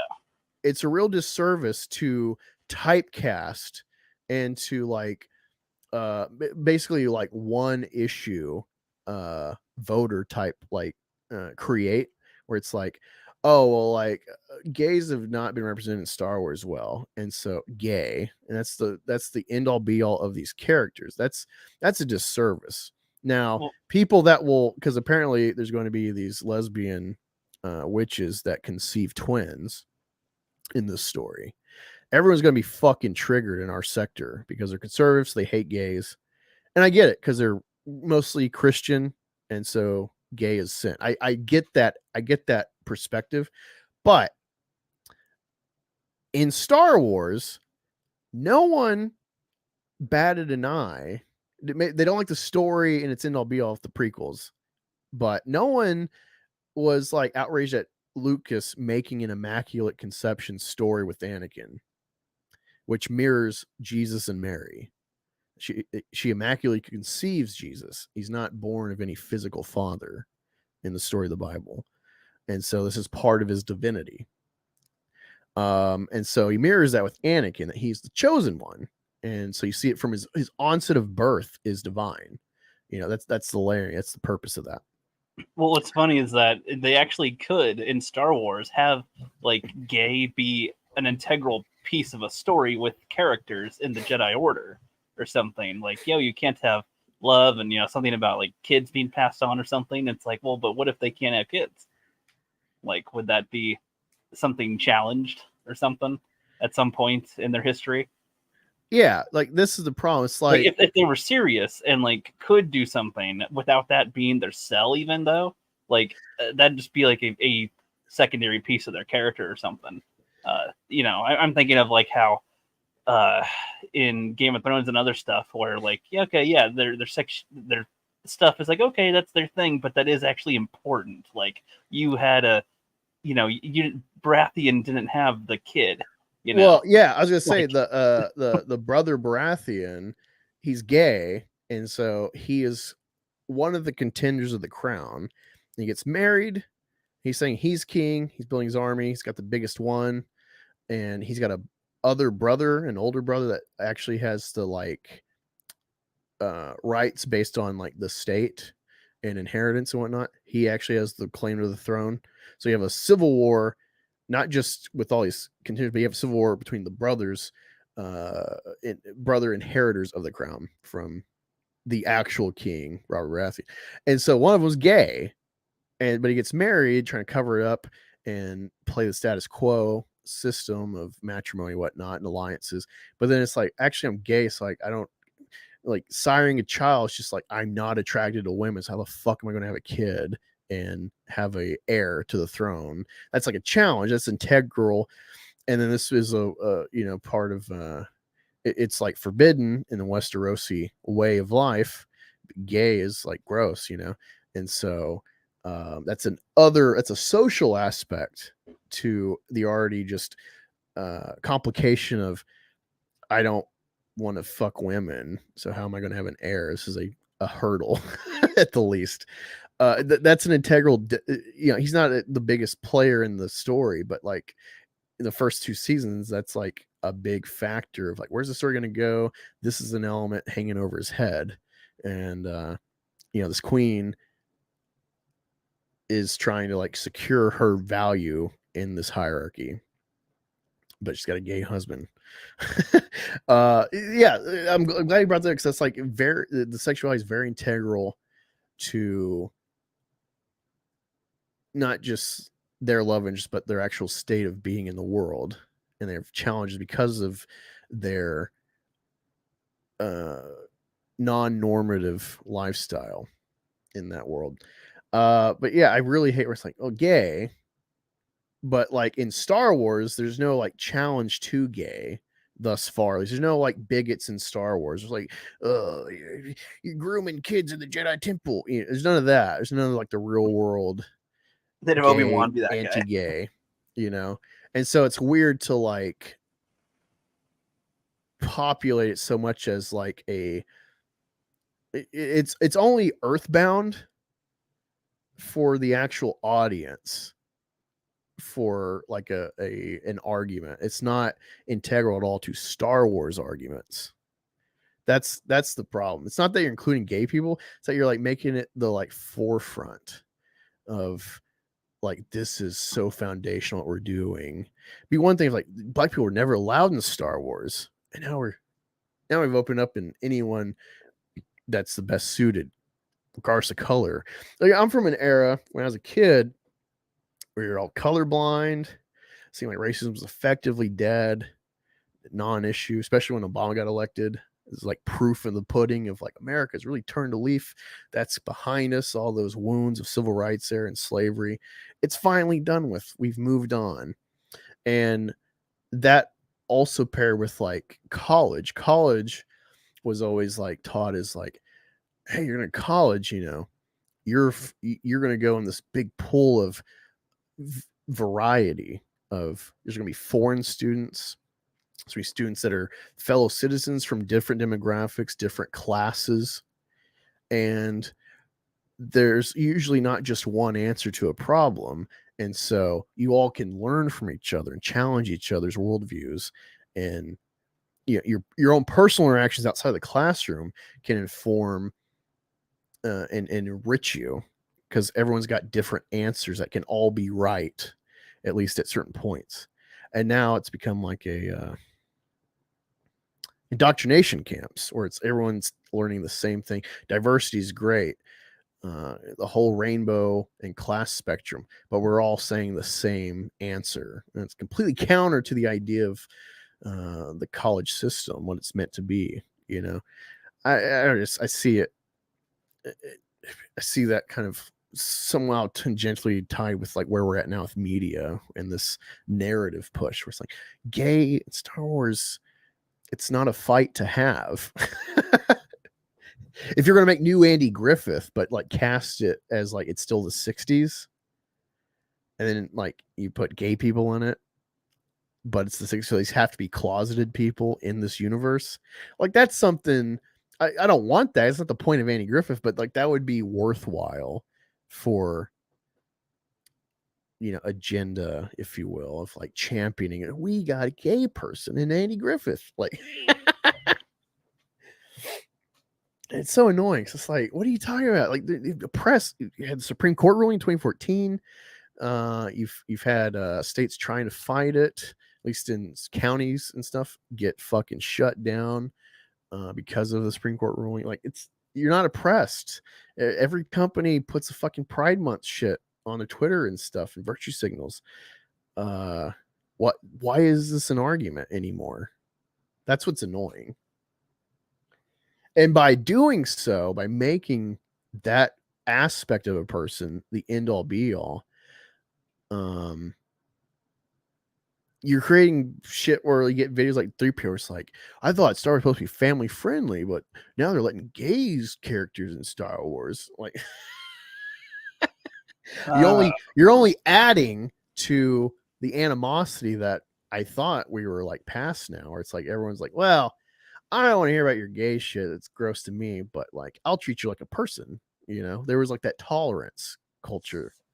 Like, we got to that point, and now we're like forcing retroactive states of society artificially, where it's like, it's not actually the thing, but we're always told this, any minority is oppressed, you know?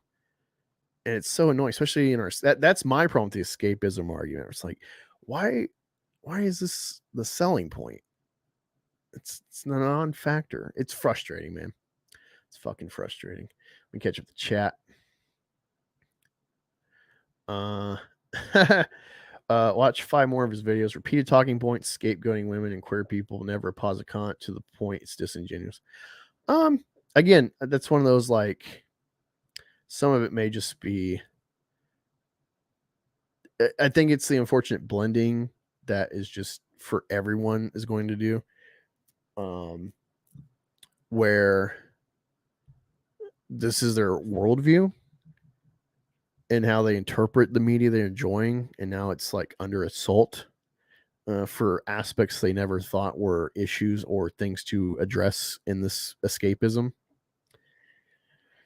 And me and Ricky talk about this all the time where it's like, oh, keep your politics. We just don't want politics or escapism. It's like Star Wars is inherently political. It was inspired by a fucking anti-Vietnam War sentiment. The Empire is meant to be America and the rebels are the Viet Cong. But it's vague enough where you could say it's American Revolution or, you know, cowboys and whatever. That's where I'm. It's like, no, like politics is like actually helps really make in-depth stories. If you ignore Rippaverse is a great example of ignoring and shying away from politics in your story to the point where it's like, well, what is the story? Because it's like there was a civil war that included super people to free Texas as an independent nation again. And yet there's like no awareness in the story of any effective. It's like your story actually do great with politics. Let me see. Angelina Jolie, Foxfire. That movie's full of teenage sex. Okay. Foxfire. I gotta look this up. Wait, why are you quiet, Ricky? I'm eating food. Okay. So I just got home. Huh. Okay. I'll look into that later. It's got a bad rating on Rotten Tomatoes. Not that it'll stop me necessarily, but it's just like not looking good going in. I see a little bit more robot head, and then we'll check in on beyond the trailer. Grace Randolph. Well, Ricky. Wait, so is Acolyte like, on Disney right now? Yeah. No. Can do the same story all over again, but this time with more representation. Well, I'm guessing yes, that's exactly what got her the job. That and her payoff for staying quiet about Harvey Weinstein. Because I came in and I pitched my own idea. I think it's difficult to do a show that is critical in any way of the Jedi. Find someone else. We get to see the same fight from the first trailer. That can't be a good sign. See, it's like I don't know how you can watch this and not agree with like everything he's presenting. He does. I'm like, I think I'm like 80% okay with some of the things that he says sometimes. It's been a good year or so since I've watched a video of his, maybe 2 years. But yeah, I don't watch him a lot, but when stuff was okay from what I remember, and he seemed to take his time on videos. He seemed to take his time to put out videos too. I don't know what he does currently. Well, that's the other thing is really like to put him like even if it's like the same. I don't know. I don't like that type of streaming is about like, oh, same talking points everywhere. It's like, well, I mean, I don't know. It's like when your view is that, oh, look, they're forcing representation down our throat, a diverse cast, women, gay, in every new media thing, especially with Star Wars. It's like you're just going to end up saying the same thing with the new thing coming out because it's like they keep presenting the same fucking tried, debunked argument. They've got a whole completed series. So, you know, I have to objectively counter that like sentiment of like, oh, same talking points. Like, well, it's going to happen. It's about to be aired, and every supposed exciting or interesting scene that should hook us into watching this show has already been shown in the first teaser trailer, and now we're just seeing it again. From this is what I don't like about Disney Star Wars fights. Mostly, like I like, even though it's way too short and it ends lackluster with that stupid Force shit. Force Awakens, that fight with Kylo and Rey in the forest, that's a really good fight. Feels really raw, and it's very believable. Yeah, I wouldn't say that it's a good fight, but I would agree that it feels raw, which is a good element. But it feels raw to me. It feels believable. Like they were out of breath. They were sweaty. They were. There felt like elements like that make it feel like they are taking damage a little bit. Yeah, and when people complain about the prequels being like, choreographed, like, yeah, they're choreographed and it's like very precise, but like you're seeing the Sith and the Jedi at like their heights clashing. Well, and I like it. I remember specifically the Phantom Menace, like they're sweating big time. Like they may not be like heaving and hoeing over, but they're tired. They're concentrating. Yeah, it's like they're concentrating. So part of it is just entertainment spectacle. All right. Yeah. And so it's like Lucas had the time and the thought to put in versus the original trilogy where he was like presenting them as like knights and the swords are heavy and they need to fight with like two hands. generally as a user, all that stuff. And they just had limitations with effects. But then you get all the groundwork Lucas helped pioneer with visual effects to piece in with like fluid swordsmanship, and that pairs with the story. Like this is the Jedi at their height, facing the enemy they thought was long gone, who is just as proficient. So you're seeing them at their peak dueling. Yeah. And so like there's a whole bunch of layering to understand that choreography. Like it's literally the same thing with Obi-Wan facing Vader in A New Hope. Like, you know, they just literally had limitations for what they could do. Yeah, it's like old men. Maybe it would have been similar, but like that's what they did, and that's a different type of continuity thing compared to like a intentional mistake. This was like the top of what they could do at the time. So. Yeah. So Ahsoka generally it feels like way too clean and fake, especially when like the Mando chick starts fighting with a lightsaber, and Morgan Elspeth fights with her sword, flamey sword. Hate that show. It doesn't feel organic. It doesn't feel. It just feels like sloppy. Like in real time watching the first time, it's like, God, there's like no effort putting these fights. And then I watch this, and this feels like they put a lot of effort, but it just feels so fake and clean. Well, it feels weird too for Jedi in a way. I don't know, like the way that they're fighting, because when you see Obi-Wan and Anakin fight, they're like, in a way, they're kind of brawlers. They're not really that elegant when they fist fight. I don't know. I kind of liked that compared to this. Is like, I'm a martial arts from Matrix Trinity. Yeah, no, it's weird like, when you make like, okay, so Jedi have the Force, and they're really good at like they can have enhanced jumps and speed, and their swordsmanship is like one of the key aspects they train all the time, and so you get like fluid, but then that doesn't translate. Like again, you point out them brawling with the punching and stuff. Like them actually fighting feels human. Well, and that element feels like it gives like a human a chance to beat a Jedi in a fist fight if they, let's say, couldn't use the Force or something. Yeah, Jango Fett versus Obi-Wan. It's like, yeah, he's a Jedi. He's got a lightsaber. He can Force jump, but otherwise, he's still a guy with a skilled bounty hunter with like saber-proof cables and shit, and rockets, and a jetpack, where it's like these are counters to the Jedi power, so they're kind of evenly matched for different reasons. And so it's just like who gets the edge. Which, so to me, that's why seeing this little fight here, it feels weird. It feels like this Jedi Kill Bill. Like it's like, how can you beat how can you ever kill a Jedi with this? Oh, they can use the Force, their sabers, they can like block everything you do with them with your fists. Like, I don't know. Like, I feel like it's also because they would spend so much time doing the mental training, the Force training, the lightsaber training. When would they have time for like fist fights? And the fact that they're supposed to be peacekeepers, they're supposed to like utilize their skills for, you know, handling a problem, not getting a fight. You know what this feels like, Rookie? It feels like Kung Pao Enter the Fist when he's fighting the one boob chick, and then like, you know, I gotta rewatch that movie. I don't know, maybe I'll like it now. I don't know. Yeah, like when they're fighting, you know, they're like, you know, doing like stylized kung fu, but then they like get in an embrace, and then it becomes a tongue fight, and then the tongue fight is so like slick, like you know, and it's like it's cool to watch that because it's like you go and watching a kung fu movie with like the spectacle is kind of over the top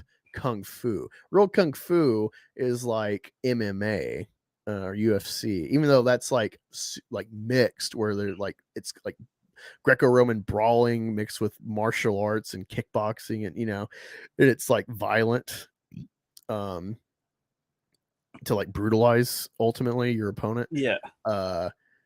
Kung fu movies is like, hey, let's do like over the top choreographed karate moves, you know? And so it's kind of silly, like Crouching Tiger is kind of silly with all the like cable work. Well, no, there's movies that totally make the Shaolin Soccer, Kung Fu Hustle. There's a bunch of movies that take the kung fu to the extreme silliness they can in terms of being really silly.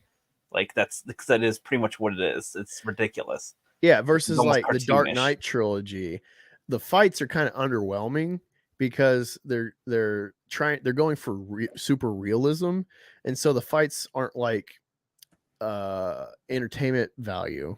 Really, it's like the only reason the fights matter is because the like stakes behind who wins, but Right. they film it to be like more realistic, and so it's not flashy, kind of boring. Yeah. John Wick is like that, but to like 1,000, where like the spectacle is like the long shot of like filming all these people choreographed fighting without cutting the camera. Yeah. But yeah, it's like this feels worse than like, because there's like context with the kung fu film like Kill Bill, so it's like totally fine to see this silly shit. And there's a real craft, but this doing Kill Bill and Star Wars is just, it's cringe. And yeah, I'm so glad you brought up the Anakin Obi-Wan punching, because like I totally forget about that. It's not just that. I mean, in the Clone Wars show, remember the slavers or whatever that were taking Ahsoka's people or something? One of them wants to fight Obi-Wan hand to hand, or Obi-Wan wants to fight him hand to hand, and the dude beats the shit out of Obi-Wan. Like he fucking kicks his ass, and it's like there's an element to that grounds the Jedi into the world that, like, okay, minus these other aspects, people can be a threat to you in some way, shape, or form, in a way. And so, like, okay, I'm not harping on this fight scene too much, but it feels like they went, Jedi are like super kung fu masters, right? Okay, yeah, like that's what it feels like, what they're doing here. But I don't know. I just like, it's these details where it's like, when you don't like have enough grounding, where it's like, yes, you can do Duel of the Fates and Battle of the Heroes in episode 3. Those are stylized. They're kind of over the top with the swordsmanship, but they pair it with like grounding and with the environment affecting them, and with the progression of like, fighting just takes it out of us. And also we're fighting on a volcano planet, it's raining ash and debris, molten debris on us. And so like, I can't just do this for 10 hours. This feels like, what's the stake? What's the cost? Besides, oh, don't stab me. I don't want to be stabbed. Otherwise, it's just, honestly, they're video game characters. I could assume they're fighting because they spilled their drink or something, and then they're fighting now. Like that's yeah. And so it's like, ultimately, yeah, Star Wars is like the grandeur of the Force in the fight, and so when you like don't get the fight aesthetic correct, of the people dueling, it really undermines the gravitas of why they're fighting in the first place. That's why Obi-Wan versus Grievous felt kind of good in a way. Like, I'm sure they could have done better, but like when he kicks his shin and he's like, like my foot. Oh, wait. Have you ever seen the Pikachu fight thing? With what? I gotta find it. You clearly haven't seen it. Like, I've seen Pikachu fights, but I have no idea what you're specifically referencing. What the fuck? Okay. Seen this is it. No, I have not seen this. Okay, this is exactly what I'm talking about. Hopefully, I don't get like copyright for this or whatever, but we'll see. Oh, hey, Pikachu, I choose you! Go! Pikachu! Pikachu uses Thunderbolt! Pika-Pete! Big Ow! Venusaur! Oh no! Counterattack with whatever you feel like, man! Wait, hold on, what? Venusaur with a question mark. Yeah, I don't know, whatever. Dude, come on, man! Fuck! Venusaur! I don't know what my fucking attacks are, dude. You're the one who keeps track of that shit. I just fucking take the hits for you. Pikachu using Thunder Smash! Pikachu! Ow, fuck. Oh, God. Man, this is... Venusaur! Look, I don't care what you fucking do. I don't even know what just say fucking Solar Beam. Venusaur. Whatever, do Solar Beam. Yeah, okay, thanks. Venusaur. Pikachu, while he's charging his Thunder Smash, use your bolt! Lightning! Pikachu! Fuck! Ow! Okay, am I gonna do the thunder? Wait, I don't even need your permission for this one. Venusaur. Bam! Oh, God, my fucking knee! That's my knee! Damn it! shit! Oh man! Why didn't you evolve me, you asshole? Because I love you, Pikachu. Do you want me to lose? Is that what you want? Christ! This feels like a Family Guy All skit. you feed me is puffins. I need nourishment. Tauros meat or something. We don't kill Pokemon. We do. We do it for you, you fucking assholes. God damn Look, it! man, I'm really sorry about Fuck this. You, man, you suck. Stupid evolved prick. What do you even do? You just a plant. Shut up, man. It's all your fucking fault. I the other one was all, oh, I gotta do an attack. You could have just walked away, but you didn't, you prick. So fuck you, you dumbass. My knee. Oh man. Pretty good. I think I'd laugh. That was pretty funny. Peek a peek. The fucking stoners and fat. I love you, Pikachu. He's using Thundershock. Punch him. Yes, I play. You like my search of Pikachu, my fucking knee?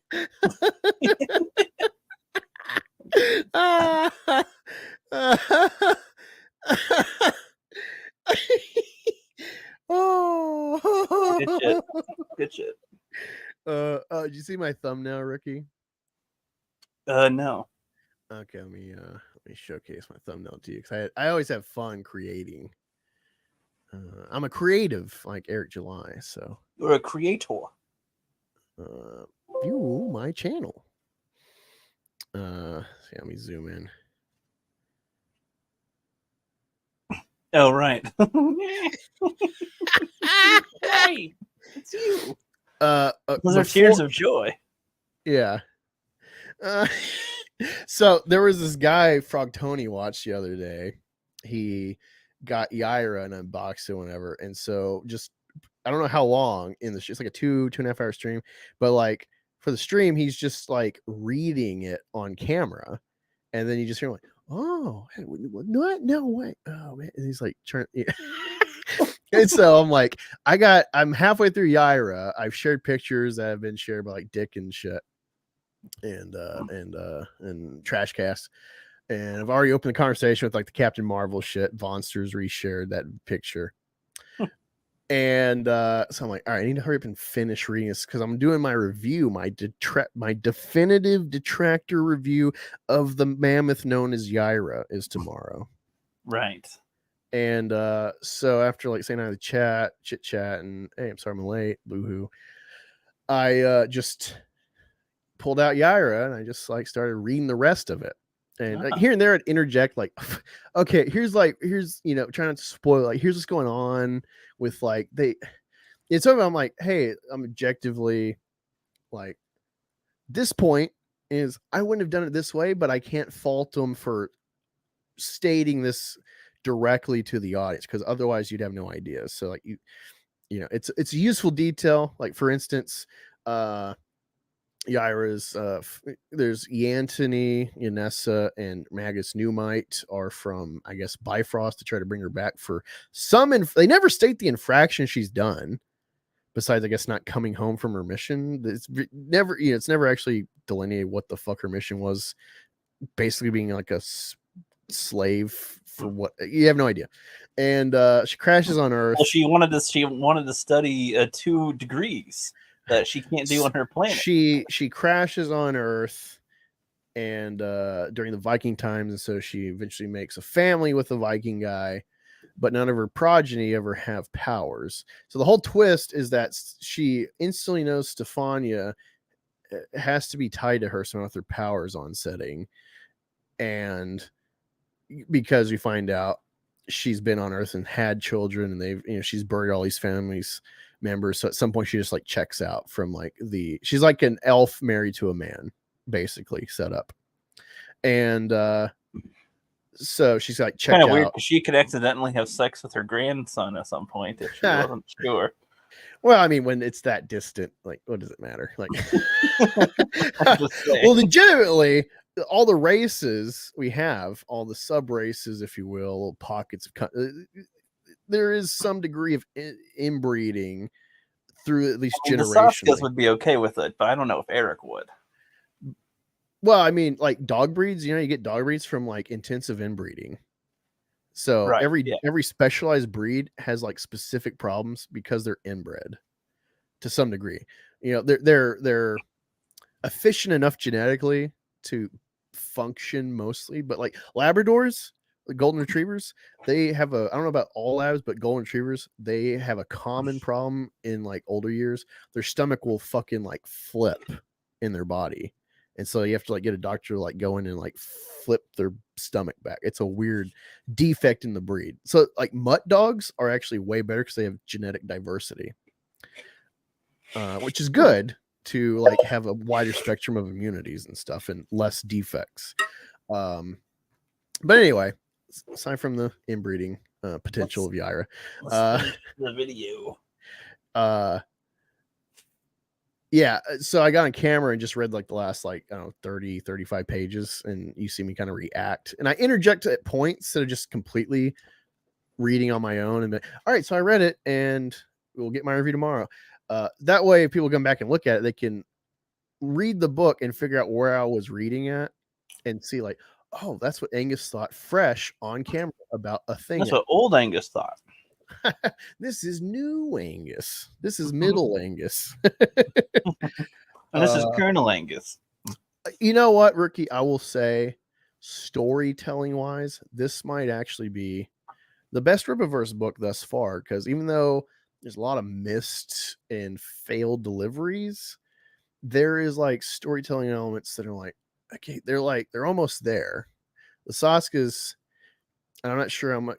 I think they're limited writers and they're feminist wackos, but their story threads were like, okay, they got some stuff here that like Rippa and maybe even Chuck Dixon could not get to. So it's not a gender-based thing like, well, if they're telling a woman's story, so like women haven't, it's not a nuanced thing of like gender. It's just they have had some professional work, movie writing and whatever, working and with Marvel for like at least that little stint.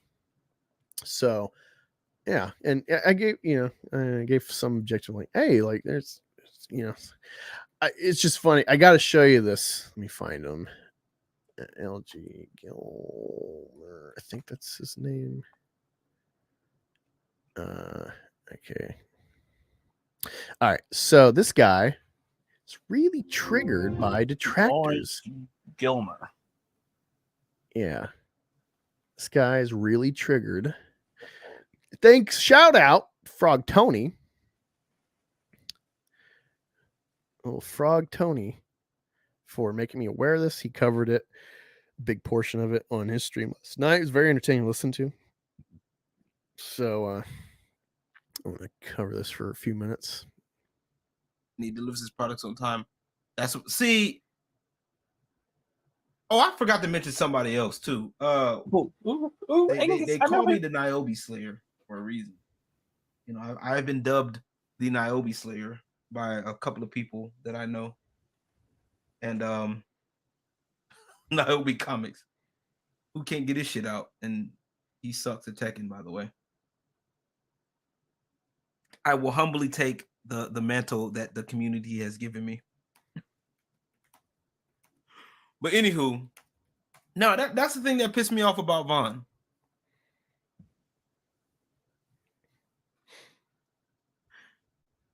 Like, Vaughn had an interesting thing, but when like I said, that's one of the things, like, I noticed he was doing that shit, and I was like, nah, I'm good. I can't do it. I'm not gonna do it. I'm not doing it.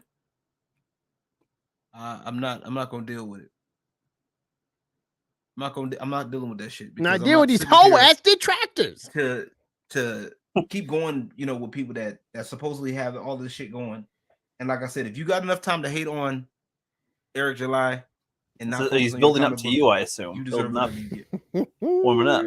Just you wait. But yeah. Look at the happy face. I know What are you that doing? guy. This is what I'm saying, Shout right? out. Shout out. This is what I'm talking about. Oh, yeah. So I commented, having seen this, I be commenting. I said, you can't stop God's plan. Hashtag critical jihad. He says, God has bigger things to worry about. Toucan Sam? What? Is he saying my nose is big? I 'Cause, don't know. Your colorful attitude. I don't know. You if happy? he's like trying to make a nose jab, like you're full black. So look at that nose. Just saying. Be breathing all the white man's air. That's all I'm saying. Indeed. That's a Chappelle reference. And you don't know, try to be triggered. Racism. It's just like, I'm fucking black.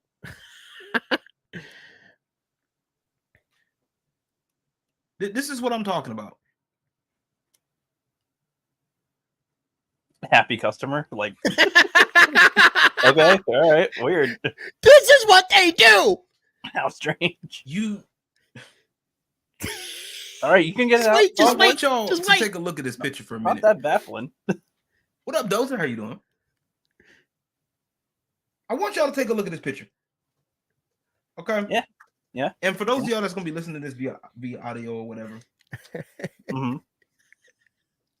this is a picture of one of the detractors, right? Famous, yes. Angus yeah. Reviews, right?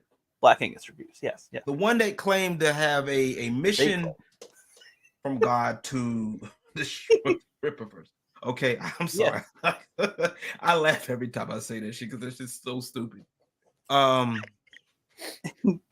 So he's like, he sees the It, humor. but then he doesn't get it. I don't know. Does he he sees have the to? humor in saying it, and it's like funny. It's a joke. But he's like, no, but I gotta put on my Rippaverse hat for another to go. Oh no, I gotta put on my Rippaverse hair. He's like, yeah, he can see it's fun. It's meant to be a joke. It's funny. I am having fun detracting. Yes. It really is fun because it's like these people are so retarded, like we've talked about, and I'll talk about it tomorrow. The Rippatards are so blind in defense that they are defending a Captain Marvel-esque sequence of happenings with Yaira. Actually, worse, like she pretty clearly murders a guy for hitting on her. And they're like, well, he's a rapist. And it's like, even if that sentence is supposed to end, help me bust a nut. It's like, yeah, he's hitting on her and he wants to sleep with her because he finds her hot. She could just decline.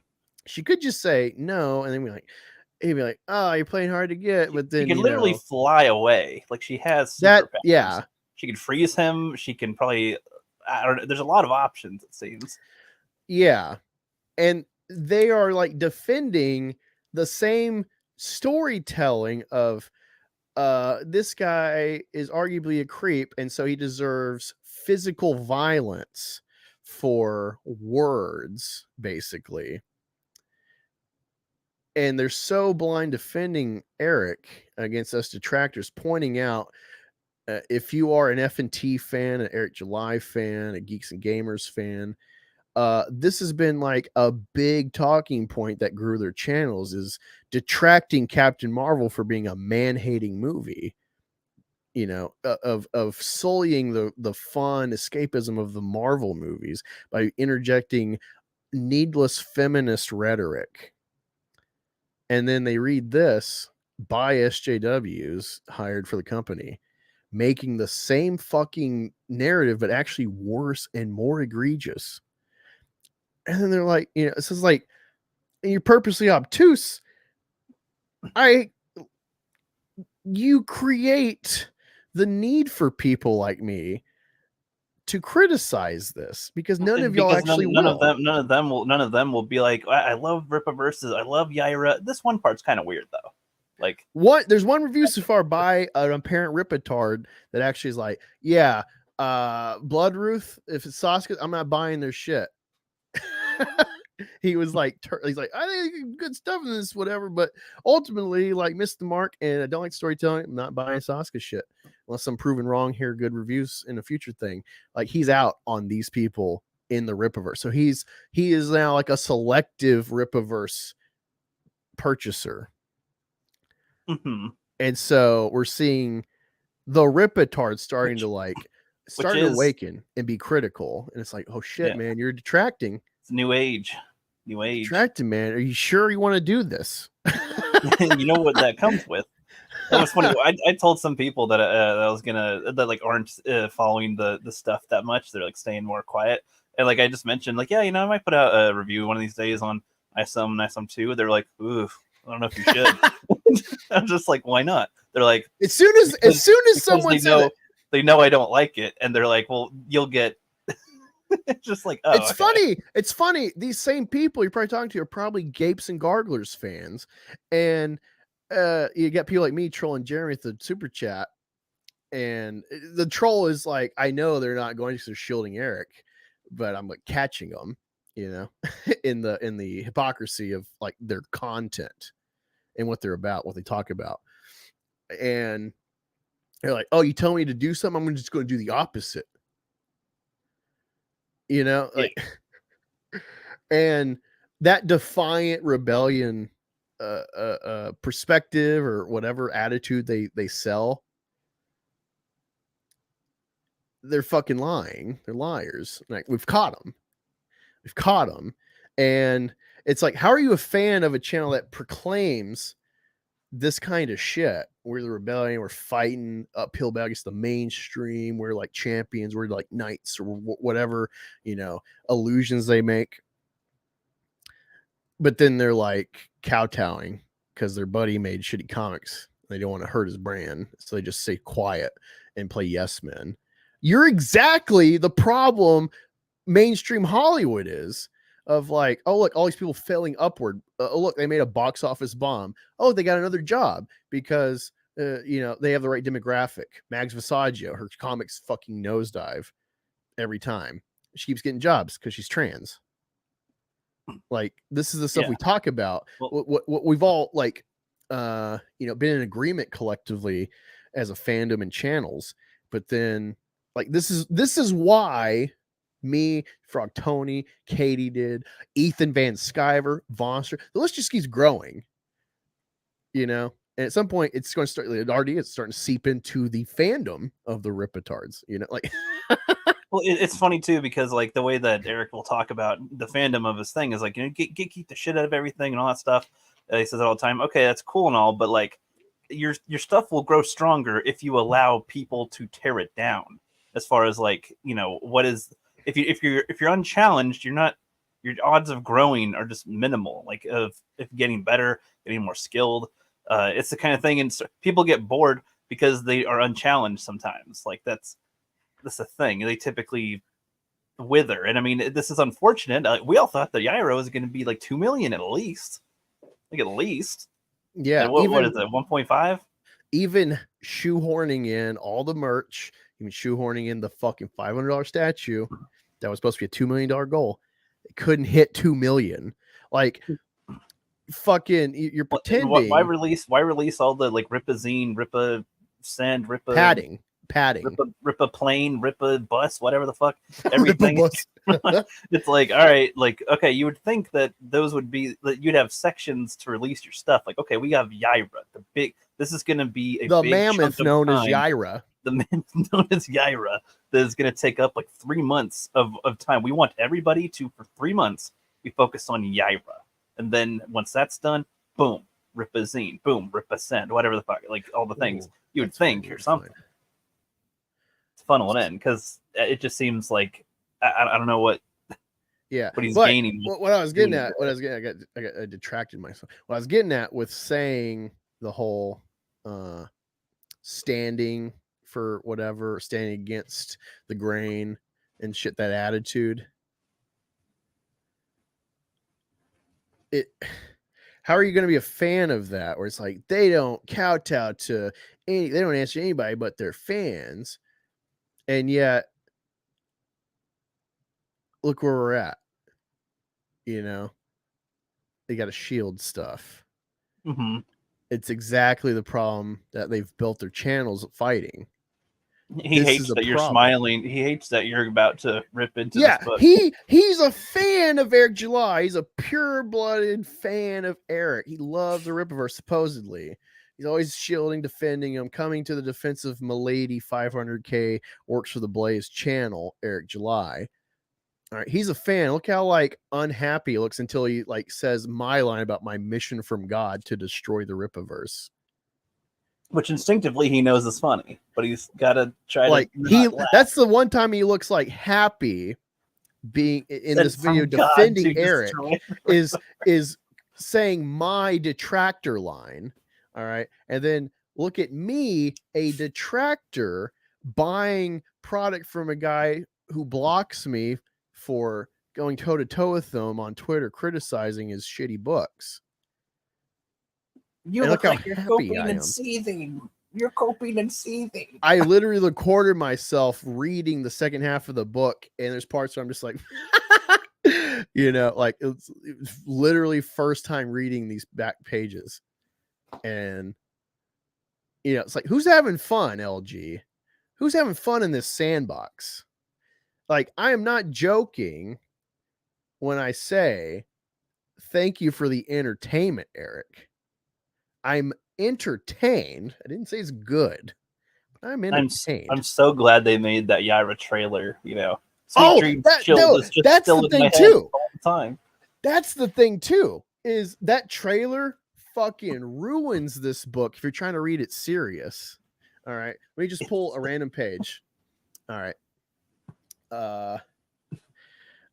Let me see. Okay, so sporadically she pops in like this like weight room, possibly of like the private abode of Brian Solari. He's shirtless and he's got like weights out. He's got these like trophies in a case. And he's like, you can come out. Am I that predictable? We are becoming an old married couple, Brian. I'd like to file for divorce. I was hoping you saw you were outnumbered and decided to turn yourself in. Spare some casualties for a change. I don't want Stefania to die. This mess I am in, I am going to clean it up. If they defeat me, they will come for her next. I cannot allow it. You see, like, however, Yeah, you have a voice in your head of what she sounds however like. good, like Brian Solari is like Texas Superman, so it's like that, it's like it's got That's good enough. Yeah, it's got a it's got a peculiar twang to it compared to like Clark Kent, Henry Cavill, or the 70s Superman, but there's nothing to really make fun of with those Clark Kents. As far as delivery of like vocalization, you can make fun of text people because it's a draw, so clearly you're dumb because you talk slower. But otherwise, it's got character. It's like, I'm from Texas, and you can come out. Sam Elliott has that draw, so it's okay. It's got mystique to it. But when it's like, I feel like I'm Gru from Despicable Me. I don't want Stefania to die. I pictured him doing the same things as her. He punches Stefania in the face. Well, it's like when we get to the well, yeah, like in the comic, she has like her Projectus debut, and then Stefania like gets shot, and then her powers on set, and she sky beams, and then she's like, What's happening to me? And they're like, secure the area until Alpha Core can arrive. Solari, please save us. Alpha Core will be here in 5 minutes. Hold the line. 5 minutes? Thanks for the heads up. And it's like, call reinforcements. Get the military here. Yaira just showed up. She's like, sweet dreams, chilled. Wham. It's like I'm reliving the trailer. You took that like a chomp. Were you trying to knock me out? No, it was meant as a death blow. It's like this is poetry. what your trailer did, Eric. You fucking retard.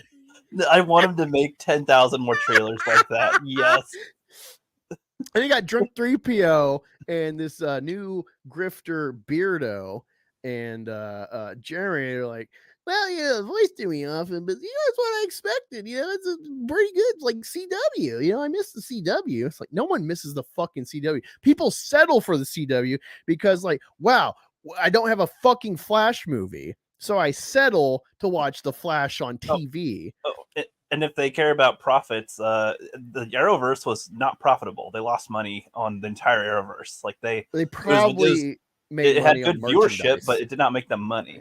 It probably, well, maybe it made them add money, maybe, or kept them afloat, kept them even, and merchandising probably.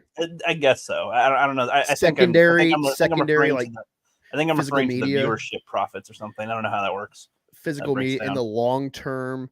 Once it's made, now it's just on digital. You can deliver it in your various HBO Max. I think I'm referring to while it was on TV. Right. But I'm saying like Joe Dirt was a failure theatrically, but then it made profit from Walmart. Right. There, everyone talks about like the failures or something, but then like long term, certain movies can actually be profitable, especially if it's in a franchise. Right later, well, especially because theaters they're only in the theaters for limited time, and then the rest of their existence is dependent on afterward. But yeah, it's funny. Like this character, no matter how well you write it, is literally tainted for all history, unless you completely retcon and make a new live action portrayal. This character is forever tainted by the first taste of complex media with that trailer. You're stuck with it. You stuck with fucking Gru in a bra. And there's that parody trailer where it has like a deeper voice. I just pitched my diaper. Yeah, it's like she fights Yanessa and Yantoni, goes to an oil field, tries to lose them, and so she's like, "This is my home. This isn't anywhere. This is Texas." What? Texas? What a stupid name. I'm going to have to stop you right there, Ness. You don't fucking mess with Texas.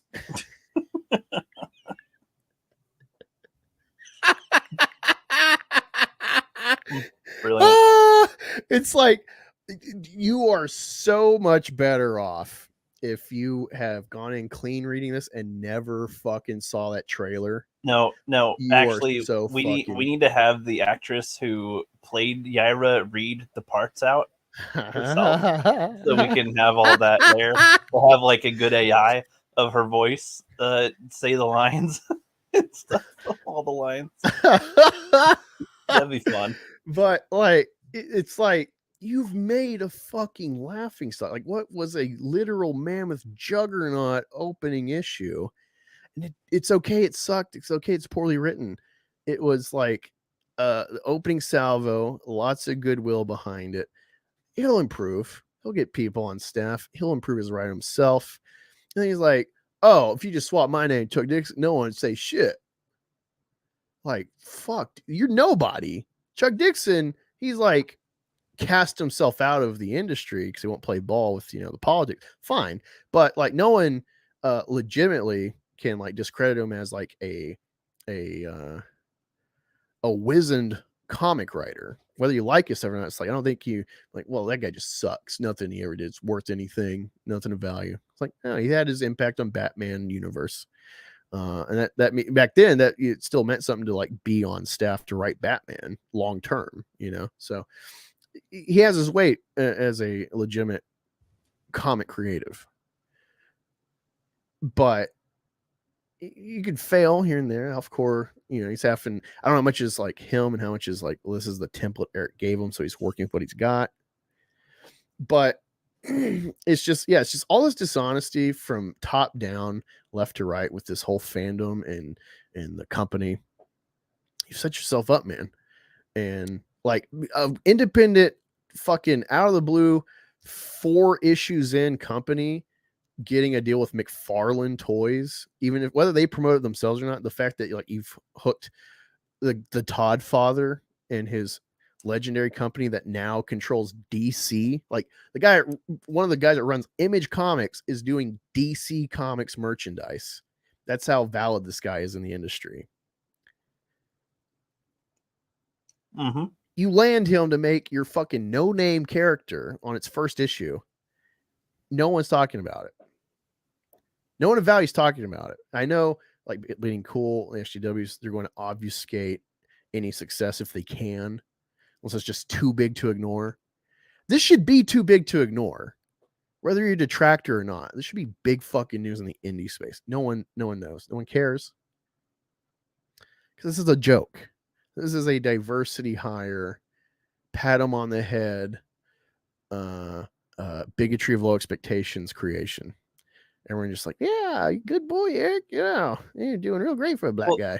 What's funny too is it wouldn't even matter that much either if they themselves didn't like so proudly Wait, one flaunt. day or many days? I'm confused. It's many days this time.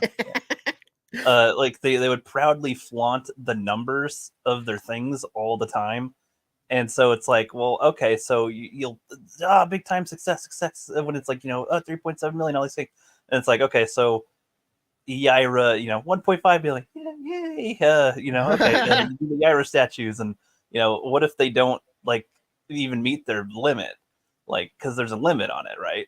Like you said, like what, 200 or 2,000 or something? They're at like 200. There's 1,000 total possible. Like what if they only sell like 500? Like, it's like, okay, that's a good amount. Sitting on 500 statues. If that's like, something I would think that's a good amount, but they tout the numbers so often. They flaunt the numbers. You know what happens at Sideshow, Ricky? It's like, sometimes maybe that shouldn't be a big deal. Even though Sideshow is like prestigious, I would say like there's only a couple companies in like the common statue space that make more pristine shit than they do, and you're spending like 1,000 plus to get their statues, and then you get even more exclusive, like that Ayla Sakura statue I had. That's like I think that statue has 100 total or less for the run of its, like, and it's bit bulkier than Sideshow. Box is roughly like twice as big as a Sideshow statue that you saw. Mm-hmm. Yeah, like Sideshow, most of their shit clears out if they're limited runs. But sometimes, even if they're limited run, they don't sell them all, and you'll see them on clearance and reduced pricing. Like, that's the problem Eric set himself up with, is he's made this $500 retail statue. He's only sold about 200, maybe a little more now, but he's only sold 200. Even with this layaway option, it seems he's only sold 200 out of 1,000. And you're going to sit on that and just try to keep selling it for years for 500? Or are you going to like clear inventory? Because it's like just a lot of space, regardless of its when we know how much value. He mentions warehouse and how many things are in the warehouse, and there's not enough space in the warehouse. Like, I mean, now EVS won't be able to put his toys there. They got all these unsold statues sitting there. I feel like that should be like a sitcom they record, day at the warehouse. Did it do? What are you doing? Nothing. Okay. Yeah. I'm trying to find I might have to do it. Was there more reaction to this that was a little bit interesting more? Just a couple more minutes. Yeah. This man has a picture of him holding up Yaira that he bought. Yeah. Mind you, a physical copy of Yaira with a detractor hat on. That is his caption. He says, I got my detractor hat on. Yes. You are so fucked, Eric. That's what he said. Yes. He said it. And to God, he said it. Imagine being this stupid.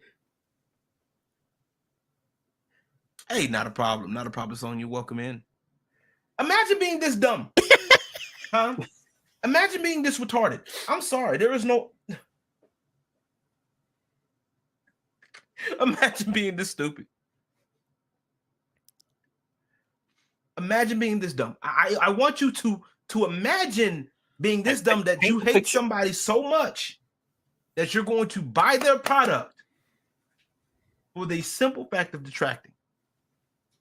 I mean, that's literally what everybody was founded on in the Phantom Menace, but okay. RPX, hey, if it shows up on Prime, they'll probably hate watch that too. Bruh, it looks like Hate you got watching is not a new concept for detractors. I mean, that's a common Let me thing. stop. This man looked like dude looked like he done got punched in his mouth when he was little and his teeth just got stuck. He's just Let me stop. mad You're happy. We're gonna stop. We're gonna move on. Moving all on, he has? y'all.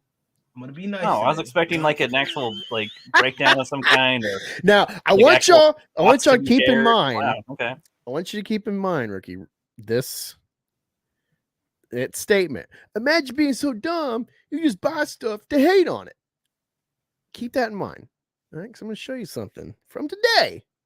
It's not even like a gotcha from 5 years ago. None of that. Today. To Dizzle. Not the future, not the past. If it's still up, they don't hide their shit behind paywalls. I think it's here. I'm gonna have to search. Luckily, it's a short stream. From our very own galaxy comes a thrilling new journey for your dog. The special. All right, so I think it's after Chris Gore leaves. Talking about Acolyte. Cute.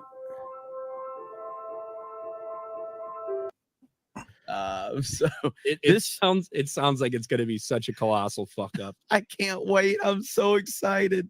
I haven't been this excited in a long time. So there was a comment in chat there. I think it's right there, actually, on accident. I landed right at the. Jerry's like, I'm so excited. This is going to suck.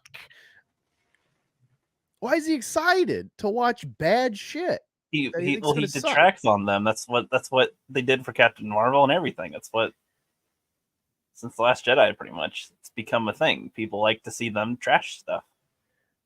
Yeah, exactly. And he finds joy in it too. I imagine he finds joy in making fun with everybody streaming today. I've still had about 15. People haven't really commented lately, but I still got like 16 that's saying on the StreamYard watching me. Because they're interested in me talking about Yaira, or maybe it's just anti-detractors trying to gay up, and you know, oh, caught Angus. He's pro-LGBT. Got him. This is what detractors do. They like the gays. This flag likes to ramble on and on and on all the time.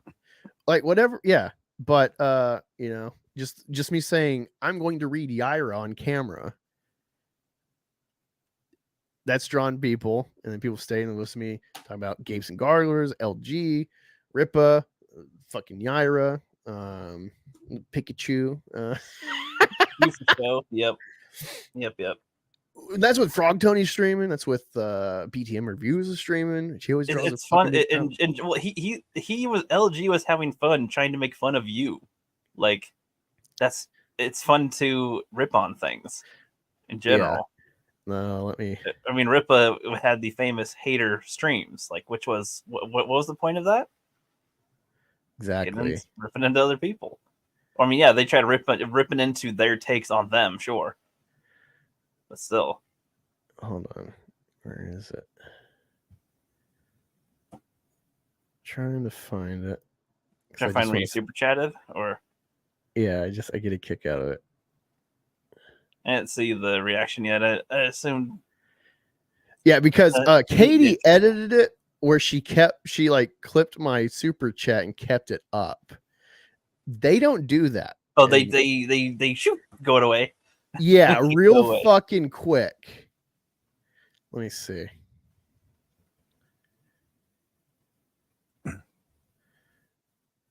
And they obviously get fucking butthurt. Now I was listening to most of the stream. I didn't know how long they were going or how long they planned to keep going. But I was actually enjoying the commentary and the criticism of the impending Acolyte, you know. So it's like, it's what these people don't get is like, yeah, I'm kind of trolling you and calling you out for being like hypocritical. Because yeah, it's not that you have ever reviewed comics. Although I just showed on Ryan Kinnell's channel specifically, this fucking hypocrite. Yeah, maybe he doesn't have any comic reviews that I know of. on his channel. He said he's never reviewed them. I'm just gonna take him as word.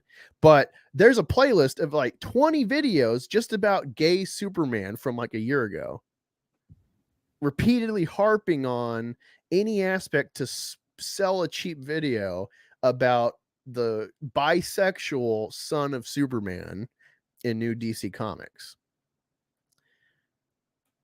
So you want to promote Yaira and its debut release on stream, and you want to make 20 videos about bisexual Superman child as the son of Superman, not that he's child, but and yeah, it's like so bizarre. And we're like, hey, how about you actually critique Eric's shitty book that you've promoted, because it's actually more egregious than Captain Marvel, which is a huge talking point. Yeah. Yeah, I just want to show it raw compared to how Katie edited, which I appreciate. Oh, fuck me. Yeah, she just became a member for 4 months or whatever, but it Cannot wait. Super chat thingy came down there. Whoa. Remember, I think she just has her membership recurring. Thank you, Katie, for being a member. I didn't realize I had it open. But I assume it comes up if she's watching it or something. Maybe. Maybe. Oh, that's how that works. Yeah, I'm just trying to find exactly in the stream where this is before I torture Rookie with Acolyte.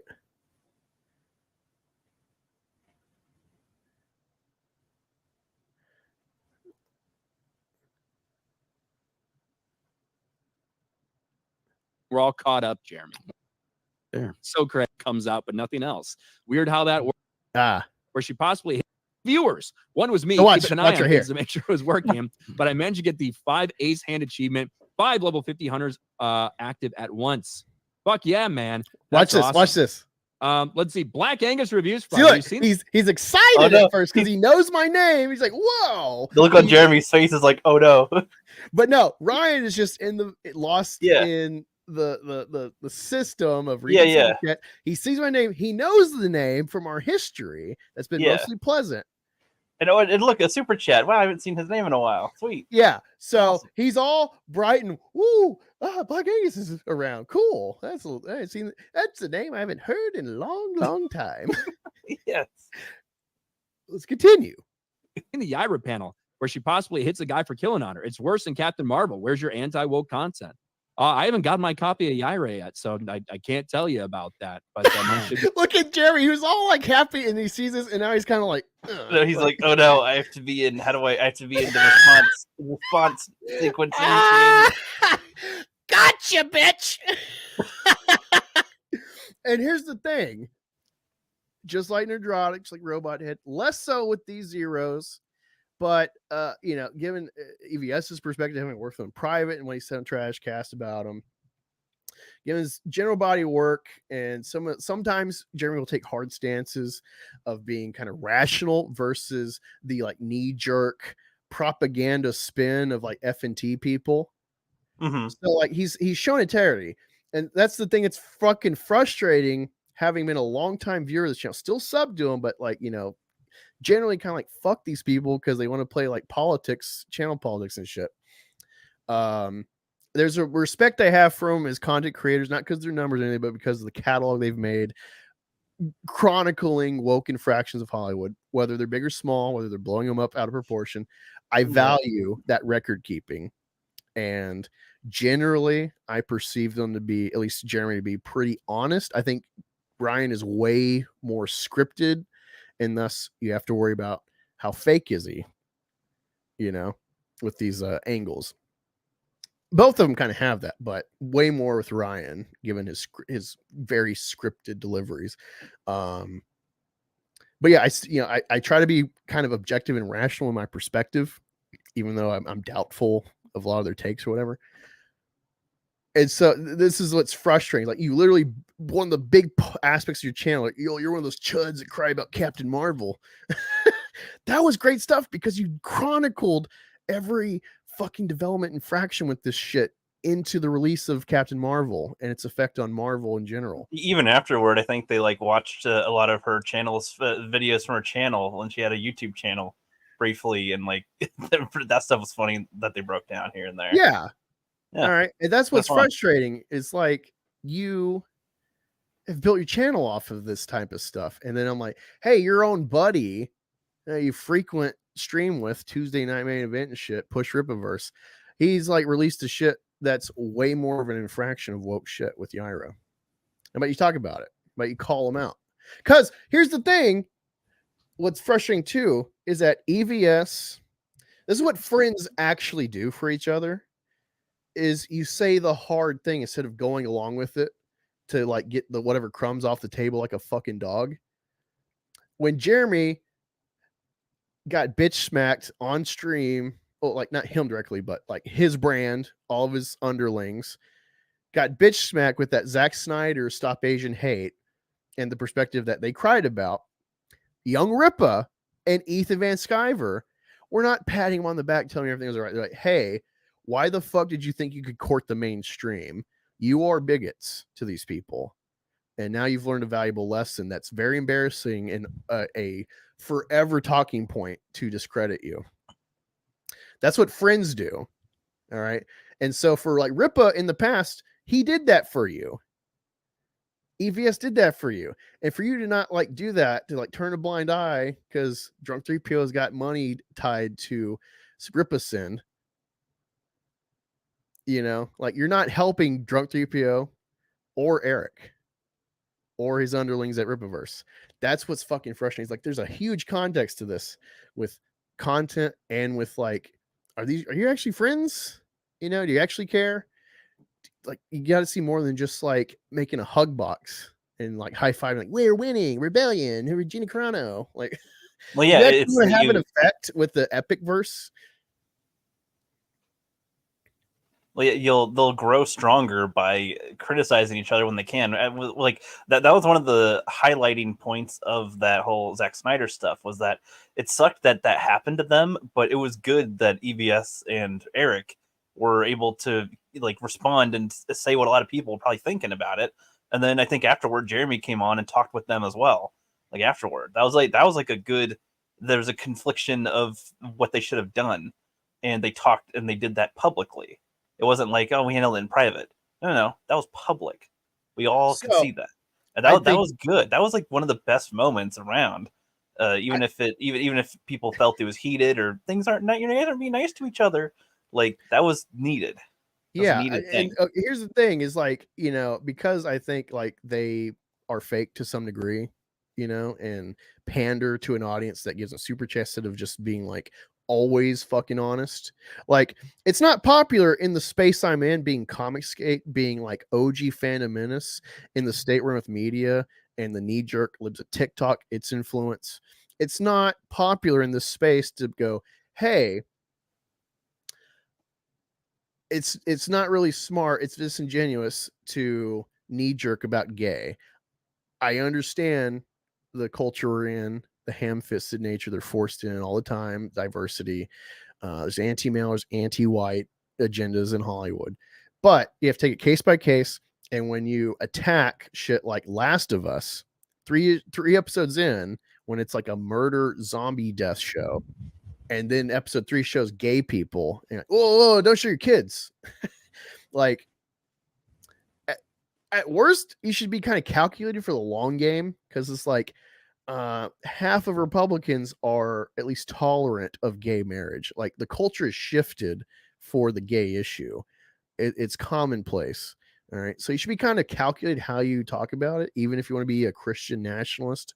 I'm not saying sacrifice your morals. If you're Christian, if you're Muslim, it's very clear in your books. Gay is not okay. You got to be tactful in that message still. Melanie Mack is detrimental to the conservative space with her gay hatred. You know, it's not popular in this space to go against the grain on that topic, but I do it. It's like I have to be fucking honest. And it's not even about my being a demographic. It's just like my perspective. I'm not going to cut corners. I'm not going to like pull punches that aren't popular. And like it seems like that used to be a culture, and now they're comfortable with their paycheck, and they're just like Hollywood in this tiny space. I feel like part of it too is that maybe I'm wrong, but like maybe they don't want to upset the fan base that they have, but it's like I don't know if that should matter, because like from what I understand, Jeremy broke out and grew because he said what he wanted to. Yeah, that's his whole message, is like, I tried to be like IG, I tried to be like everybody else and happy, and hey, everybody's cool and fun, yay. And I even I even bought Xboxes, tried to bribe people to watch my channel and shit. Nothing worked. And then I just was fucking honest. And then I got like, fuck, people started watching me,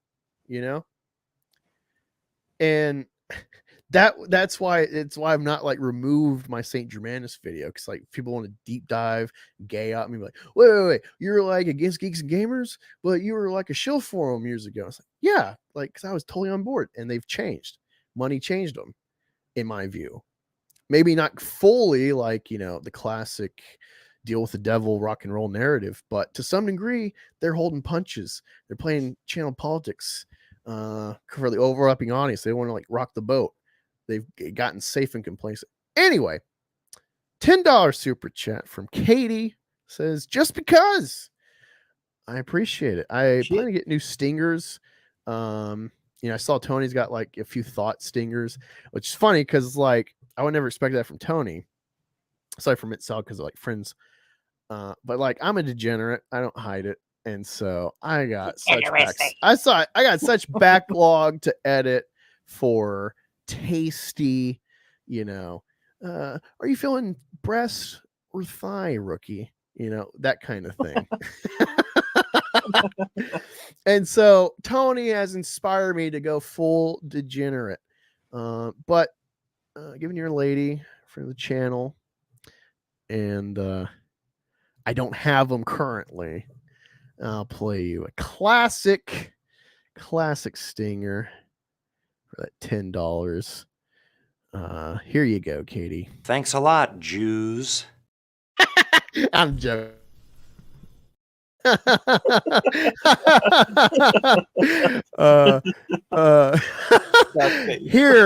Here is the classic tried but true super chat stinger.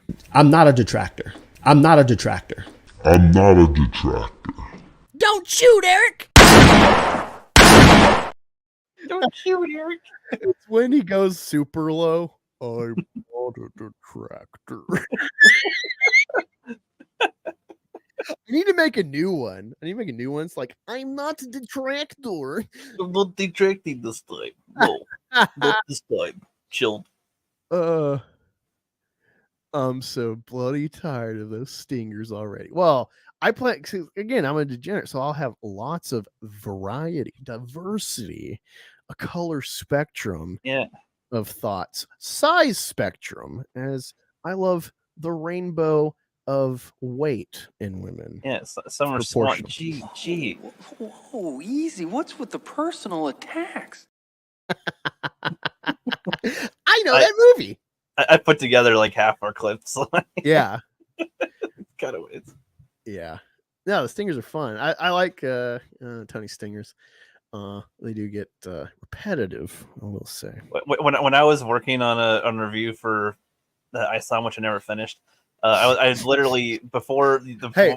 The clip, spoiler for you. Most of the fans didn't finish the book. That's true.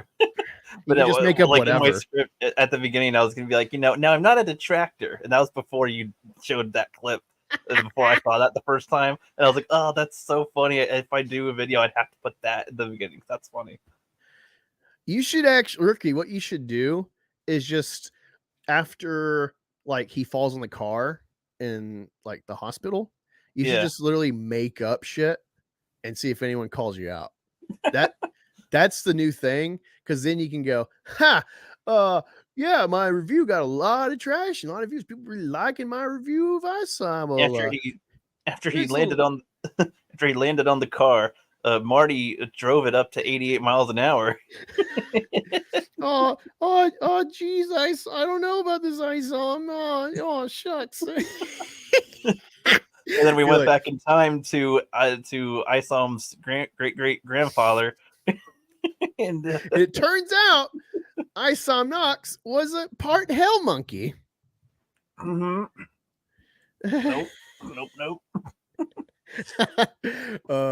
Fuck, man. I love detracting. Be here tomorrow, same time. I'm off the next 2 days, so there won't be a delay. Bath time like today. Although I feel like I closed the gap pretty quickly, getting out of the tub and getting dressed. But tomorrow I'll be here at 9. Katie will be on, possibly more. We'll be here to detract for my definitive detractor review of the mammoth known as Yaira. That is going to be the thing tomorrow. I'm gonna be a fucking Full work. Usually Wednesdays off. spoilers. And also when EVS does his Trashcast brutal reaction to Yaira, I will be e-fapping that because I am just story based. For EVS kind of wearing 2 hats, artist and writer. And so I think, not just to avoid Ripatards, BNF slurs trying to report his stream, even though it's fair use, he obfuscates certain pages, skips around to try to avoid whatever copyright gay shit, gay ops the Rippaverse will do. So I'm going to take pictures of every page, but then I'll just I'll have my own slideshow, but I'm only going to show X amount of pages, kind of copying the EVS thing, but I will give you the full in-depth page by page, possibly panel by panel breakdown of Yaira, the pros and cons. Of course, it's Rippaverse, mostly cons. And we will fully dissect and discard, as Eric would say, the mammoth known as Yaira. And, I'll be doing God's bidding. I'm kind of disappointed you haven't shown as much trans Yaira lately. Well, kind of let that die.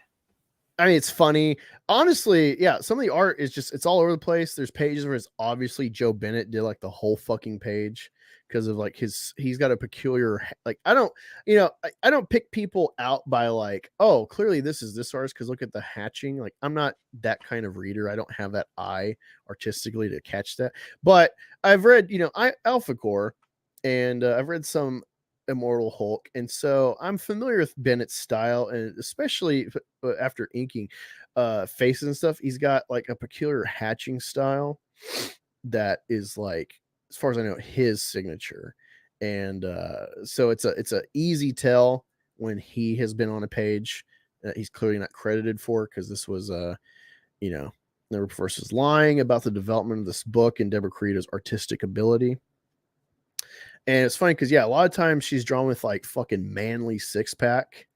It's not even oh, this is a chick body. It's no, it's this chick body. Her sometimes her tits look like they're just literally sacks in a shirt attached to her body. They don't feel anatomically flowing with her. It's not even about size. It's just this looks like 2 circles attached to a body, and and then the details after. It's just, it doesn't feel like there's a certain, however they're styling and posing them, there's a certain weight to the delivery mist where it's just I notice it. I'm not an art fiend, and I notice it. LG really believes that you're on a mission from God. He has no idea you're an atheist. Well, I mean, I leave it as an atheist. I leave it open that, hey, this, the best saints, the best holy people in history have been doubters of themselves. They don't ask God. for it. They don't ask for it, and they're like, "Is this even real?" Abram. Nice, I'm even real. Abram, before he became Abraham, he's like, "Oh, I'm gonna knock up my old dried up wife and create the nation of Israel." Yeah, right. Let me go fuck my fertile slave Hagar. Silly God. He made a mistake. Silly little God. And then he has Ishmael with Hagar, and God's like, that's cute, but no, he doesn't count. You're gonna fuck Rachel and have, your offspring that will count. And Moses, clearly all the Catholic saints, especially modern day, Mother Teresa, I mean, she's got a kind of flawed, arguably, story with her holiness one, but you know, it's very clear she was a charitable woman, did work on behalf of, you know, the idea of God, whatnot. She was doubting every day, living in the poverty of Calcutta, that like, is God real? Like, you know, God's kind of an asshole for destroying all these children for me to heal. and letting them suffer. Like, is God real? You know, this was a question. Exorcists, you know, they're supposedly through the work of God casting out demons from people, but they're like, is this real? Is God real? Would he allow this suffering if he was real? You know, they're the most in-depth religious practitioners are doubting. And so me as an atheist, you know, I doubt, but like, maybe God really is talking to me to detract. You know, ye of little faith, Angus, do you not know it was I that sent you to detract? You do It's a not do growing- anything. Nothing you do is on your free will, but only by my hand do you have the power to detract. Growing religion, detracting. Yes. So, yeah, don't typecast me, Summer Swan. God may actually be working through me. I am his vessel, and thus I detract. I'm going to do a total religious shindig tomorrow. I'm going to start out with like the In Domine Christus Sancti. No, like, you know, I'm going to like bless the stream. You need to make a video that's like 10 minutes long where you literally just full serious be like, I am sent from God. How can you deny the simple fact that God has sent me to destroy Rippaverse? He can't do it himself. No, he's too busy. As everybody says, he's too busy to concern himself with such things. That is why You're right. He is too busy. Hence, he sent me. He's got Israel and Ukraine to deal with and all this. Well, other I plan to do a No, preview no. on Twitter to like hype up this review. I'm gonna like mimic the Thanos monologue. It's like, dread it, run from it. Victory arrives all the same. Or should I say, I arrive? And I'm gonna say something like, back to me. Yeah, I'm gonna say something. I'm gonna like, you know, tweak it to suit the Rippaverse, you know, a bit. And I'm gonna say it's like, Brian Solari won't save you from my review, Eric. And that is like an Easter egg. I'm like, he said the thing because the trailer, because you know, like I know this shit. You think the comic? No. And it's like, it's fun because it's like multimedia comic, you know, fan nerd mockery trolling, you know, it's fun.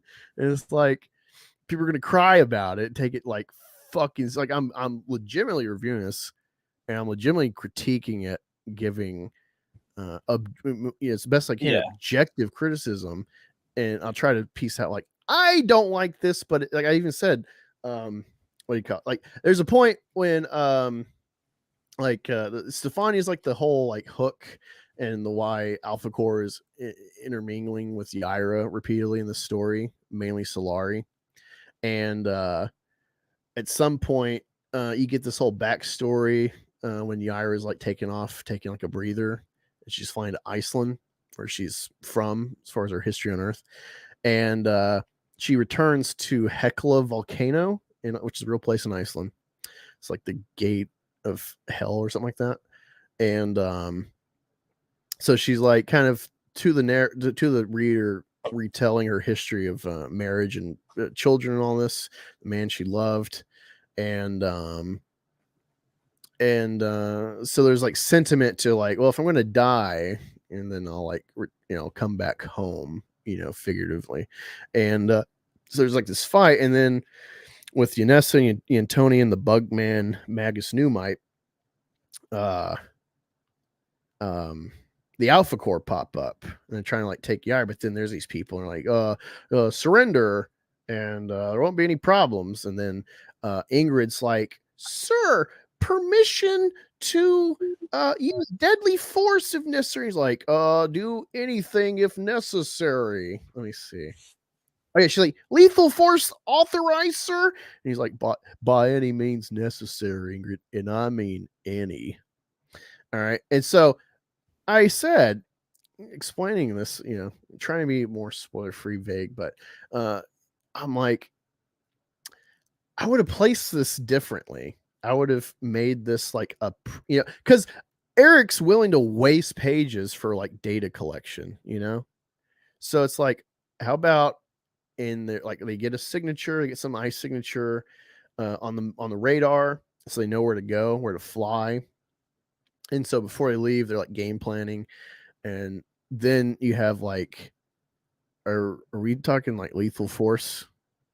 And then he's like, yeah. It's weird to like have already come to Iceland being Texas cops. You fly all the way to Iceland because of this not vigilante, but like this at-large criminal that you want to extradite back to Texas. You fly away to Iceland to apprehend her, and then it's like, actually, we need to apprehend all these people. And it's just weird that, now it's dawned on you to maybe be willing to kill these people if necessary. So it's like, the problem isn't saying it. Some people might say like, well, this is odd. Why would you say this? My problem is the placement in the story. But it's like, well, this is good information that unless you say it, the reader will not know this is at stake.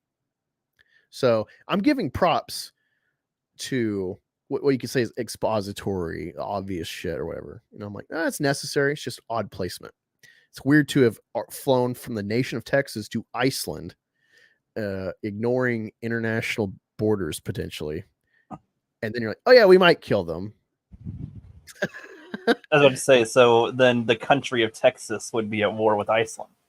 Well, yeah, I mean, there's a whole, yeah. Well, again, this is why Eric needs politics in his fucking story, because like you've opened up so many huge political threads. Or like, even if Iceland can't retaliate, America being the closest country to Texas, might be like, hey, you just hit our buddy Iceland. Well, I mean, this would affect international dealings with Texas because people are like, I don't know if I want to fuck with you because you don't respect anyone's borders. Or they might at least ban the Alpha Corps or something. Is be like, hey, Texas... Alpha Corps can't just come here unless they have a flight, scheduled, to fly out here. You can't just fly over here. Yeah, so Texas, like, it's fine if Texas is an independent nation now, but we have no understanding of what that means in the international context. Especially because like it would instantly be confusing for countries that have dealt with America for a long time, and it's like now Texas is like, oh yeah, we've bought stuff from Texas, like you got like beef and stuff from Texas before, specifically. And it's like, oh no, like we're our own. You need to make like a whole new log to deal with us because you need a whole new. Also, so does Texas have any allies? Are they allied with Mexico? Are they right? The very complicated situation to just like fucking phone in with like, the British. Oh, yeah, Texas is free, whatever. If America is in a war in Texas, would they help Texas at all, or be like, nope, got to go for the Americans, or do they get to choose? I don't know. Interesting things that could be brought up that I don't think ever will be, but yeah, and like this is the objective criticism. I'm like, Eric has threads, like whether it's knowingly or not, however smart he thinks he is, because I'm like, yeah, it made Texas independent for like this, like, fucking pipe dream of libertarians.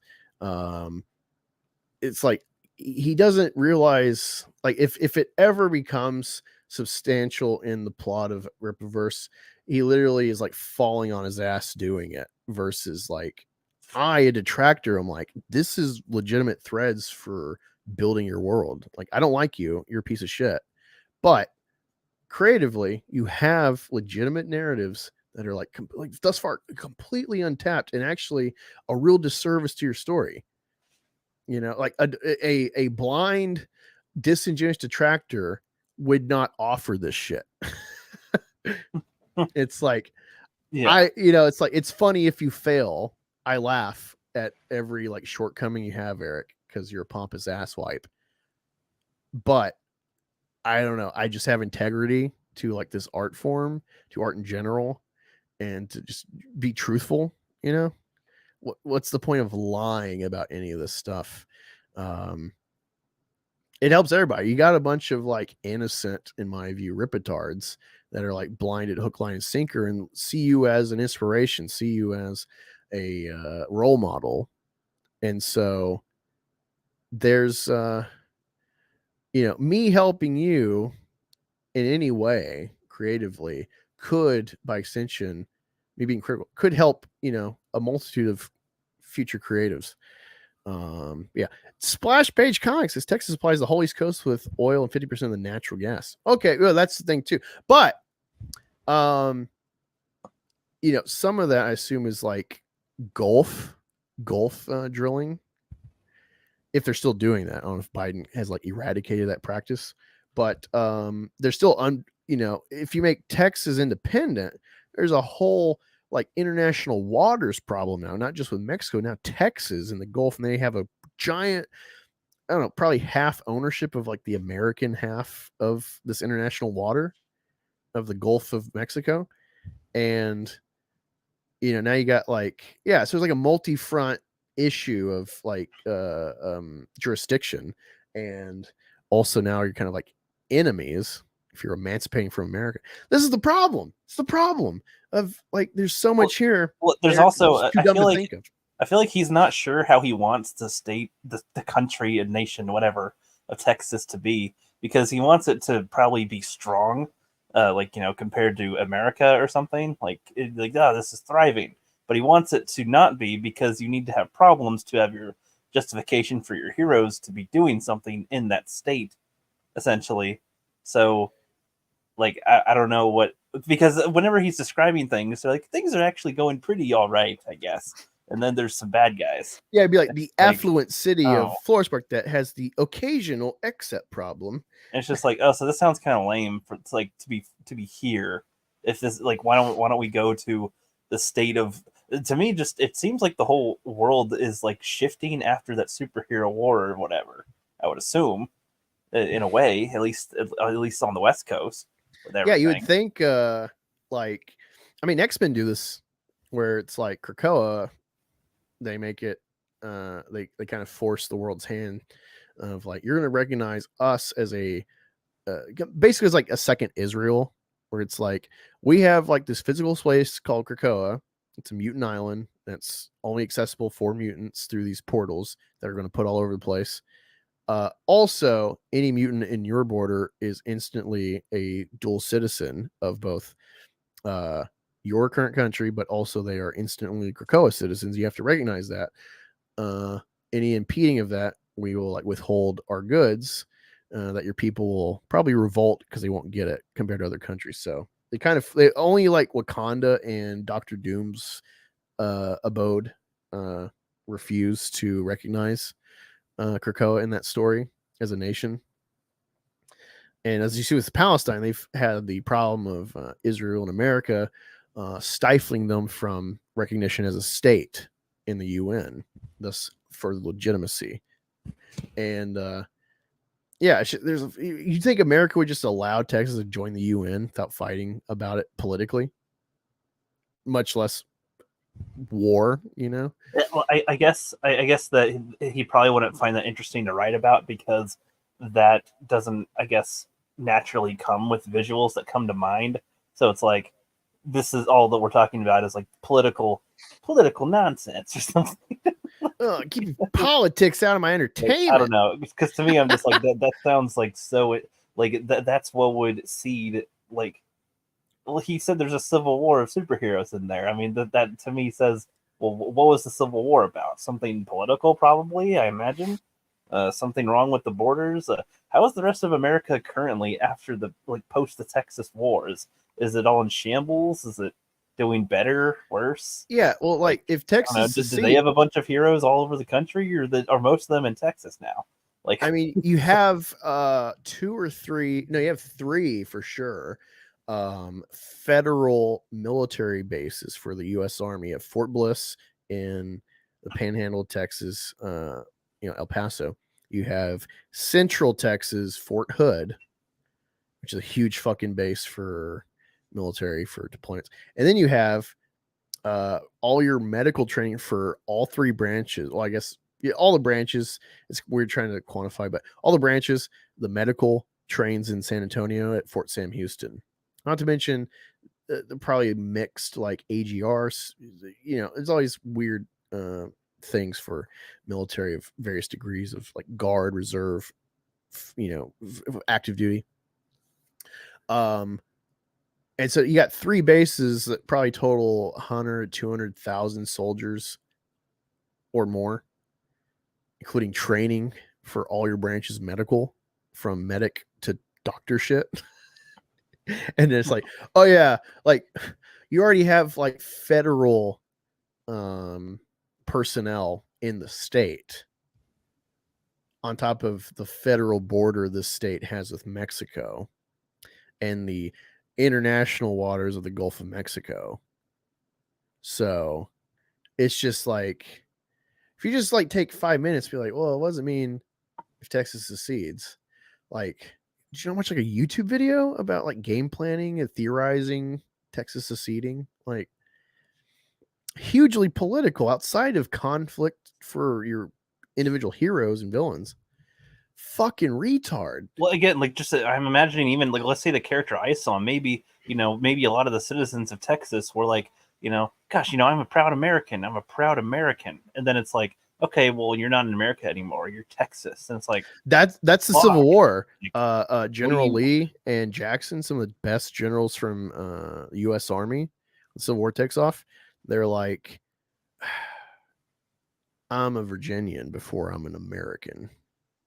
It's like America's this concept, but Virginia's my home, so I'm a Confederate. Right. And that really hurt. That really hurt the North for a couple of years till Gettysburg. Gettysburg was like the turning point. But yeah, the North. That's interesting conflict though, and like your neighbors could feel that kind of way too, or they're kind of mixed or something. Like they could be feeling some kind of way. You don't show Texas pride, and you can get out. Something like don't like mess that. with Texas. The Icelandic lady trying to defend Texas. Yes. Love it. But I don't know. And then Darren, see, like that's the thing too. Like that could be part of how Darren's thriving because of his particular area in Forest Park. And he's probably a criminal because he's working with the United States. Like, I don't know. I'm just thinking of like, okay, it's timing and placement of this stuff. Sure. Like, using your history. If you're not going to show the history of the stuff, have it directly pour into what's going on here. That would be such a crazy that sounds interesting.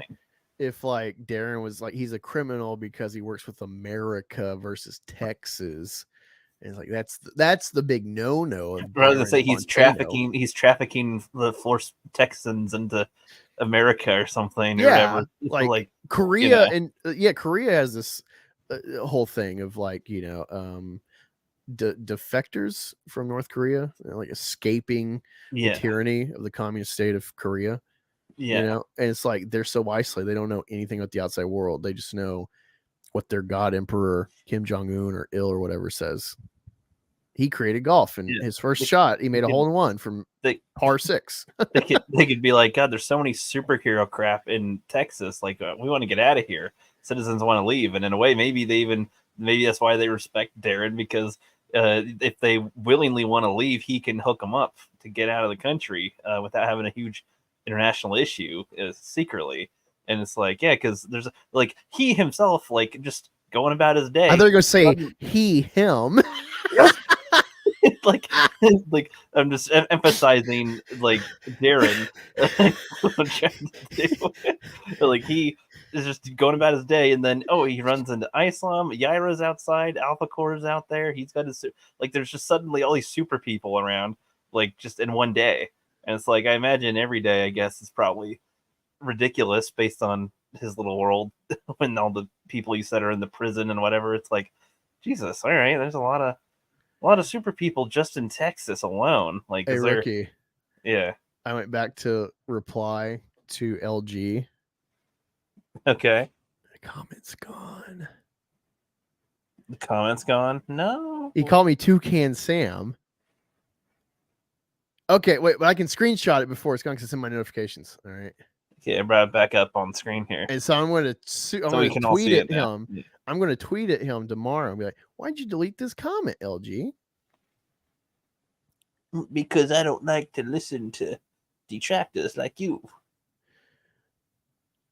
Yeah, I love how I'm waiting for Rippa Goalpost to come back and clip me and counter me. He's probably been silently gathering a lot of clips. Ooh, juicy tonight. Almost 6 hours. He's a regular Ingrid Valdez gathering intel. Yes.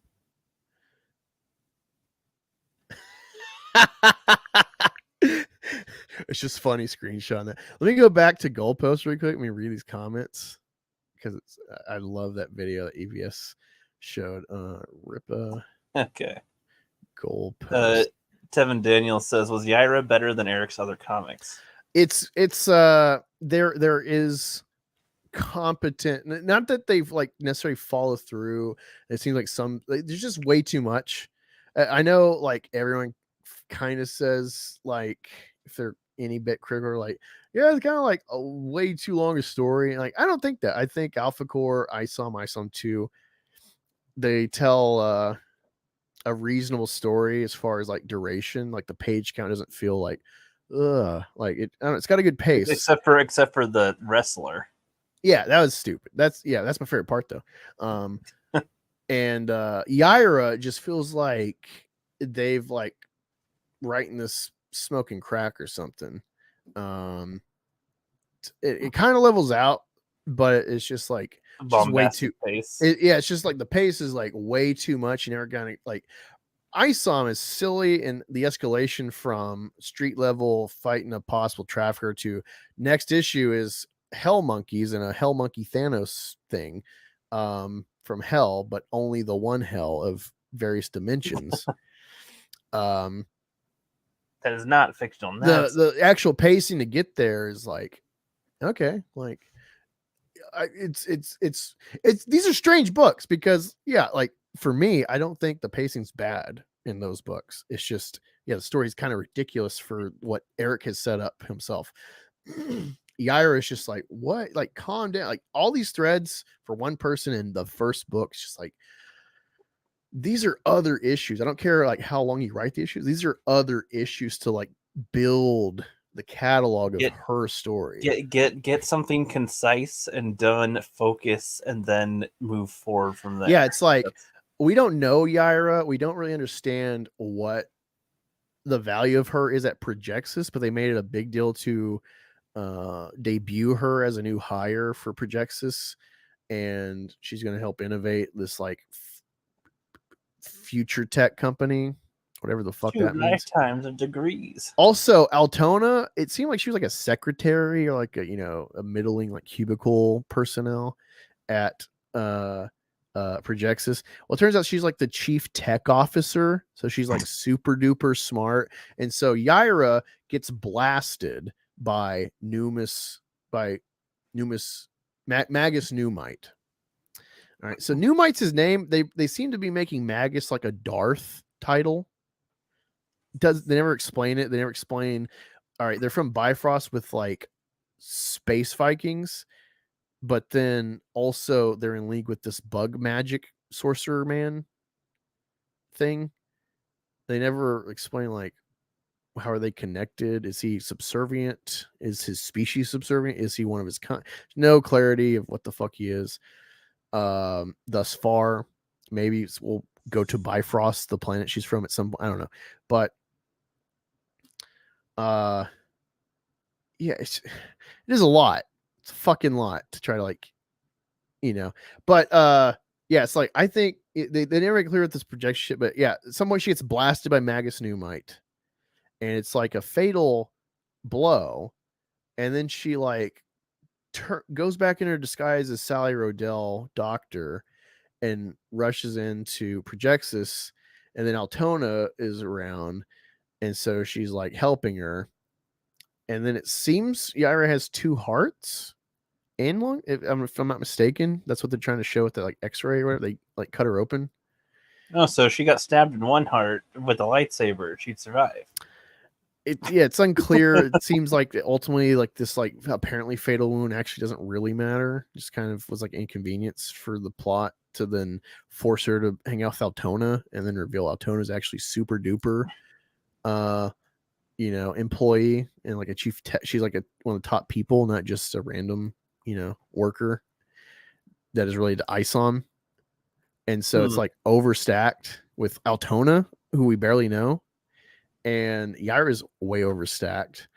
So you can have some of these characters like rise to something. Yeah, again, it reminds me of that clip of EVS that I have on my channel where it's like, and there's like this lady with like blood powers, and she has like a castle and a dragon and like some wolves, and she wears a cowboy hat and she can fly. Like it really is that video. This is a never any problem. You've seen probably on Twitter pictures of like newscast and interject with the interview of Solari talking about Yaira, and they're like, it appears she can manipulate the element device and appears she can fly with the power ability, and it's like they talk like the news talks like Dokumon. It's like these are different writers. Why are they talking like Dokumon and Eric? And when are we going to reveal any hint of Dokumon in this story? Because it's like, why is this guy making trading cards of vague synopsises of these characters? I mean, trading cards are usually, from what I remember, at least like Pokemon and Yu-Gi-Oh, they're usually pretty factual. Like they'll be stating something about the things, and right. At most, they might say this is a dinosaur creature from the land of blank, but you know, so why is Dokumon? Who knows how long? Who knows how old it is, or something? But like it might have one detail that it doesn't know. But usually, you know how you fix this and start including Dokumon is you start having like some sort of like loose opening of a narrator that's never like clarified who's narrating. Like you make it clear it's not the character that might narrate later in the story, their own perspective. But you have like an overarching narrative that you never clarify where it's from, and at some point you start keying in like, oh, this is in the interdimensional space of Dokumon.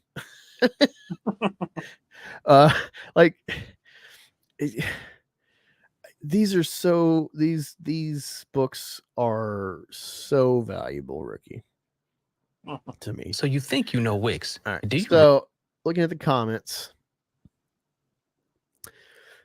of Goldpost video about me.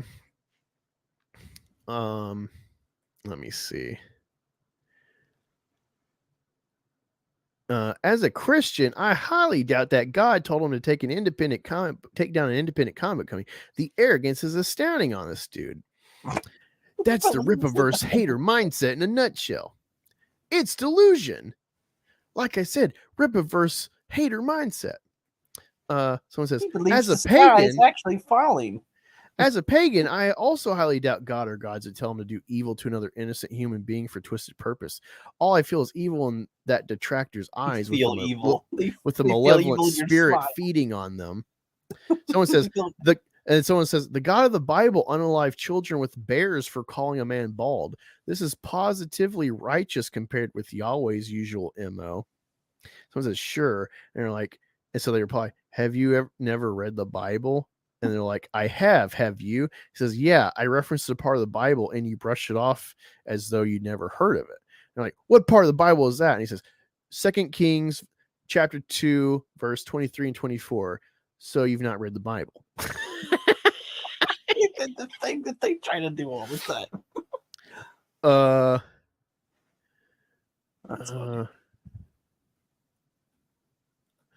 Let me see what's some other funny. The only Bible I will ever read is the Action if you Bible. believe that God wants you to destroy another man's life, I have a PSA for you. That's not God you're talking to. Let me see. I'm trying to find some. I don't know why I price, but someone's like, the more they complain, the more attention they bring to the Rippaverse. That means the more potential customers to buy books. Keep screaming, clowns. Eric is laughing all the way to the bank. Someone says free advertising. That says the food bank. But they also really want you to stop for some reason. I don't know. It's so bipolar. I love it. It's so great. I just love when evil people say the quiet part out loud and show what they really think of us. You're evil there. Evil Angus. Jeez. You almost call me Eric. The people who set out to do something good and try to hide it under the guise that they're on a mission from God often tend to be some of the most evil pieces of garbage imaginable. Very poor choice of words, Angus. God, they're like Drax from Guardians of the fucking Galaxy. Things just go over their head and they're like, no, I'll catch it. Like, no, that's not. It's going over your head. And, no, I'll catch it. Okay. How hard is it just to buy from someone else? Seriously, let people who enjoy it just enjoy it. It's just like, that's like an SGW talking point. Yeah, well, it's like, okay, let's take away the money from detractors minus like how much money from the campaign probably would that be? The detractors have bought? I wonder if someone deleted their comment because I had a reply one time one of these, and I was like, let me see.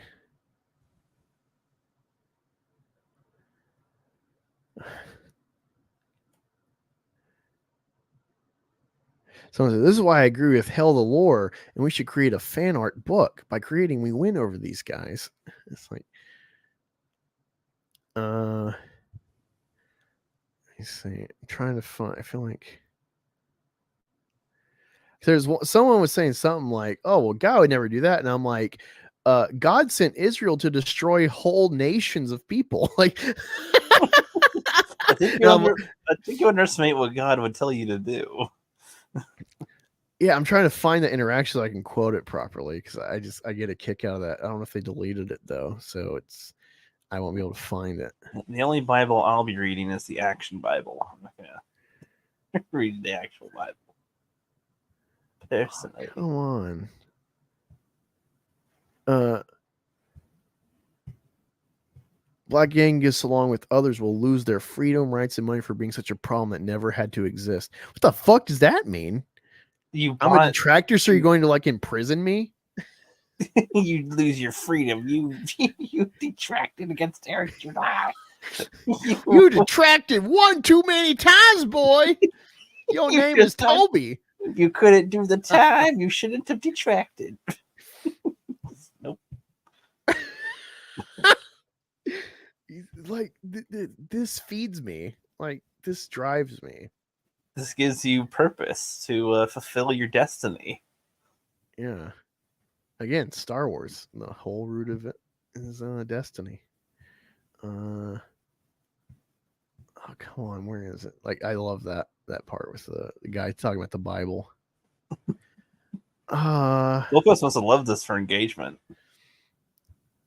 Yeah. I was like, hell yeah, use my detractor hat. He says, I don't like using images that make people look bad or silly. I use something normal. There's a love or respect everyone deserves. Edit. Well, not everyone. Vito is a clown. I said, Vito is love.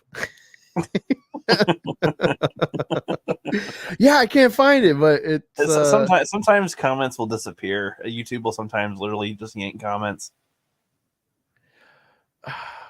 Or if there's something in them that YouTube doesn't like, it'll like hide them, and he'll have maybe to approve. Well, I think I said Israel, but I said it positively in like the biblical sense. Just still, YouTube might be like, no, can't have that. Don't know about that.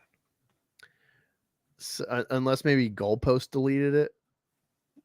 Maybe I would think it's more likely that YouTube removed it though, because they literally will do that sometimes and not let you know.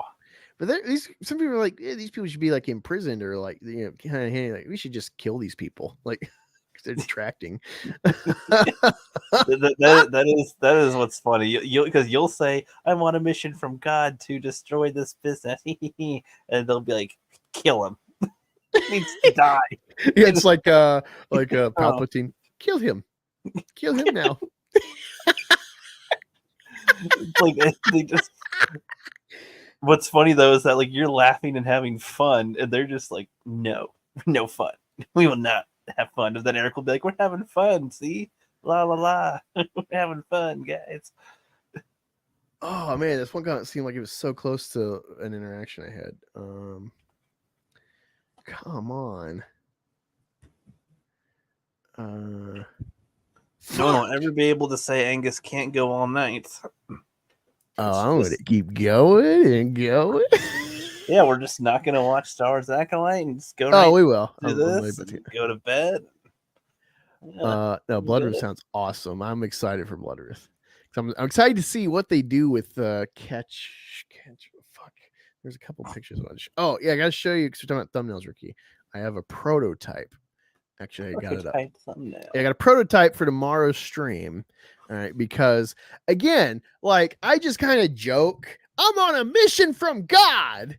You know, I'm being hyperbolic. I'm being silly. I'm being exaggerative.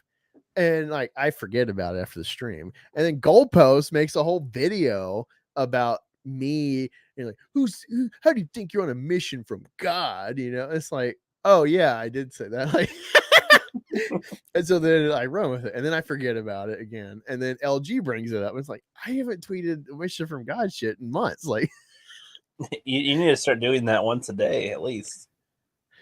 I'm just gonna start quoting scripture. Every time Melanie Mack says something, I'm gonna like detract her with other scripture that is like, because the Bible arguably is very contradictory in different aspects, and so it's like it's really easy actually if you look it up. You know, let me see. I gotta find the Katie chat though. Let's chat with her. Okay, here it is. Let me put my love into you, babe. Here we go. Let me share this. That's what she said.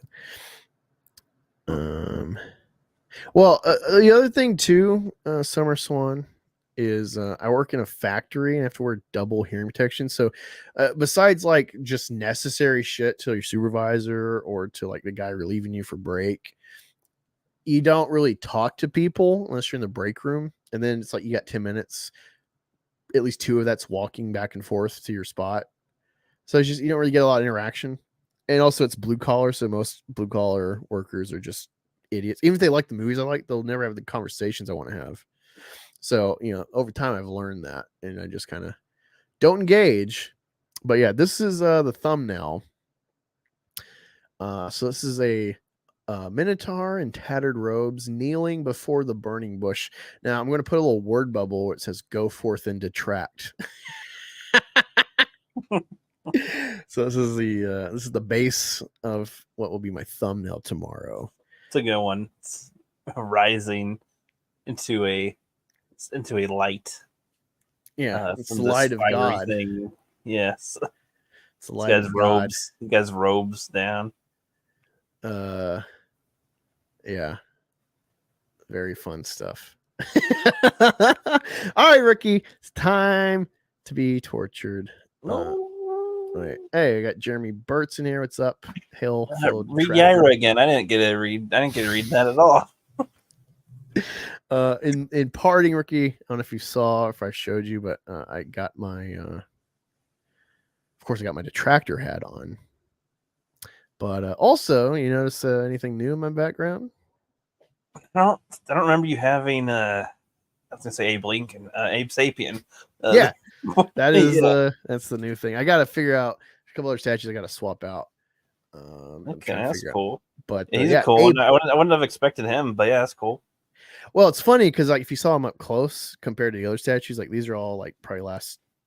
Actually, Natiri's, I think she came out like 2010, 2012, so she's like a decade old. But the rest of these are like within the last 8 years or so.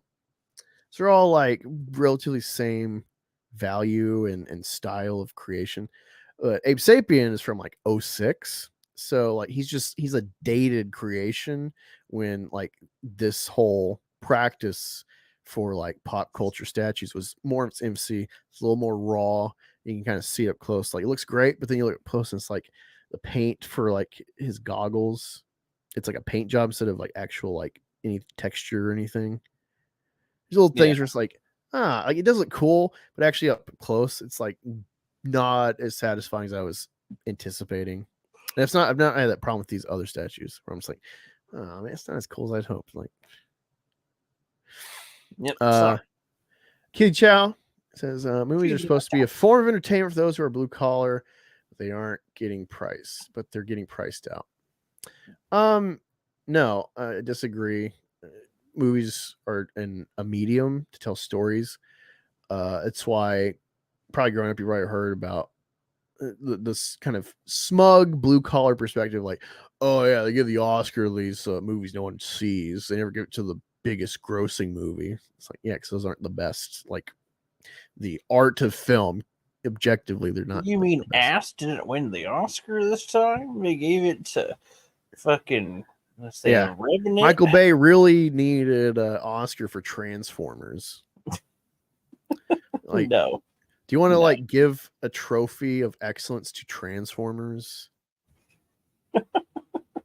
Sorry. No. But anyway, yeah. Thanks for hanging out. I'll be back tomorrow to fully detract. Katie will be co-host. Maybe Rookie will pop in. Depending on well, if you go for 4 hours or more, yeah, I'll be able to hop in. And maybe Frog Tongue will pop in. I don't know. I don't know who's going to come. I'm just going to throw this link out to a bunch of people that are detractors. Maybe non-detractors. See if they can counter me. Maybe a duel of the fates. Maybe duel of fates. Duel fate. Yeah, thank you for hanging out, Keely Chow, and hopefully I'll see you tomorrow in the chat with beef-based emojis at the ready. A lot of streaming and All American Beef on Thursday too. Got a full slate this week. Very exciting. But yeah, thanks for hanging out. Talk to you. Sure. If they've read it, we can duke it out. Don't care. It's fun. Talk to you tomorrow. Time for Acolyte, Rookie.